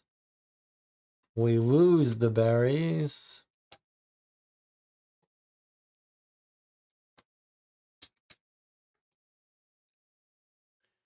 Even the berries, we lose the berries. What did he really want? He wanted the cornucopia. That's what I was suggesting I give him, but I was too cheap. So we lost a favor of the gods, but we do get item Z so that we could keep our cornucopia. That was worth it. And we get rid of item N. That was we get rid of the berries. We take Z and 38 comes out. Okay, look what he made for us. A Minotaur idol forged by Hephaestus in person or in deity. Okay, and then 38 comes out. We have a Minotaur idol. I thought he was going to build us a building to put on the altar. So here, 38 is the journey home.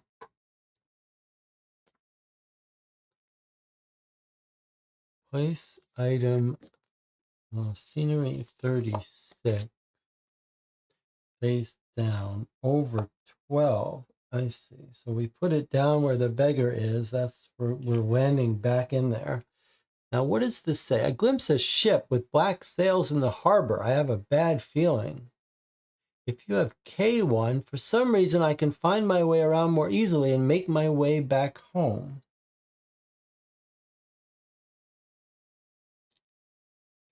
K1 was our other rope. I don't know. What this feels like you should be able to use either K's. I'm gonna call that. I'm gonna disagree with this and say we could use that rope, that wool as well. Processed or unprocessed wool, I don't see how it makes a damn bit of difference. So I'm gonna just use that for that. All right, now let's see what we've got here. So here he is again. He looks a little distressed, to be honest. Item 36, the beggar. He seems alarmed. What are you alarmed about? That the guy has come in there to kill the Minotaur. An armed soldier has just passed by. He's looking for a Minotaur in the labyrinth. Hurry before it's too late. I get you. I get you. So we run.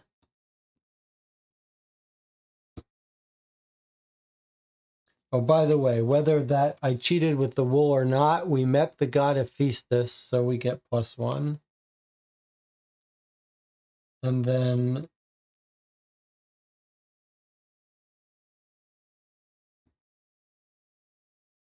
there's the Minotaur idol. But what's happened? Is there something we're missing? There must be something that I've missed, because there's nothing to do.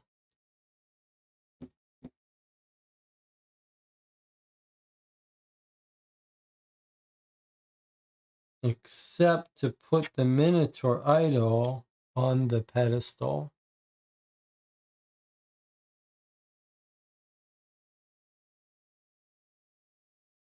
There's nothing else to do,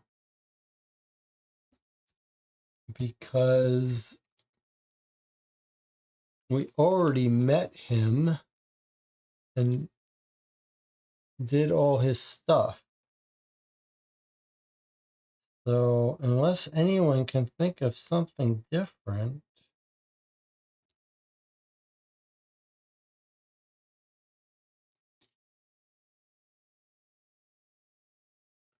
or unless we're supposed to have done this, you will get the Minotaur back into the labyrinth. I have a little bit of a feeling that that's a typo. That's a translation error. No. Yeah, because I wonder if that means we've got this back into the labyrinth. I mean, it's important because if we've achieved this, then that would bring new scenery out. All right, I'm going to put the Minotaur idol on this pedestal and see if something happens. That's the only other thing I can think of. Oh, there is an entry for it. All right, let's read what happens. A series of thunderbolts falls around the altar, then blinding lightning. I feel something in me has changed. My taurine paw confirms it. I have become a Minotaur. Oh. Then there's other things you can put on there. Discard item Z and read prophecy 6. That seems like all we're allowed to do, because then this should disappear. So we've just used up the Minotaur idol. Maybe this is just one of different entries. One of several different endings, but okay. If we've chosen to do that, fulfill prophecy 6. Okay, that was the one I said. Was it a typo? Did we automatically achieve it? No, but we've just done it now. So now it says put 39 and 40 over 16.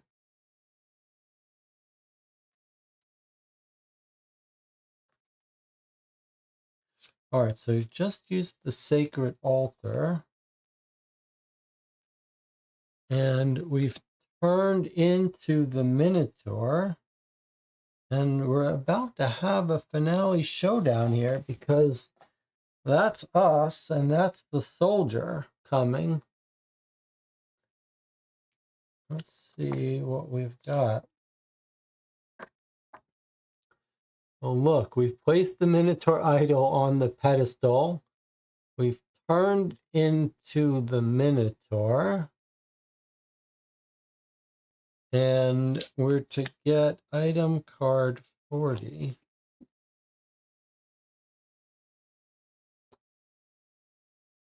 Now that I'm a Minotaur, things could escalate. The rattling of armor gets louder and louder. Oh boy, he's coming with his armor.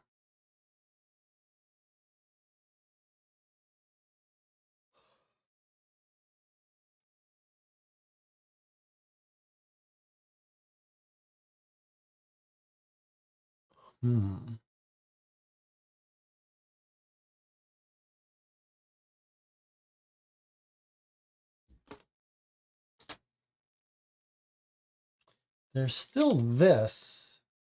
I don't know if that secret place, if this is talking about when we move the bookcase. Seems like it should have told us if so, but it doesn't really matter. And we still have one prophecy we haven't revealed yet. But there's nothing else for us to do but venture into the room where the guy is. Here we go. This could be it for us.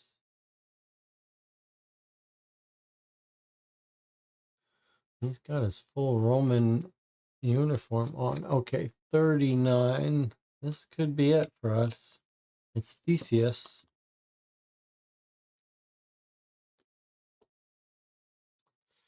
The reception is not one of the warmest. It is one of the sharpest. Fulfill prophecy 7. So we never even got out 7, but 7 is Theseus. You will face the legendary hero Theseus in battle. I've never been fond of battles, yet I'm doing well. Unfortunately, I'm not used to hooves, and when I attempt a swaggering attack, I stumble. Theseus takes advantage of my uncertainty to sink his blade once and for all. If you have less than 8, take item Y1. If it's not there, take Y2. We actually are a full favor of the gods by some clever choices. If you have 8, take item Y3. We've got our best chance at this. All right. If you have 8, take item Y3. If it's not there, Okay. So here we're having a finale here. Let's see what item we got. Oh, it's the finale. I open my eyes again and find myself in the presence of Poseidon. Your journey has been long and intense. You have tempted fate with Minos. In the labyrinth, you discovered the secrets of the altar and saved Asterion. You sacrificed yourself in his place, becoming the Minotaur yourself and thus deceiving Theseus, who is now convinced that he defeated him. You did what I asked of you, never losing the good star of the gods. For this reason, I will keep my promise. You can both continue your lives among mortals. The adventure is over. Discover your score in the rules. All right, so the way I read it, well, let's look at the official rules here for scoring.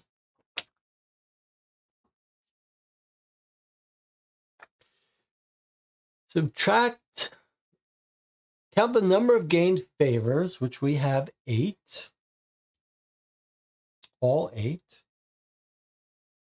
Subtract the number of unfulfilled prophecies. So I believe that this prophecy, I guess we didn't achieve this one. It would have told us. So that gives us a 7, I think. So if we had, this is the only prophecy we didn't achieve, I believe. If we had achieved that, we'd be an amazing hero. No more secrets. But since we got a 7, we got Explorer. Nice adventure. You moved well and were shrewd, but some parts of the story and some secrets remain shrouded in mystery. Would you like to try again?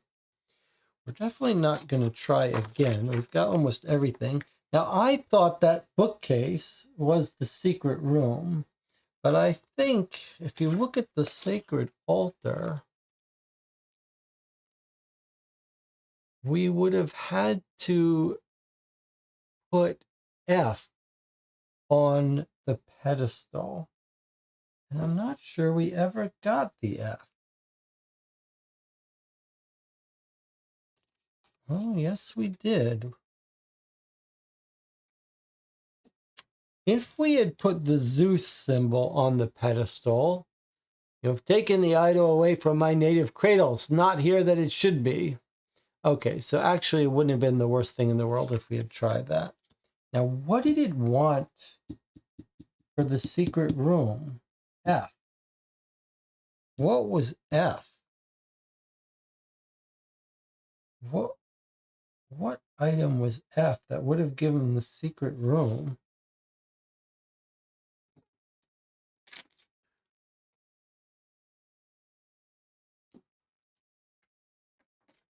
What was item F?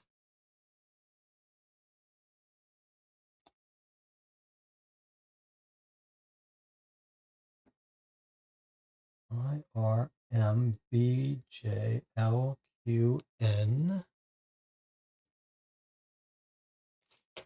It's not in our collection. It's not the Minotaur. It must have been a card that we used for something, but what?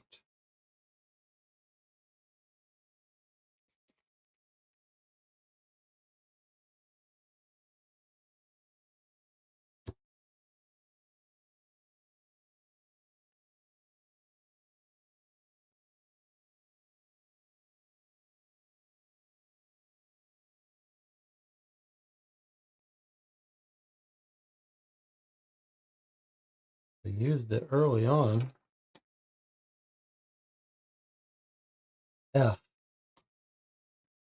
What was F that if we had put on the pedestal would have revealed a secret room? It's Minos's room, we're told. So let's see. Is it related to Minos? The Medallion of the Gods. Oh, yeah, it was this. But we gave this to him to get into this place.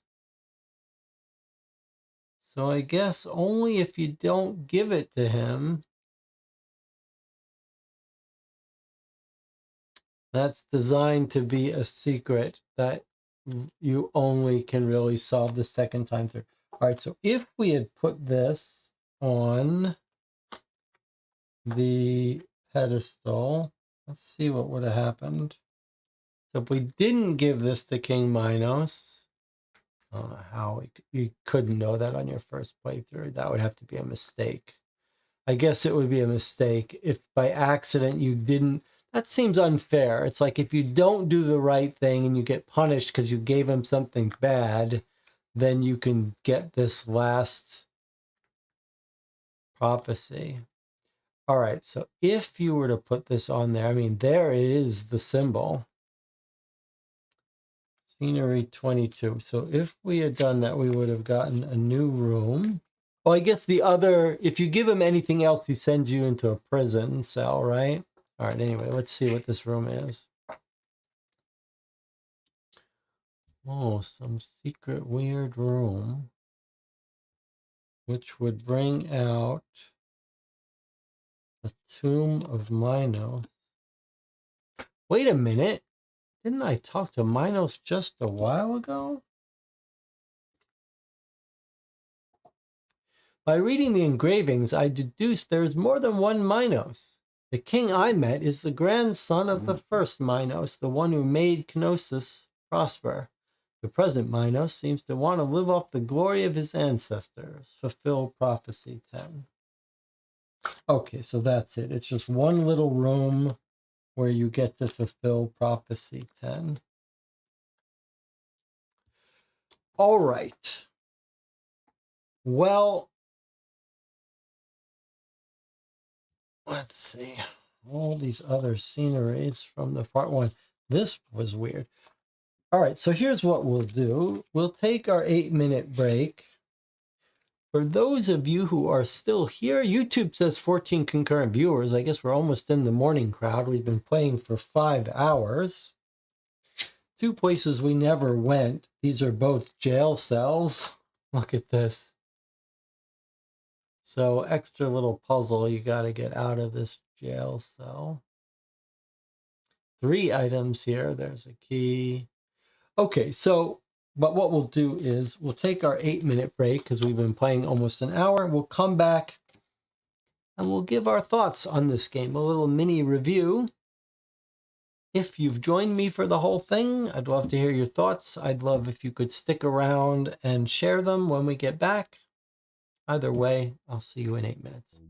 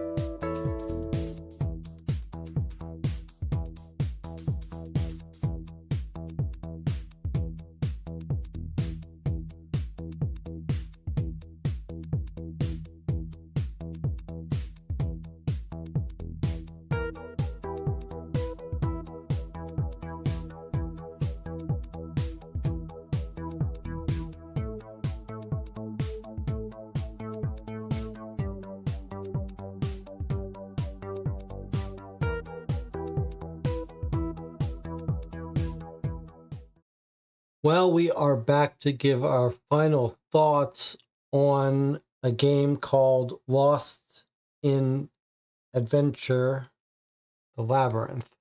Lost in Adventure, the Labyrinth. Before we do, let me point one thing out that I don't quite know how we could have done. So when we saw this place, we spotted the hidden fawn. We identified it.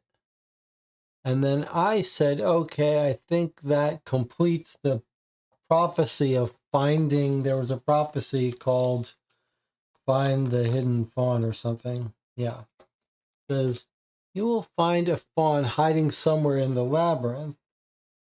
So I said, I think that just spotting it here counts. Because what else would you do? But then I did see this card looking at these things. It says a hidden creature. What is he doing in here? And then this tells you you get this prophecy 9.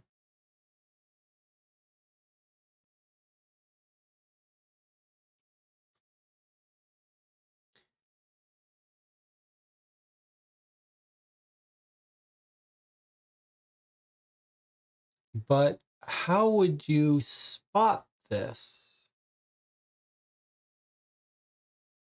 Like, how would you trigger this? What item would you interact with what?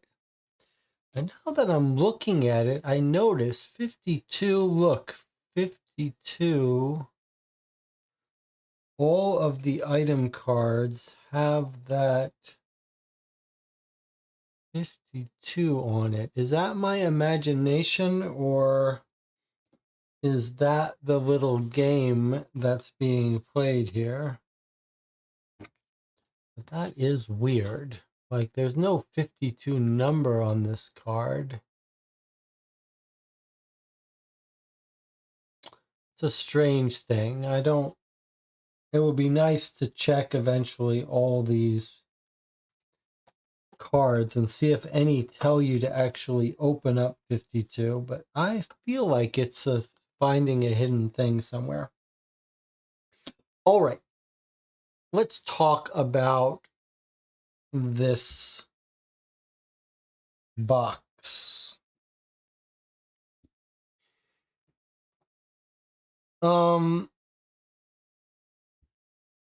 There's a lot in this box. This is a $14 box. Okay, so first things first. Clearly not replayable. I don't think feels like it's a family weight game. We looked at some of the mistakes. We played well. We got basically almost a perfect score. But we saw that if you did the wrong thing, you'd lose, a couple favors. But even doing the worst thing seems like the worst that could ever happen is you'd lose a favor or two. I don't think there's really any way to break the game so that you completely fail. If you look at the different finale endings, I don't think really. I mean, I think it had to end with putting that Minotaur there. And we could have got locked up in jail a little bit. I think that's the only other alternative finale. And then we were told when we made our choice to put one out of the game.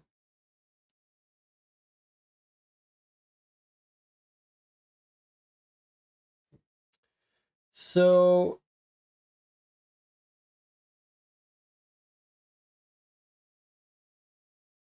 these look almost identical. So we had that battle, and it said if we had less than perfect life, we would read one of them. It's almost identical, but he says slightly different things. And this one, he says, "You've done what I asked. I'll keep my promise. I'll give your traveling companion a second chance. You will stay with me as a servant in my court." This is if you said, save her, not me. And then this is the one we got. "You can both continue your lives." And this was the one, if it's just me, "I will keep my promise, I will save you."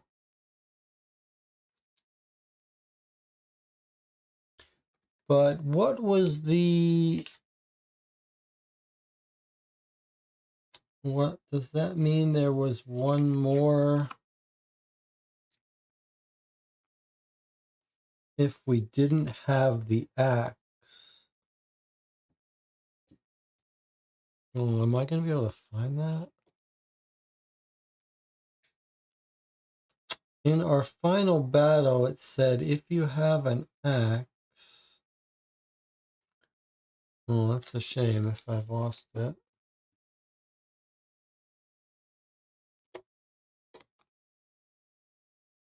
Be nice to see what that last battle was.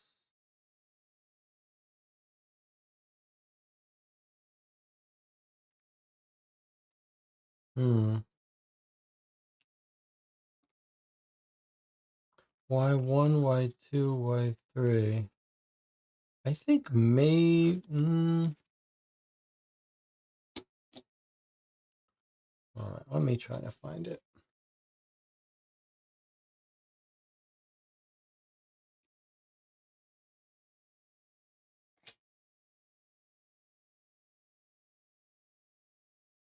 It's a shame because I would kind of like to see what that alternate ending was if you didn't have a perfect score.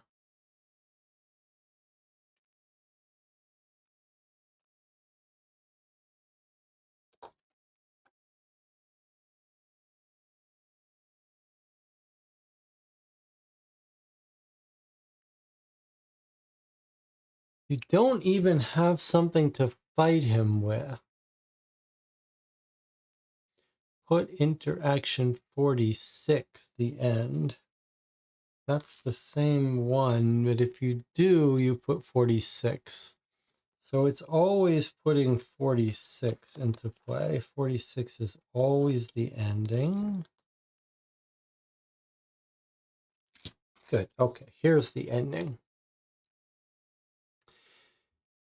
If you have less than 8, you get Y1 and Y2. If you have 8, you get Y3. So there you have it. These are the only 3 possible endings. If you didn't have perfect score, if you don't have perfect score, he keeps his promise and saves you? Less than 8, take Y1.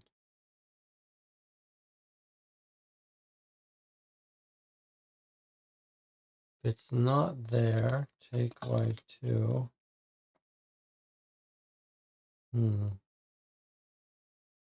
I'll give your traveling companion.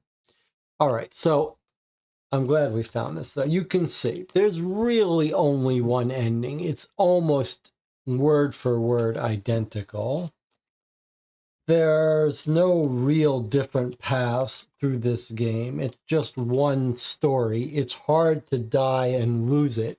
So you're essentially going to eventually complete it. You might end up not having discovered certain optional quests. And I think that's a good idea. I have suggested this kind of thing before with this kind of game, that you could make it a little bit replayable by having optional quests and goals that people might not complete. But I think in reality, you're not going to really want to play this again. Nothing particularly difficult here in terms of puzzle. Almost nothing to spot in the pictures to give you secret clues or anything. A little bit of puzzliness in terms of combining objects, but nothing deep. So I do think this is a family weight adventure game, is a good description of it. It's not really a serious puzzle game. It is an adventure that you're only going to play once. But it is fun.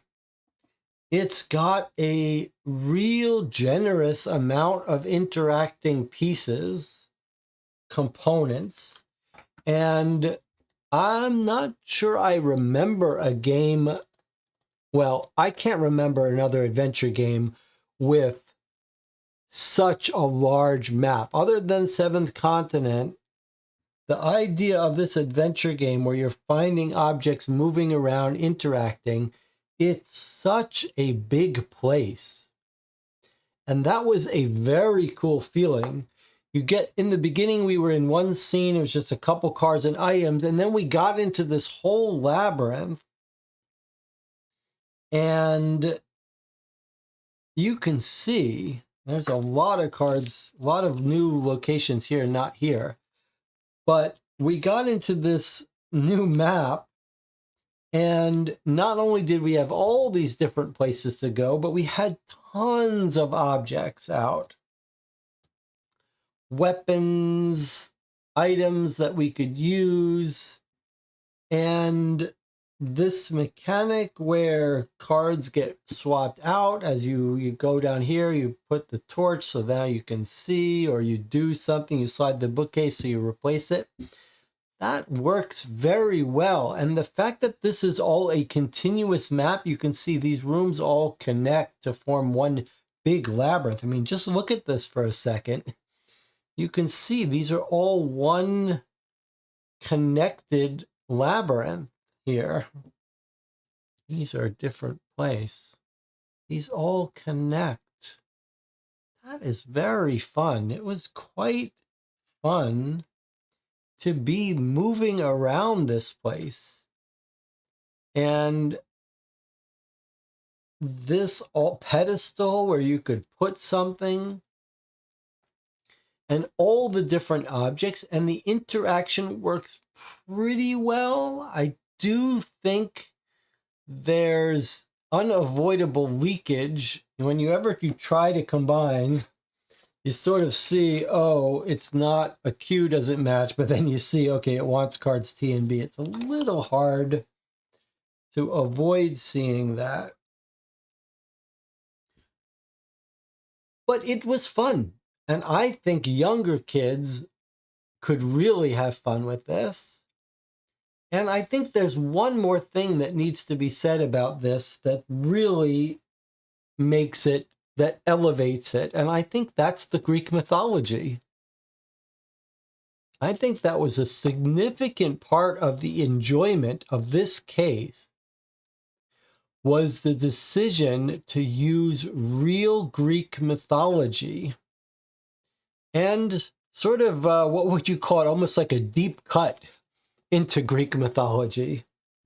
Meaning we met the goat that was the nurse of Zeus. We met Daedalus and Icarus, and there was a little inside joke. There's a little bit of humor here, but King Minos, I mean, the fact that we got real little slices of Greek mythology was really quite good. Like, that did make a difference in enjoyment for me here. So I think it's family weight. It's not a particularly deep or hard puzzle game, but I do think there's lots of fun to be had here. And the art is very nice. It's very evocative. It feels like a proper exploration adventure game. and the items too. I think everything is designed very well. This mechanic where you tells you how many cards you bring out and you bring out the cards. All interactions are here on cards. You don't have to look up in a book. I think that's all great. So, yeah, I think a big thumbs up for me for what it is. Now, I do think there are a couple of missed opportunities here.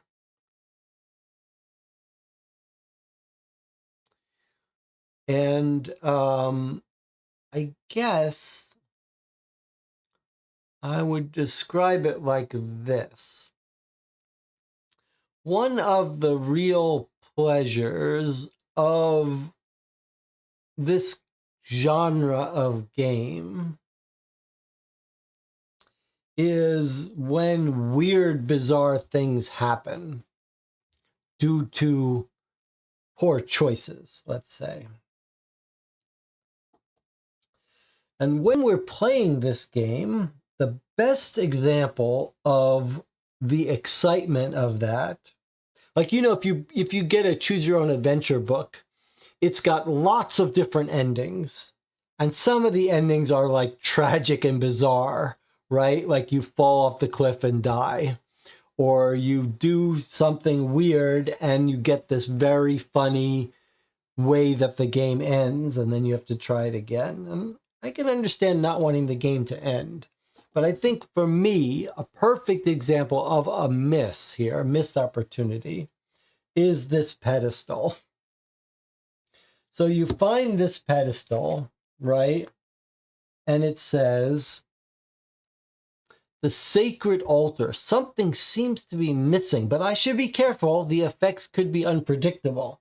And I immediately thought, hey, let's put this cool thing on it, right? So we tried that, and no, nothing happens because only 3 things can be put on it. And then we were scared. We got this lightning. We said, should we put this on it? But it's Poseidon's pedestal, Zeus's thing. That seems a little weird. And then we got this thing, and this was the pedestal was my favorite part of the game. Then we saw this and we said, hey, is this telling us that we should put the lightning on there, or is it telling us if we do that we'll die? And that was one of my favorite parts of the game, because I was like really tempted to try it. I wanted to see what happened. Would the game end? Would bizarre things happen? It turns out we were right in not doing it, and we ended up putting the Minotaur on it, which has a cool little ending image if you do that, right? Like, this is cool. But let's look at that card. Let's see what would happen if you put Zeus's lightning bolt on this. Let's see what crazy scene's going to happen where Zeus comes and kills you, an instant game end, or some weird stuff. If you put the lightning, you've taken the idol away from my native cradle. It's not here that it should be. So what's the penalty? You flip one of these over, and that's it. You lose the lightning, which you lose anyway when you travel. All right, well, what if you don't put the Minotaur, but you put the other thing is the secret passageway, but you couldn't have even had this unless you made a mistake. But actually, I guess, in all fairness to the game, this is a pretty cool thing that you could try. But most of the time, when you do something unexpected, you either lose it or nothing happens. This goat, when we gave it a apple, he just disappeared. So I sort of broke that rule. But I do think like that's a missed opportunity. One of the hallmarks of a good adventure game, and whether it's maybe a laser disc like Dragon's Lair, sometimes the funnest thing is watching the crazy ways you can die or bad things can happen. And I think it's a little bit of a missed opportunity here that more fun things don't happen when you try things that didn't quite expect. It's sort of like every time you do something imperfect, you just lose this. You use the rotten wood to build it instead of the fresh wood, you just lose one of these. It's not a terrible idea. This has worked reasonably well to motivate us to make good decisions. Just a little bit of a missed opportunity. And you saw, like, we're used to these games not having too many real branching paths, but boy, this one really doesn't have branching paths, different endings. The box says different endings. It's really not true. Still, with all that said, loved the vibe of it, loved this exploration of this map. It definitely gets a thumbs up from me for a family weight exploration game. I'd love to see them use this system again in a more difficult, slightly more puzzly game with some more interesting branching, or at least interesting little mini stories. But anytime a game has this much exploring on a map and discovering new rooms and new places, that's going to work for me. I do love that situation. All right, if you've played this on your own and have stumbled on this video to see how other people play it, I'd like to hear from you what you thought, what your group thought, especially if you play with a family of younger kids. What did they think about all this? What did you think about the Greek mythology? I found it quite enjoyable to be looking up a little bit of this Greek mythology as we played. That's always a positive in a game. For the rest of you, I'll see you next time.